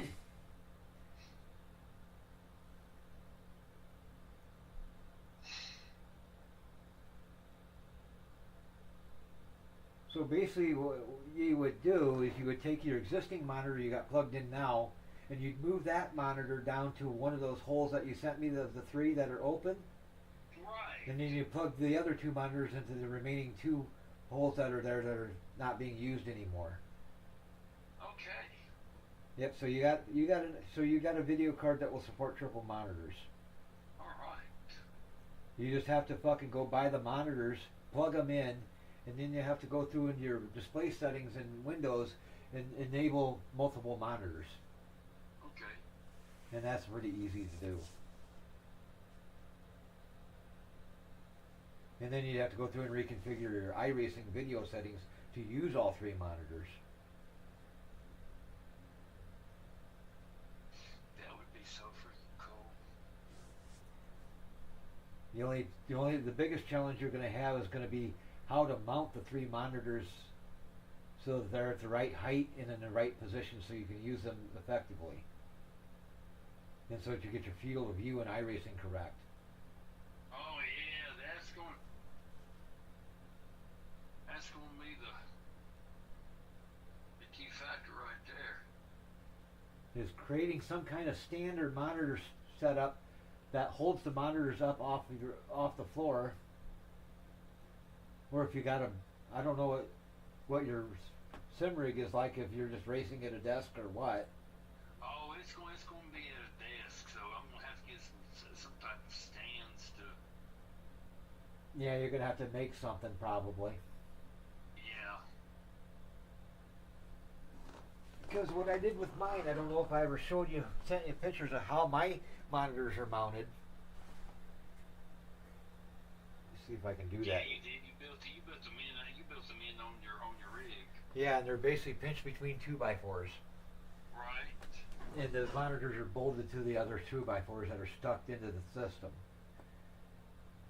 So you'd probably have to build something similar to that mounts to your fucking desk.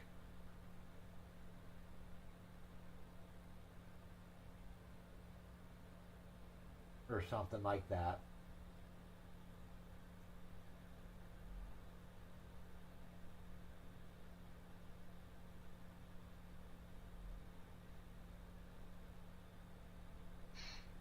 You'd have to probably do some creative engineering to get it to work, but it'd come up with something. The biggest thing is make sure when you get your monitors set that you got them at the correct height and at the correct angles, because basically it's a trapezoidal setup where your monitors are going to basically be stacked up against each other, and they're going to be at an angle to each other of about 45 degrees. Okay.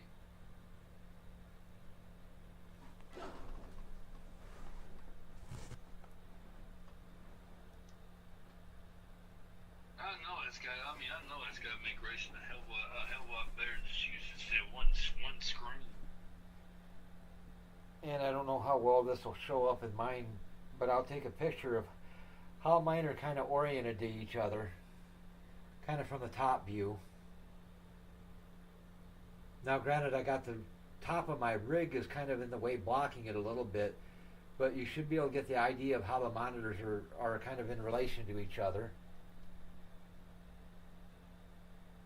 If I can get the damn things in the frame of the picture right.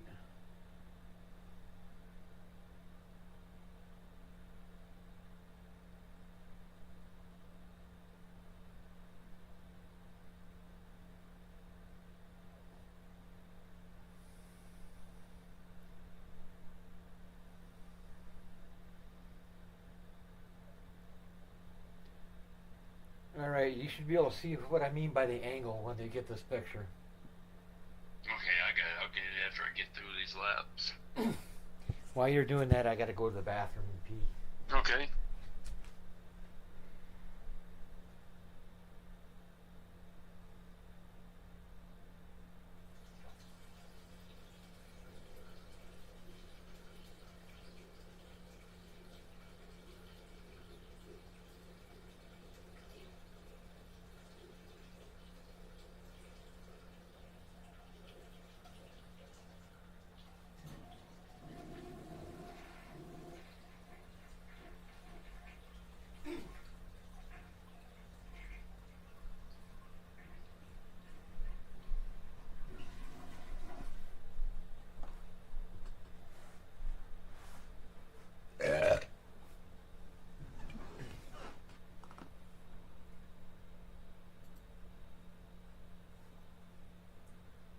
Your other option could be something like doing like I did and just build your own rig from wood like I did.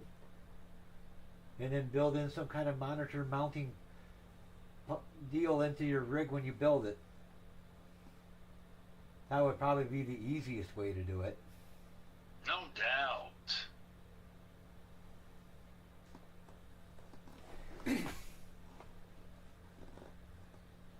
And it also creates a much cleaner look for your rig when you're got your monitors all fucking mounted. It looks a lot more professional instead of just something thrown together. It does.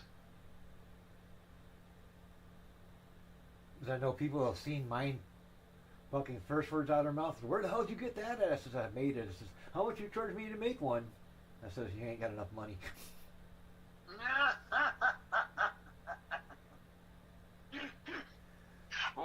What'd they say? I said, really? How much? I says, you don't have enough money to cover my time that would take to build the fucker. Because I'd have to custom build the fucker to fit them directly. Not only their fucking, I got to build it to fit their room, not only to fit the monitors, but also to fit them as a person. That's the hardest. See, that's why I don't comprehend. How in the hell do you? I mean, these people who buys these Sims, I mean, they got to go in here and sit in each one to be fitted for them, or? Well, most of them that you can buy have some adjustability to them. They can adjust their fucking. They can adjust the height and position of certain things. But when I built mine, I built everything to fit me directly. Right. And I based it around the interior of the car I used as my template, which was my little blue car that I got.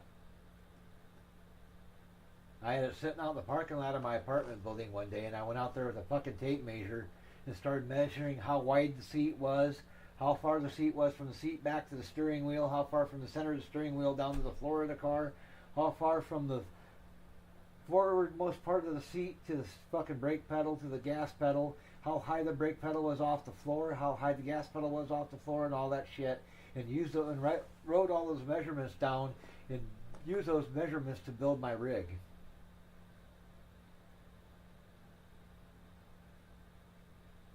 Now, is each one of your pedals separate? Yep. Damn. Okay. There's actually a pedal set. They're integrated into one unit, so the pedals actually, all three of them are part of a unit, and they bolt onto the rig as a three-piece unit. So they're not actually individual pedals by themselves that are bolted to the rig. They're actually part of a pedal set themselves. Similar Yeah, because I know what I've got. It's just, it's all three, but yeah, mine's similar to yours, except mine's got a setup to where I can mount it to an actual rig. now I know Emily. She was talking about, or he was talking about getting one of these pedals that, or was it the brakes? No, she was talking about getting a pedal set that had a load cell on the brakes. Do you have that? Yes, mine have a load cell. Damn. Boy, I mean, what? How does that work? Okay, the pedals you have now for your Logitech G920 or whatever you got, Right. yours are what are known as potentiometer pedals, which means as you push the pedal down, the pedal moves a fucking gear, which turns the shaft of a potentiometer, which is kind of like a volume knob. And as you push that thing down and it rotates that potentiometer, it changes the resistance of a voltage signal being sent to the potentiometer by your computer, and it looks at that voltage signal to determine exactly where the potentiometer is at to tell the computer how far you're pushing the pedal down. On a load cell, it uses what's known as a pressure sensor, which measures how hard you're pushing the pressure or the pedal down by kind of measuring how much force is being pushed against it, which is translated to a voltage signal which tells the computer how hard you're actually pushing the pedal down. So your pedals are position based, mine are pressure based. So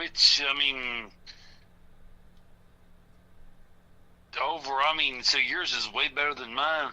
Yeah, because I can modulate my brakes by adjusting how hard I'm pushing the pedal, not by how far I'm pushing the pedal down. So my brakes work more like the brakes in an actual car.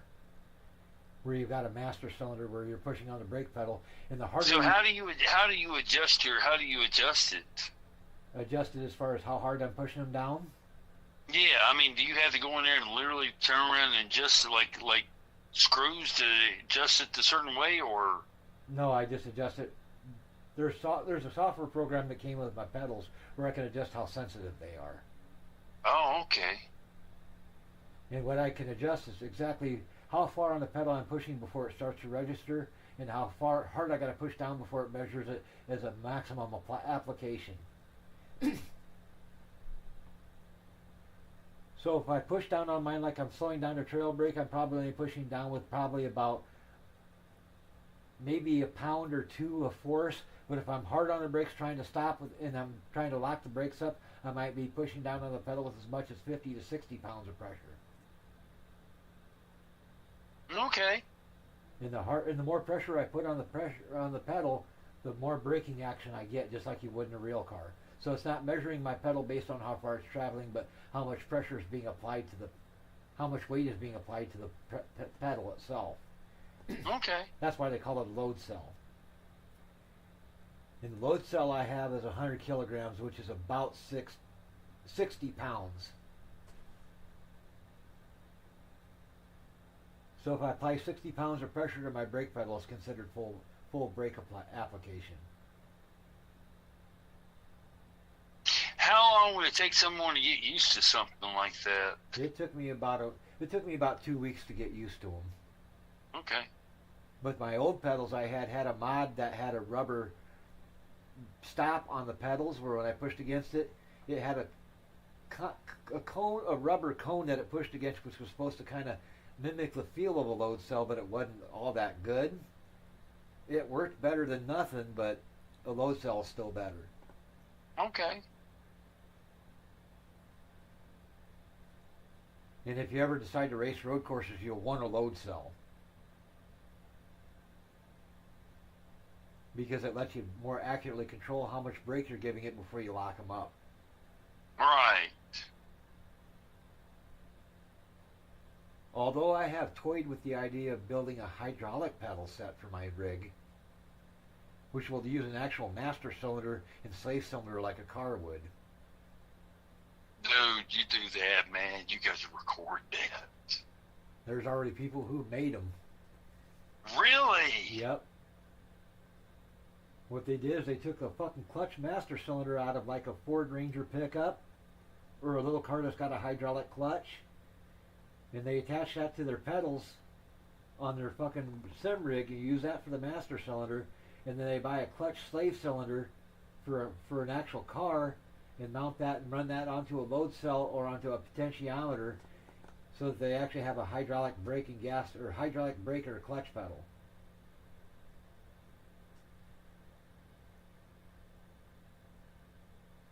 I thought about building a setup that way, where I use master cylinders from like a small car that has like a hydraulic clutch, and just using the hydraulic clutch master cylinder. And then since a lot of cars now have drive-by-wire, where the gas pedal is basically just similar to the pedal you got on your fucking sim rig, I thought about buying one of those and just bolting that to my fucking rig, in place of bolting it in a car, and then just buying the fucking pigtail adapter that plugs into the gas pedal thing and plugs into the car's wiring harness that tells the computer how hard you're pushing the gas pedal down. Okay. They make one of those for my ST. They're about $140 for the gas pedal assembly. I just gotta buy the fucking gas pedal assembly and then buy the fucking wiring plug pigtail that plugs into that connector on the gas pedal, and then run that to an Arduino board and program it to send the information to the computer as a joystick input, like I did with my switch panels on my rig that I've got now.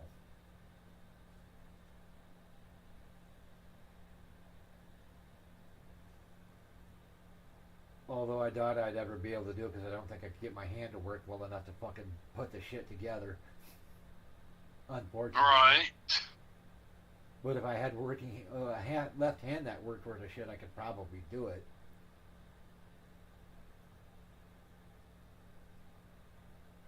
The trick would be finding the damn clutch master cylinder for the Ford Focus, because those are not exactly the easiest thing to find.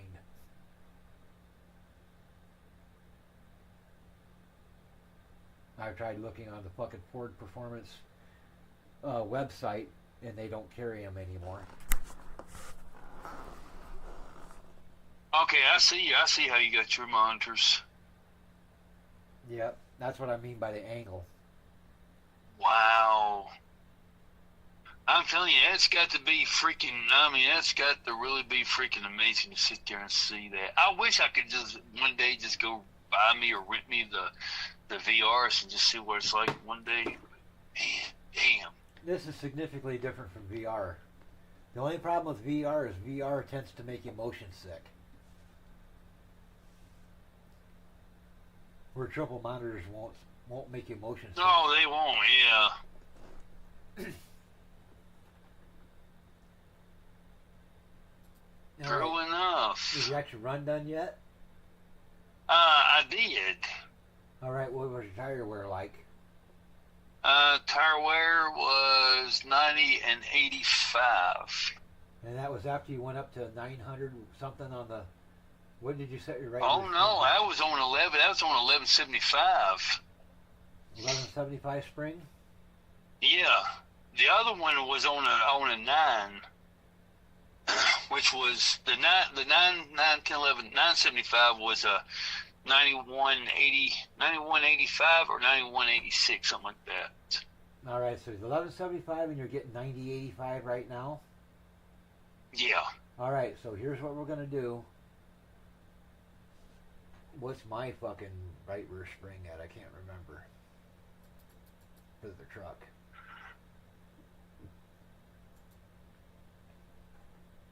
Might help if I get into the right fucking thing.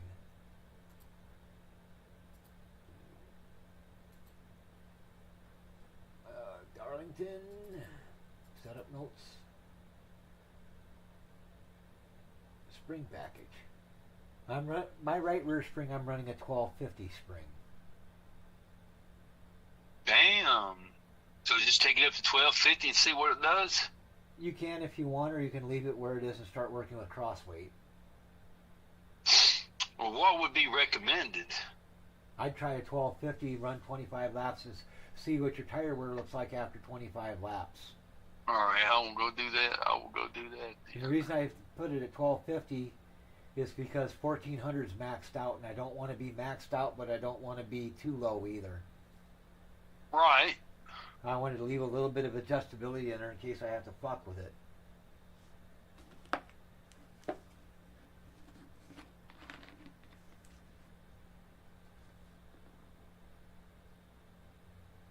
Yeah, that 1175 to 1250 is not a very big change.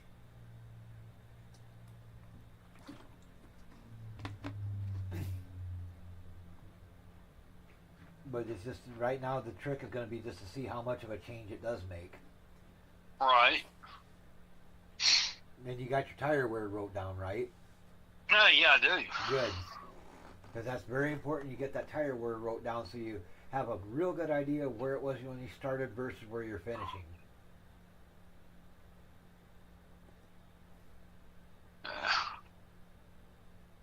Because theoretically, when you get your setup built, you want your tire wear to be within about 2% of each other.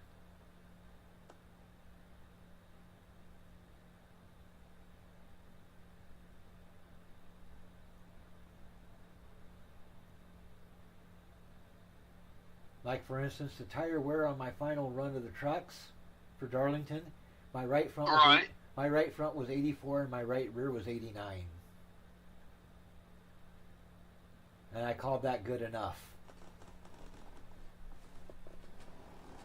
Sure enough.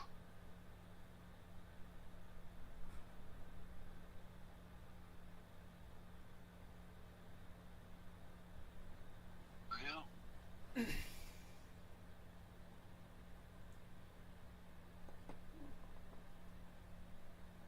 I'll screw all that then. I'll just do it like this. Show fire.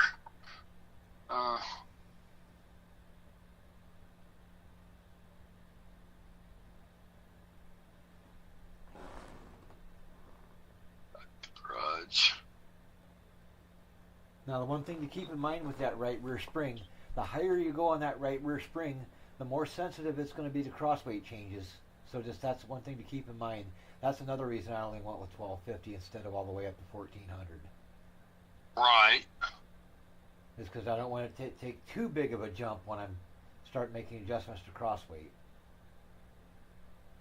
And I just use crossweight to bring it closer to where I want it to be. Like I said that one time, your right rear spring is a major adjustment. Your crossweight's going to be like doing a fine-tune adjustment on the spring itself.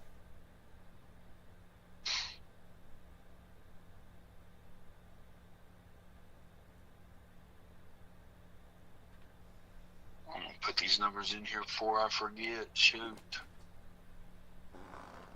96. And from what I can see of your camber ratings for your tire wear that you got up there on the screen there, your camber settings are about spot on. So your camber's right, but I already knew that because they're the same numbers I run.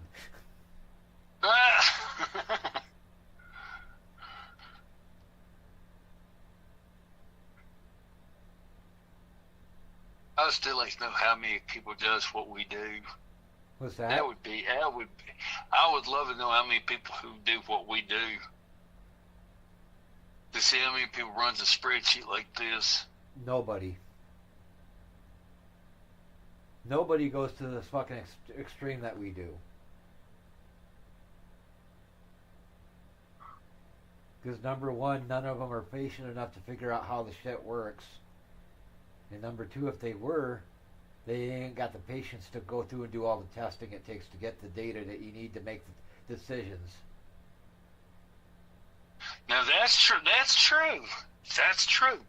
And the way I look at it, if they don't do this shit, it means they don't want to win all that bad.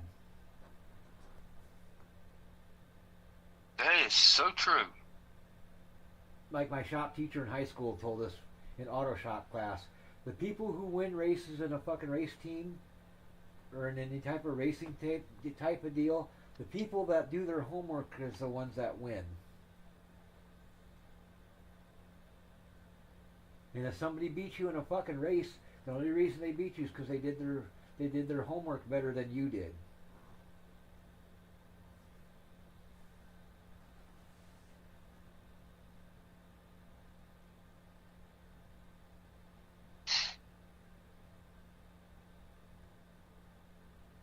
And that's true in every form of racing I've ever seen.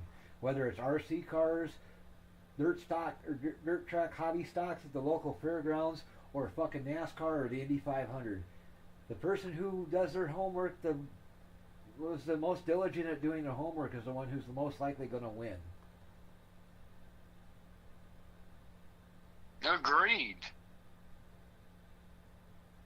Yeah, because, I mean, you damn sure want to be better than somebody else that doesn't do their homework. That's why I take all the time to do all the shit I do to build the setup that I do.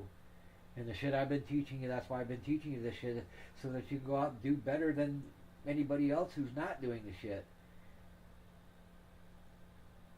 Because remember when you went to Atlanta and Daytona earlier this year and you had those good runs in your fucking car like that? Oh, yeah. That's because that setups that you were using, someone took the time to make sure those setups worked. And if something didn't work, they found out why it didn't work. And because somebody else that was working on the setup sat there and looked at something in the setup and says, I wonder what happens if I do this with it.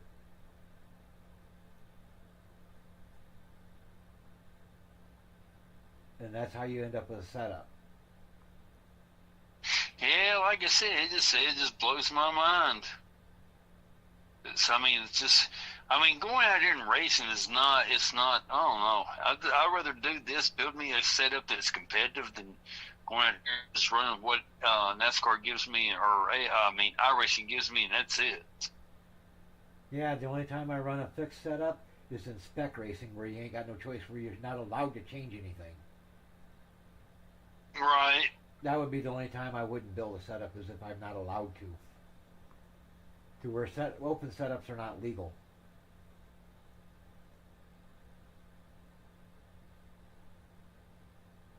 And I never liked that class of race. That's why I don't like ARCA. That's why I don't race ARCA anymore, is because it's all fixed setup. If they had an open class of ARCA, I'd run that. But they don't. Now that's what I don't understand. Why don't they? Because I mean, you go to ARCA, and I mean, in the real world, I mean, it's not fixed. Nope. I think the reason they do it in iRacing is because ARCA is a C class or is a D class series, and everything that's open setup is C class or higher.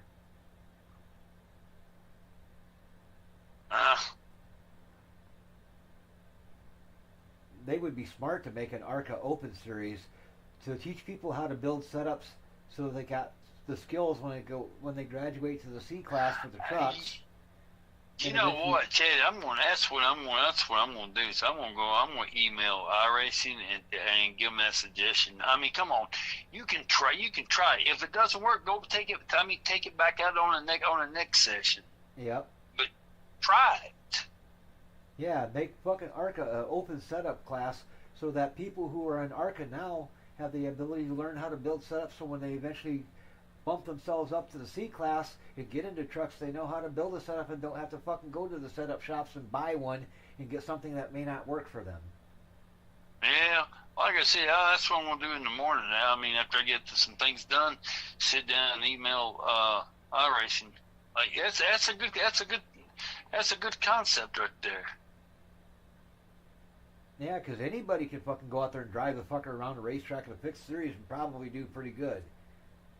The trick is when you get out into an open series where you can fuck with the car and you take the time to understand how the car works and learn what the hell the different adjustments and shit do, and put all that together combined with your driving knowledge to go out there and build a package that's going to be competitive, not only as a driver but as a whole package. Because the setup is just part of the whole package.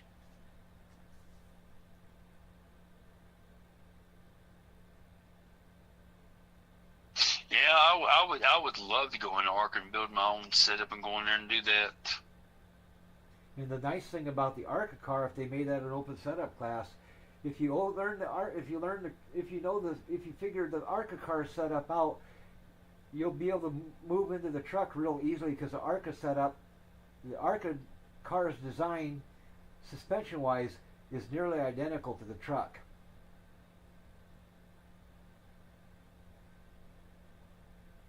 So if you can figure out how to build setups for one, you'll know how to build setups for the other, because they're basically the same thing under the skin.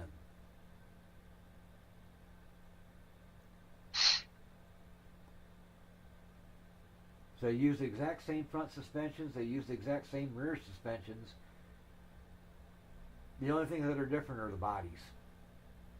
So I wonder how hard it would make them. I wonder how hard it would be for them to flip the switch to make it one open, one close. I mean, one open, one fit. I mean, yeah, open and fixed. It wouldn't be hard at all, because the technology for it's already there, because they got the open Xfinity and the open trucks and open A class. All they have to do is just apply it to the ARCA series. Well, shit, then. I mean,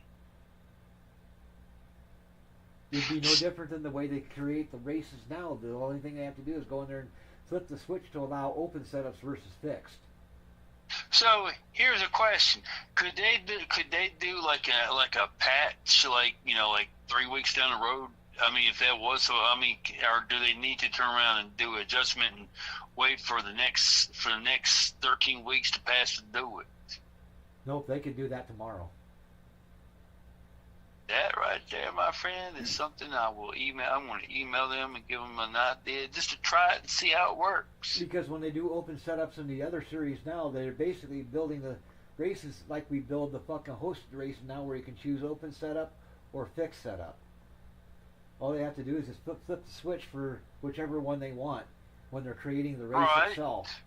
And then when that race server goes live on whatever day it happens to be, and you and you select the fucking open series, it loads up and you're ready to run. Assuming you have a setup ready to load into your truck to go. That's all they got to do is go into the configurations for the race setups when they're setting the race itself up, and just enable the ability to do open setups. The same way they set the number of I laps wonder in the race. how many people would be willing. I mean, would be willing to go for open setups in ARCA. I'm sure they would. I'm sure it would probably be just as popular as Open Truck Series and Open Xfinity is.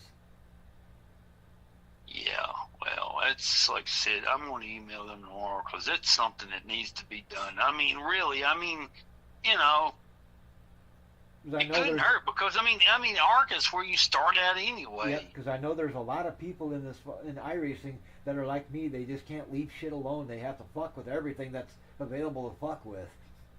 Right? I've You got always that been that. itch. You got that itch. You got to scratch it. Yep, I've always been that way. I've never fucking done. Nothing has ever stayed stock. All of my computers are modified. All of my cars are modified. I've never run anything bone stock out of the factory. I've always done something to change it. Whether my cars or my computers, everything I own has been hot rodded. Some way, shape, or form has been modified to perform better than factory stock. And that's because I can't leave shit alone. Yeah, right. Got that itch. You got to scratch it. I gotta fuck with it till either A, I get it working the way I want it, or I completely fuck it up to where it don't work at all. Right. And I've done that myself a few times as well. Fucked it up to the point where it don't work at all. But I had fun doing it.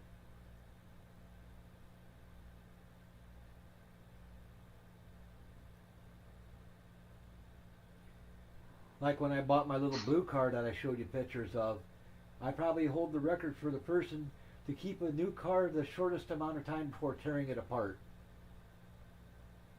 Because 3 days after I brought that thing home from the dealership as a brand new car, I got out the Sawzall and cut the exhaust off that car. And went out and spent $1,000 for a full stainless steel high performance exhaust system put on it.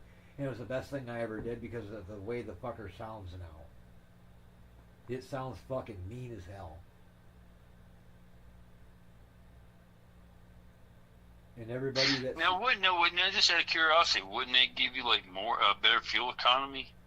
that was one of the effects of it, but the biggest reason I did it was improved performance for more power, as well as more aggressive sound. I wanted the car to sound as aggressive as it looked.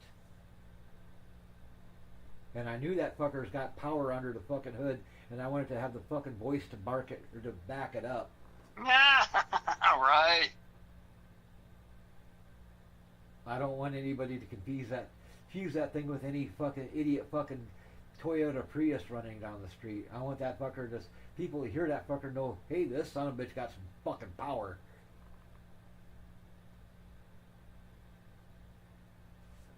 So I cut the exhaust off of it and put a high performance exhaust system from the Cat back on it. And then after I did that, I went and bought the Ford Performance tube from Ford Performance and put on the thing, which increased the boost level to the maximum amount that Ford will let you get by with without voiding the factory warranty. And they also took out the fucking that stupid fucking upshift light. So if I stay in a gear too long, the only time it tells me to upshift now is when it's getting on the verge of blowing up. Oh, damn. You go.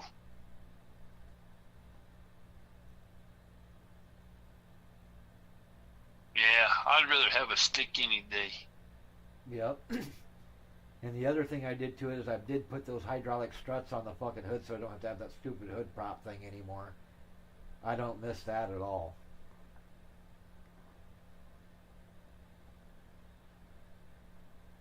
Then I put a little bit beefier motor mount in the fucking thing so the son of a bitch don't wheel hop so bad. Right. Because that was one of the biggest problems with that car is if you got on the motherfucker good and hard coming off the fucking line and start spinning the front tires, the whole fucking front end would just bounce to beat hell because the wheels would hop so fucking bad. The fucking day I fucking launched it down the fucking drag strip, the fucking thing had wheel hop so fucking bad I thought I was going to break one of the fucking axles. So I put a fucking wheel hop eliminator kit on it, and that made a big Damn.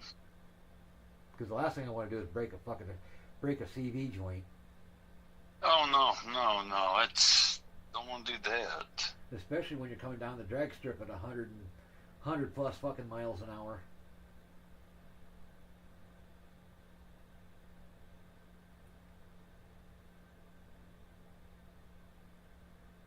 And then my other car I had, my Silver Focus, that car came from the factory with factory drum brakes in the rear.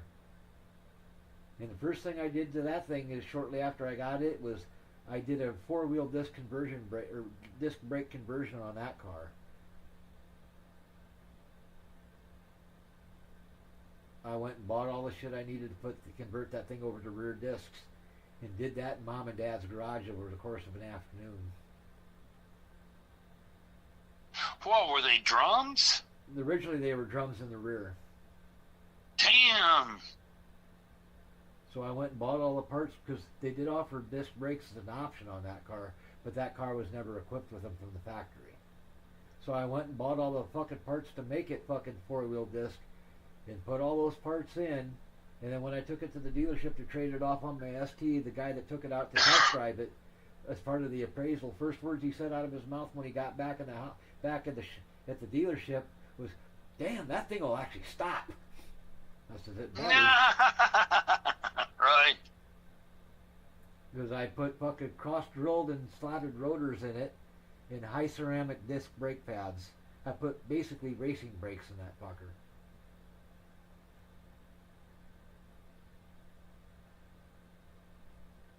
So yeah, that son of a bitch definitely fucking would stop. When you stepped on the brakes, that fucker would stop like fucking now. Right. I just wish I wouldn't have traded that fucker off on my other car. I wish I'd have kept it and just bought my other car outright. But I was a fucking idiot and didn't. Didn't know back then, huh? It was still the only problem that car had is it did have a bad fucking fourth gear synchro in it when I traded it off. But that was the only thing wrong with it otherwise. And it only had 53,000 miles on it when I traded it off.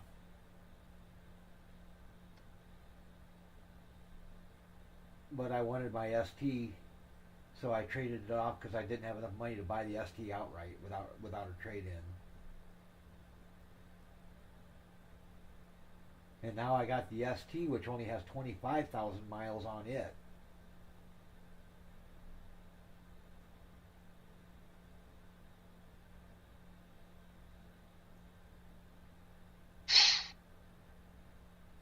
And in a couple more years, I'll be able to start driving it again.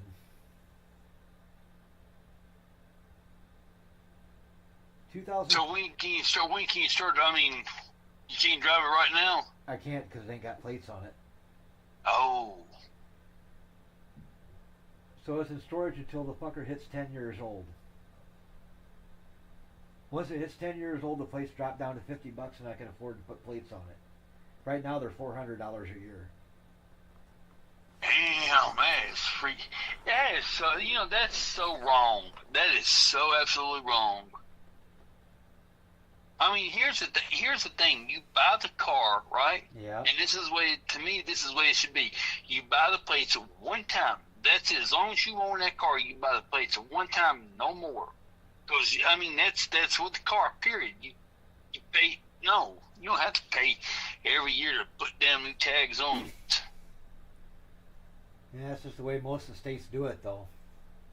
I'm just lucky I live in Iowa where I don't have to fucking do mandatory emissions testing to get plates every year like they do in Illinois and California and a bunch of other states. Oh, no. Dude, hell no. That would suck. Yeah, because if you don't pass the emissions inspection, you don't get plates. Until you fix it, and it does pass inspection.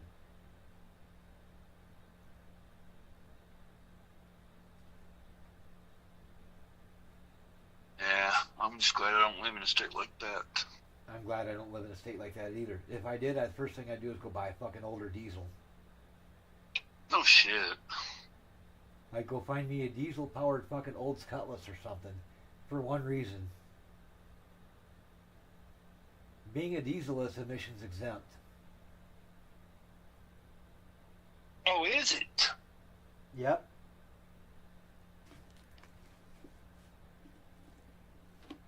At least up until a certain year they are. Well, I know now. I know the Trump fixed it, and they got rid of the DEF. I mean, next time you trade your trucks in, I mean, you can keep buying DEF trucks or the whatever it is, or you can not buy them and get away from that. But it's no longer required as an emission thing for your diesel trucks, semis, or cars, or whatever. So I know back in the 80s there was a thing where people were taking fucking old Cutlasses, like Cutlass Supremes and shit, and they were making them into Grand National clones. And people kept asking them, how come you're buying these fucking old fucking Cutlass diesels and turning them into Grand National clones? And the biggest reason was because up until I think 85 or 86, diesels were exempt from emissions testing because they were diesels.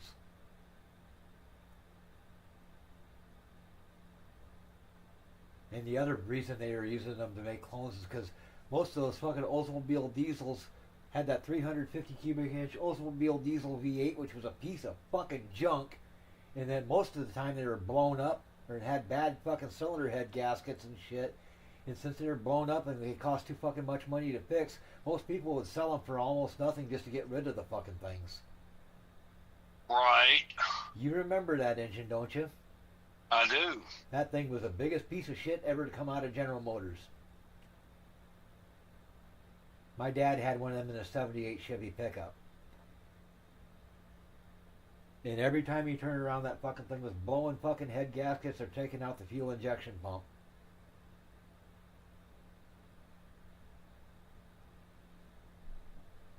Boy, he hated that truck.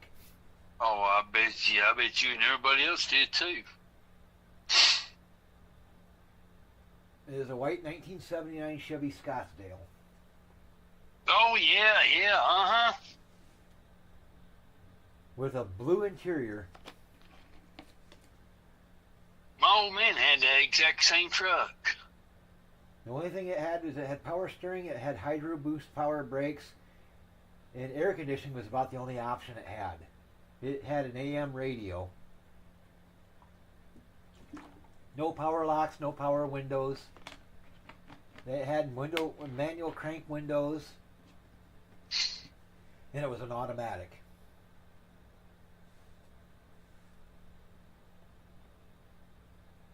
And it had remember it had the dual tanks because it had both that had the switch that had left hand and right hand tanks, and there were two fucking fuel doors on the thing.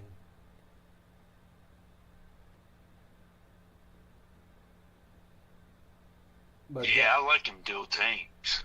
yeah, Dad bought that truck after he wrecked his fucking blue Ford F-100 he had. Oh man, was it total loss? Well, pretty much, because basically he was going deer hunting. He stopped at the gas station to get a can of pop and a pack of cigarettes. He pulled out of the gas station, was going down the street, which had a curve in it, off to the right, or to the left rather. And he's set the pop on the seat when he got back in the truck. And he's reaching around trying to find the pop so he could drink it. And he couldn't find it. And he took his eyes off the road just for a second to look for the pop. And didn't realize he fucking was on the curve and drove off the road and hit a fucking telephone pole. Oh! That was a 70 Ford F-100 with a 300 straight 6 and a 3 on the tree.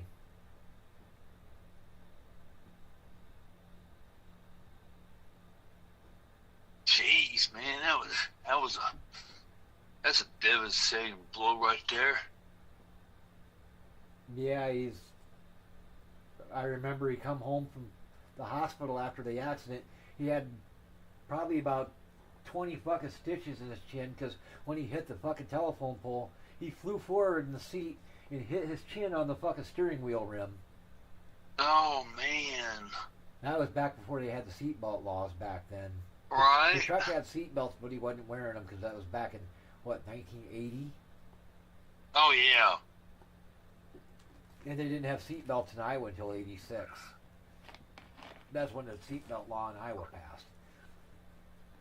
See, I don't get this, right? So you got to, and somebody explain this to me. You got to wear a seatbelt. Like I think, you got to wear a seatbelt in Florida. But if you ride a motorcycle, you ain't got to wear a helmet. But I mean, like, damn, if I fall, if I crash the bike, right?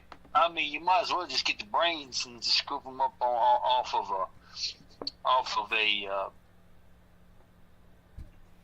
the road. I mean, Yeah. I think that would be a choice, not a.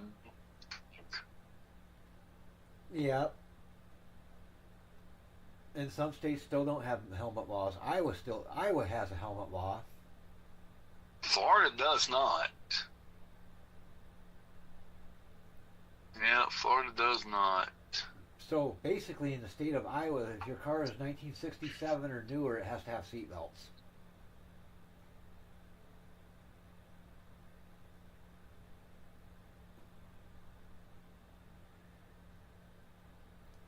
Because my grandpa's old car, you didn't have to wear seatbelts in it because it didn't have them.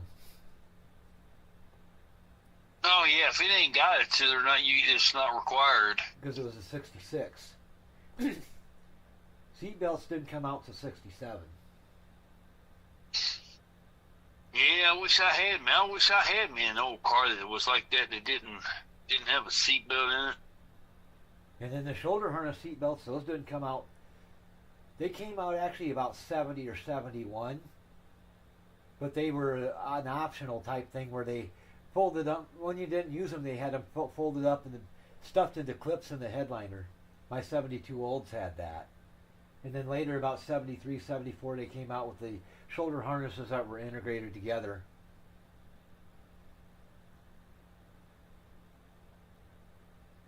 Well, I'm gonna tell you what I've got right here. Then I'm gonna call it night. I gotta go take a quick shower.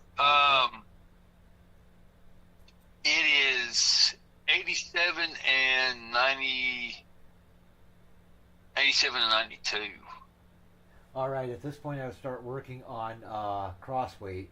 So set your cross weight to 48% and then do another run tomorrow. See what your tire wear Okay. is and then work from there on cross weight.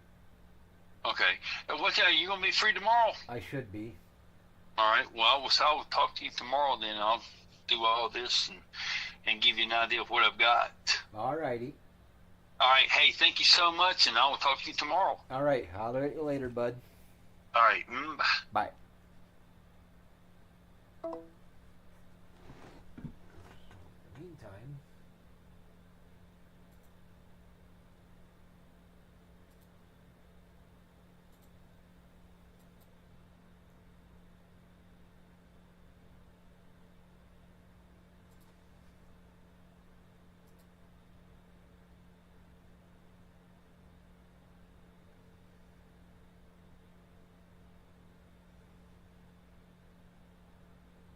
I don't even know who the fuck that is.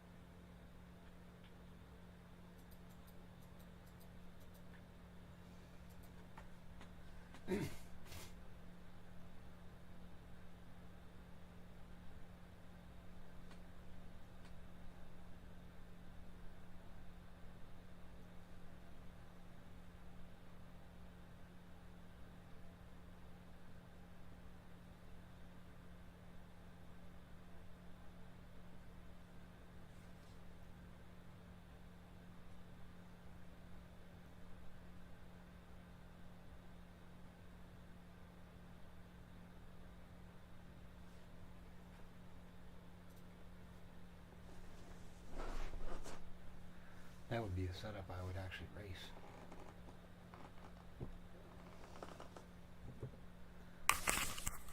The setup was alright.